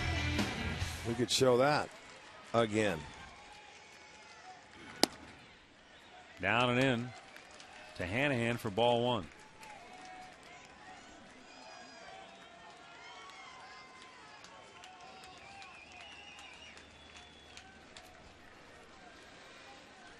"22 Indians hitters have gone in order.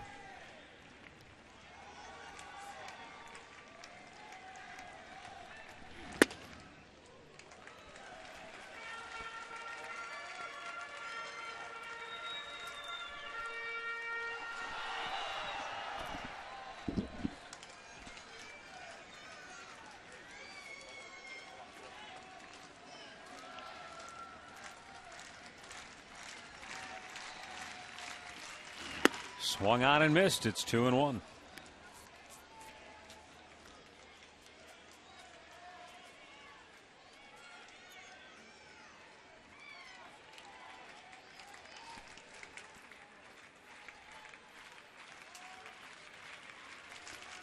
And the 2-1 fouled back out of play, and he evens it up at 2-2.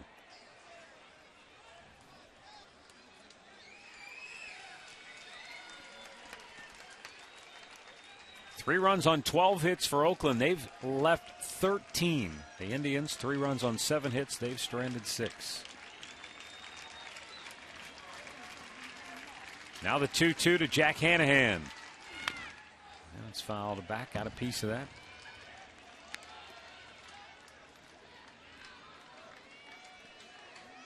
What's at stake for the Indians? Well, a win would move them a half game in front of Chicago in the Central Division standings, give them sole possession of second place. The 2-2 in the air to center. Sweeney makes the catch, and that's 7 consecutive perfect innings for the A's bullpen in this game.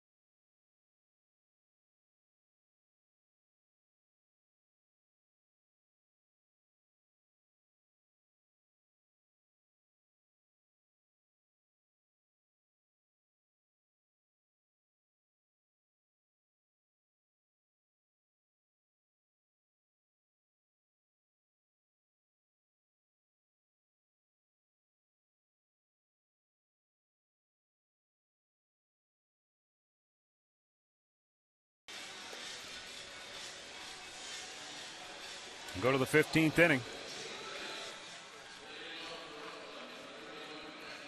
And Frank Herman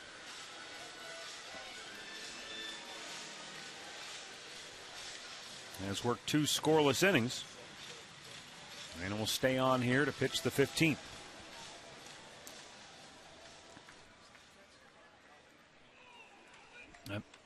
I believe the only 2 that haven't pitched for the Indians now, Rafael Perez and Vinny Pastano. That's right.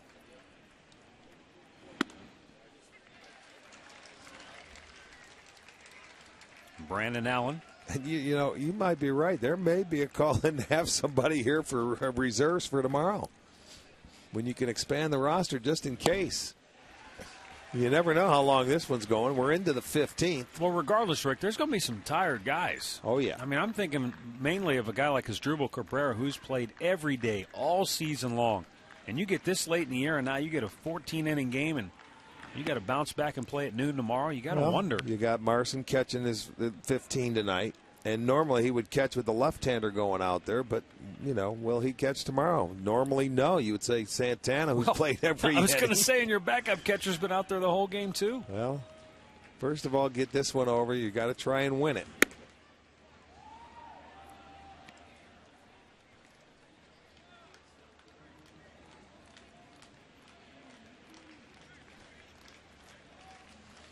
This is officially the longest game that the Indians have played this year to this point, I guess. 14 was the longest, wasn't it, against Detroit? And I remember that game because we had a 2-hour rain delay as well. Yep. Yeah.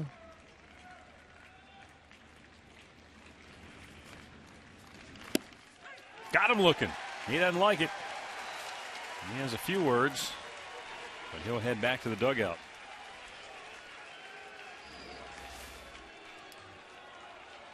There you go, inside corner. We get to put another K on the board, and our man's going to go start dancing. That's number 15.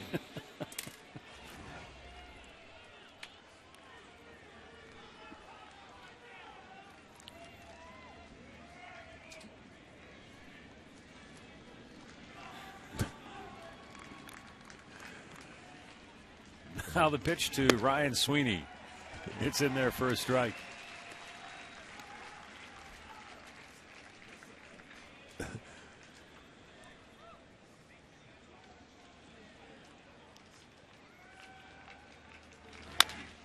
Just reached for it, bounces it to short. Cabrera, off balance throw, right on the money, 2 down.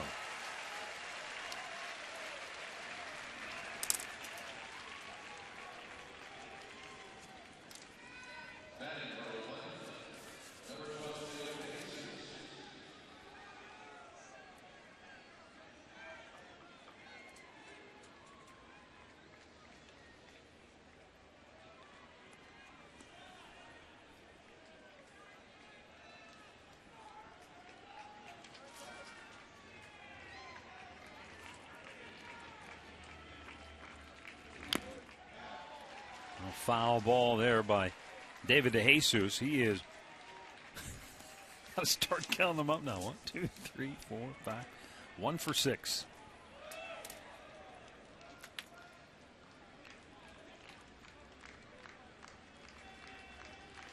The 0-1, a little bit low.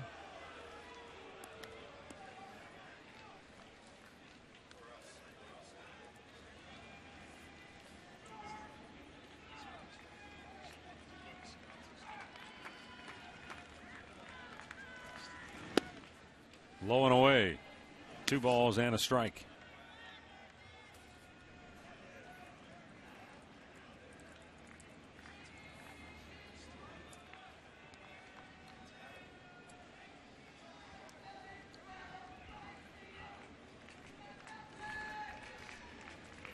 Now Herman ready with the 2-1.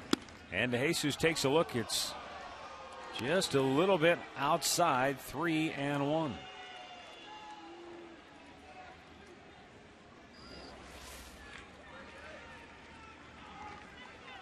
See, the movement just ran off the plate. Good pitch. High drive, but fouled on the right side. That had the distance.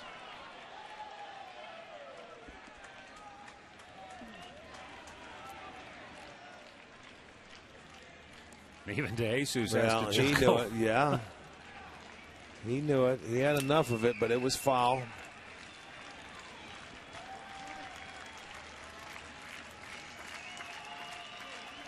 Now Herman ready, and the payoff pitch. That's drilled deep to center field. Carrera racing back on the track, reaches up and makes the catch. Oh, a terrific play by Ezekiel Carrera in deep center field. Might have just saved the game right there. Because if he doesn't come up with it with the Jesus speed, he might have had an inside the Parker.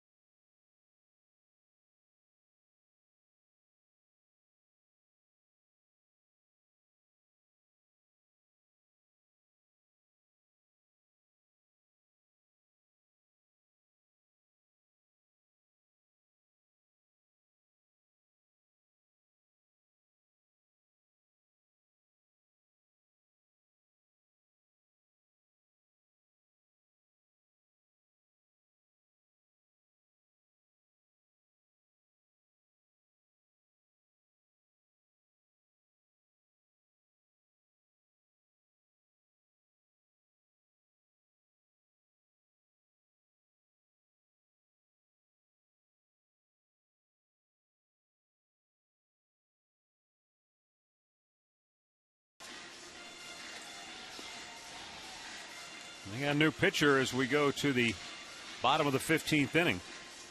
Josh Outman is the last man standing in that A's bullpen. Last man standing. I would imagine they'll go to a starter next if this game should continue on tonight.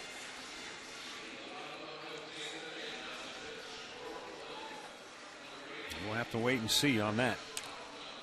Hopefully the Indians can put an end to it right here as Jason Donald leads off, then Jared Head and Lou Marson. I'd settle for a hit right here to get rolling. They haven't had one in so long. Look at that. The bullpen tonight, 8 innings, just 1 hit. They haven't walked anybody. They struck out 10. They have been outstanding. That hit came in the 7th inning. That was a Lou Marson single. Since then, 7 perfect innings.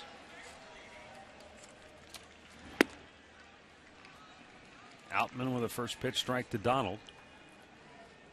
Jason, 1 hit tonight. That came back in the 2nd inning. Oh, you got to go with another scorecard, huh? I'm out of room after this inning. I quit keeping score. Who cares? Let's go. Someone's got to win it.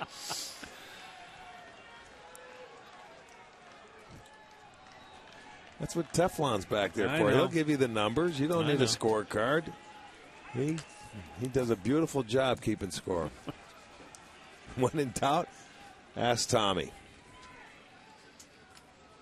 This might be an exercise in futility anyway, what I'm trying to do. The 0-2 to Donald. Yanked to left field. That's a base hit. That'll go to the fence. Donald on his way to second base. And the Indians have the winning run in scoring position. Now Jason Donald with a double to left to start the bottom of the 15th inning.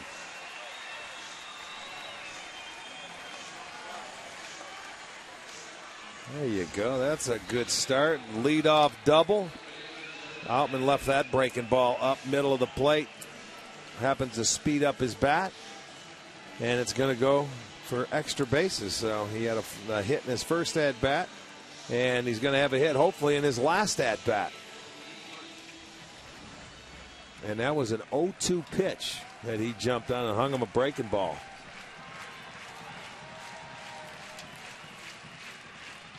Jared Head not bunting. swings away and sends a towering drive to left. Willingham onto the track, makes the catch. Donald tags. He's going to try to get to third, and he will. How do you like that gutsy, aggressive base running by Jason Donald? And the winning run is 90 feet away with one down here in the bottom of the 15th. That's good hustle by Jason. But there's no way you should be able to tag from second and get to third on a fly ball, which is a routine fly ball in the left field.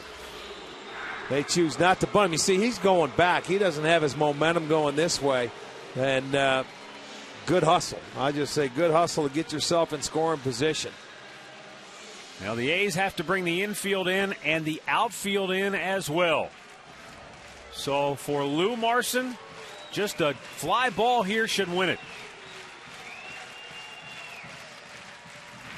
Easy for me to say sitting up here. Well, anyway, a ground ball can win it, a fly ball can win it. Just get him in from third base. It doesn't matter how.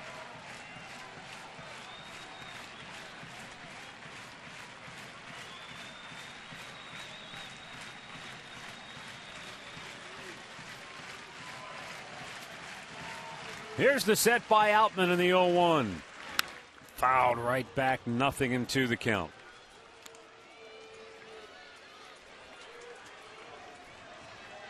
Bob Melvin has his infielders in at the cut of the grass. The outfielders are in shallow in the outfield. Marson, meanwhile, now just battling for his life here, down on the count 0-2.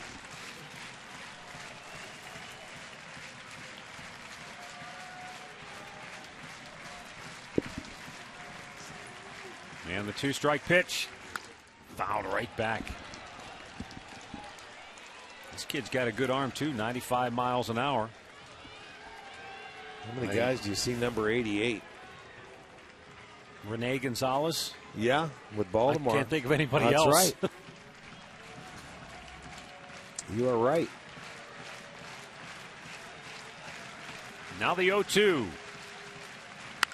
Bang foul.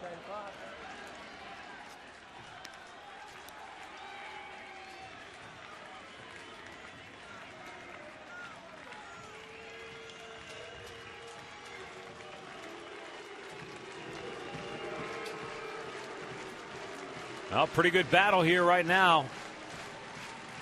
Marson awaits the two-strike pitch. And he's out looking. 2 down. Lou did not like the call by Bruce Dreckman there.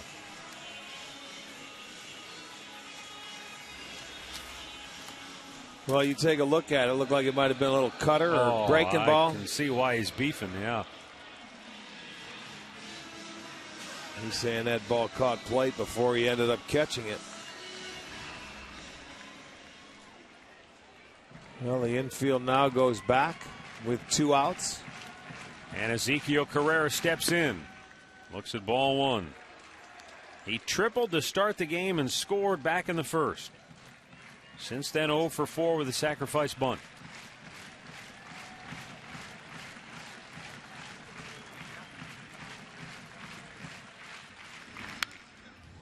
And he fouls it right back, 1-1.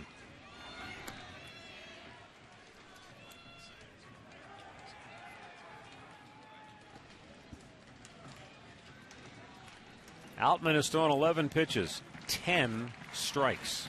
Now he has come in and he has attacked the strike zone.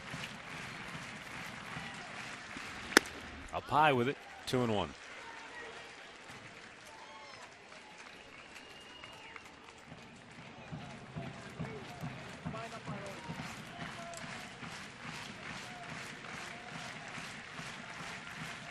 Donald leading off in foul ground at third. The 2-1. A little bit low and away. 3 balls and a strike with Kosuke Fukudome waiting on deck.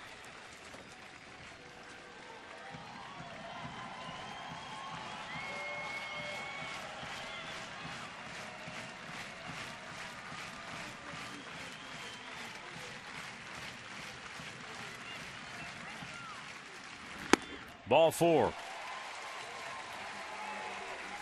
So 2 on, 2 out. And Kosuke Fukudome will have a chance to win it with 2 down. But Bob Melvin, the manager, is going to go out and talk to his left-handed reliever here.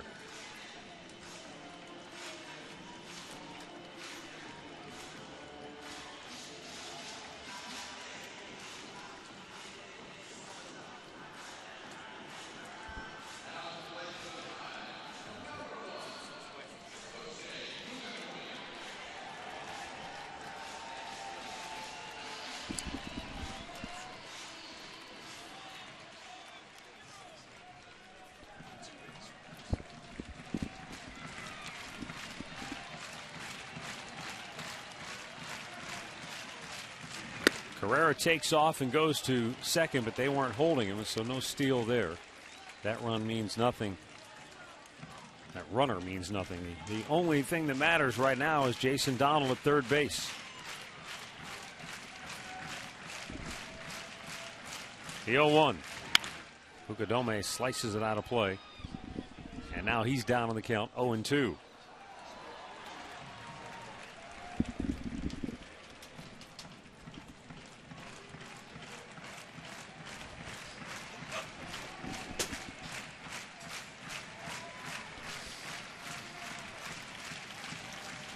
The set by Josh Outman and the 0-2 pitch. And Fukudome right back to the screen. It was the 0-2 pitch that Jason Donald started this inning on with a double. He left the breaking ball up in the zone.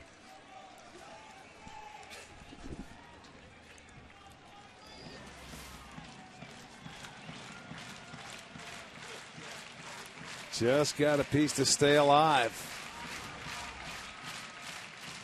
And he strikes him out. So we go to the 16th. Still tied at 3.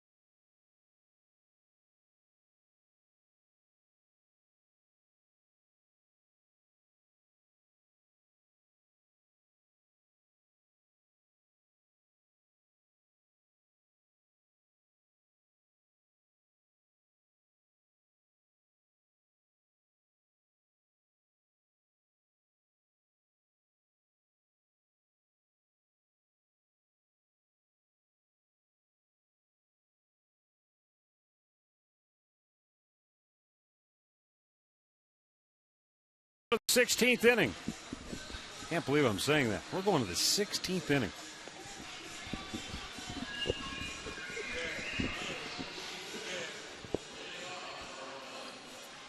And Frank Herman staying in there. This will be his 4th inning of relief work. He's done a terrific job. He's 3 perfect innings. Yeah, he's at 34 pitches. Kurt Suzuki, Scott Sizemore, and Jemile Weeks for Oakland.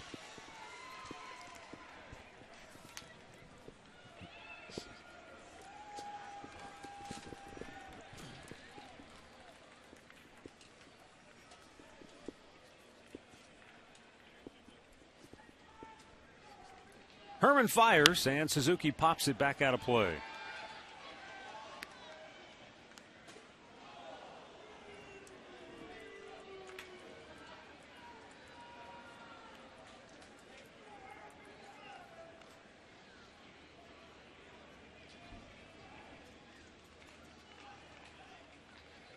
Now the 0-1. And up and in.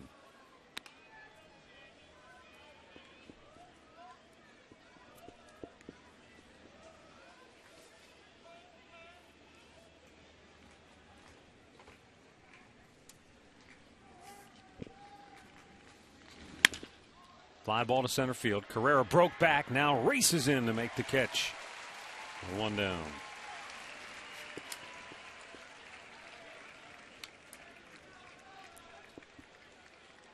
Second longest game in terms of innings in Progressive Field history. He played 17 innings in that game against the Twins back in May of 1995. I remember that one too. Was that the game where there was a rain delay too? I don't think so. No. That was a Sunday afternoon. It was actually, for extra innings, an entertaining game. It was back and forth, and it went for, I think, 6 hours and 36 minutes, if I'm not mistaken. But it was a tremendous game. Well, we're not even at 5 hours in this game yet. No, it was 10-9. It was a 10-9 final. But this being the 1,400th career game at Progressive Field, we've seen the 3,000th career home run hit in this ballpark tonight. So it would be fitting that we play the longest game ever. So I say we go at least 18. Let's get the record. We're here. Well, we've gone this far. You know, there's not many pitchers left. I don't know what's going to happen. It's going to be someone's either going to make a mistake, you make an error, or something. We started extra innings at 10:06. Teflon Tom gave me that time, and it's will be almost 2 hours in extra innings. But you get to this point, this is a game you have to win, and you feel so much better. You don't want to come away losing this ball game because you don't feel very good about yourself. Well, you know, the Indians have a lot at stake, obviously. Oakland, they want to win it, too, because they Sure. put so much into it. Absolutely. You know, you expended this much energy. You want to win this game now. Now the 2-2. Driven to left center. Ezekiel Carrera calling for it. 2 down. Go to the top of the order in Jamiel Weeks. He's 1 for 6 tonight. 2 for 6 tonight. A couple of singles for Weeks. He was also hit by a pitch.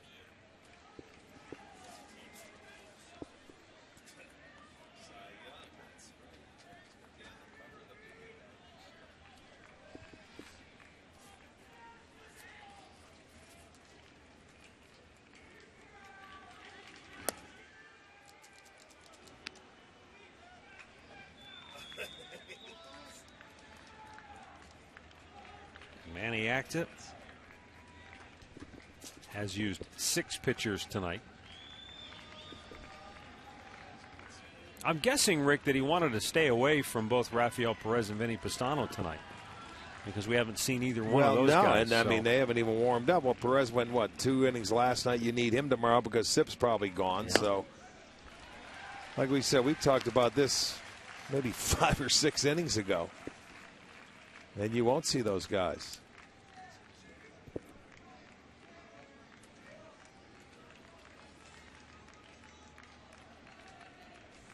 Now 1-1. Fouled out of play. I may have to wait another 2 minutes, and I might be able to activate Lou Vargas. We've had a couple of extra inning games already this year. One in which we saw David Huff come out of the bullpen. Right. And we had another one where we saw Josh Tomlin warming up in the bullpen. So yes, we did. I'm wondering how far we are away from seeing a starter head out to the bullpen. I see somebody walking out there now, getting ready to go to the mound. I don't know who it is. Somebody's taking the top off, and they're going to begin to loosen. In the meantime, Frank Herman with a 1-2 pitch. A little bit outside.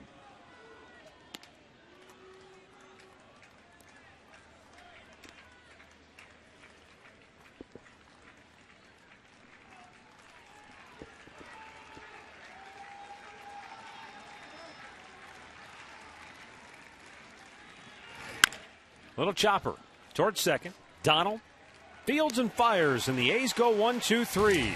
We'll head to the last half of the 16th, tied at 3.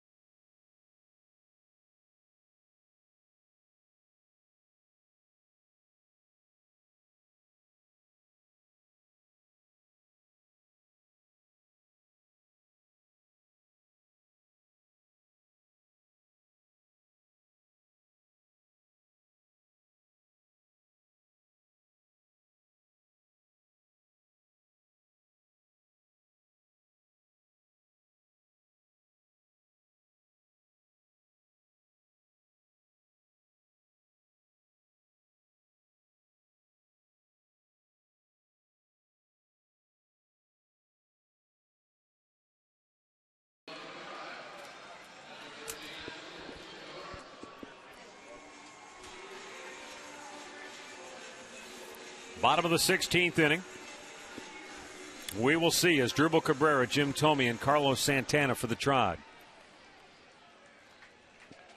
Josh Outman gave up a leadoff double to start the bottom of the 15th, but was able to get out of the jam. And Cabrera fouls it back out of play.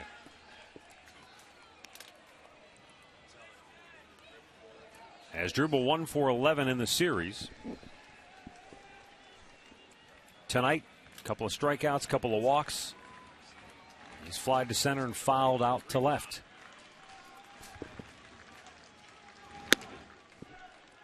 A 1 ball, 1 strike.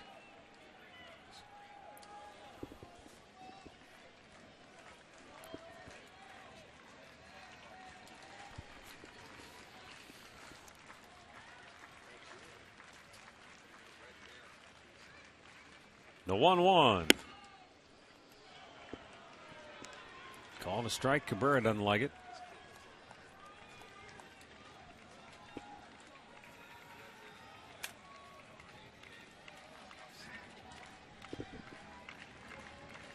This is the 500th pitch of this game tonight. And Cabrera sent a screamer up underneath. 500, huh? We've seen a number of those games before. Down in Texas, didn't we see a couple? A whole series of them. We did that one series, I think, up 2 years ago? A few years ago. Windy, hot. Outman with a 1-2. And Cabrera strikes out.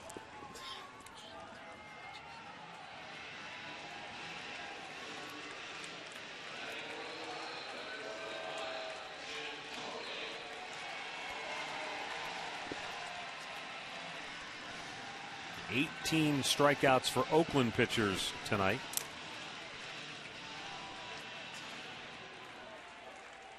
And I think 15 for the Indians. Jim Thome.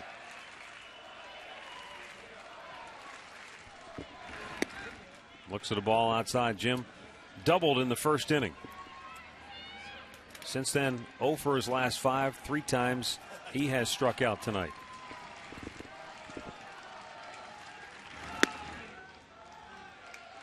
Two 2-0 the count.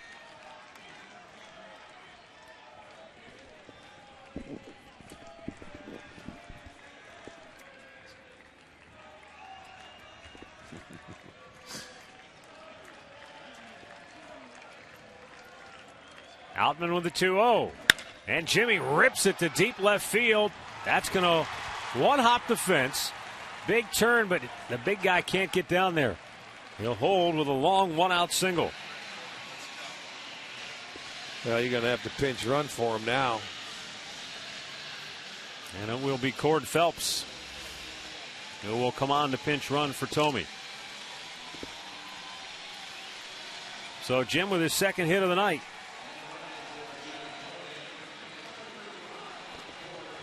And that will leave it up to Carlos Santana now.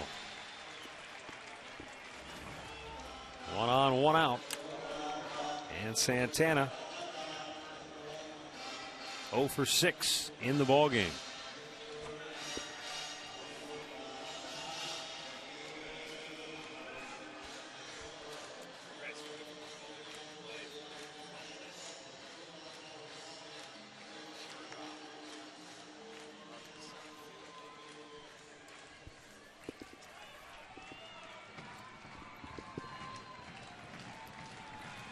Outman deals, and Santana with a huge swing and a miss.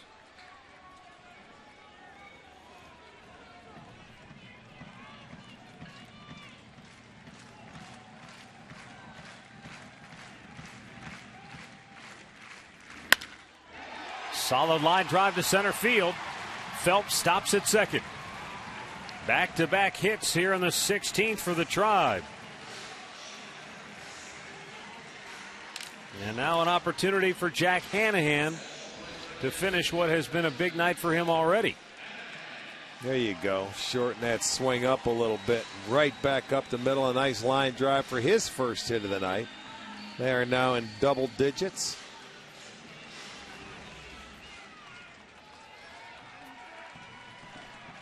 Santana looks like he's a little stiff down there at first base.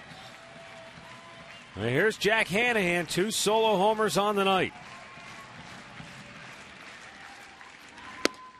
He tied this game with a solo shot in the 6th.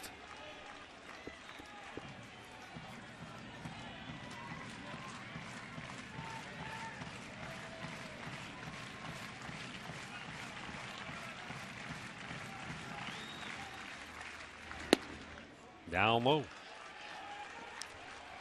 Tommy tells me that's the first hit tonight for the Indians with a runner on base.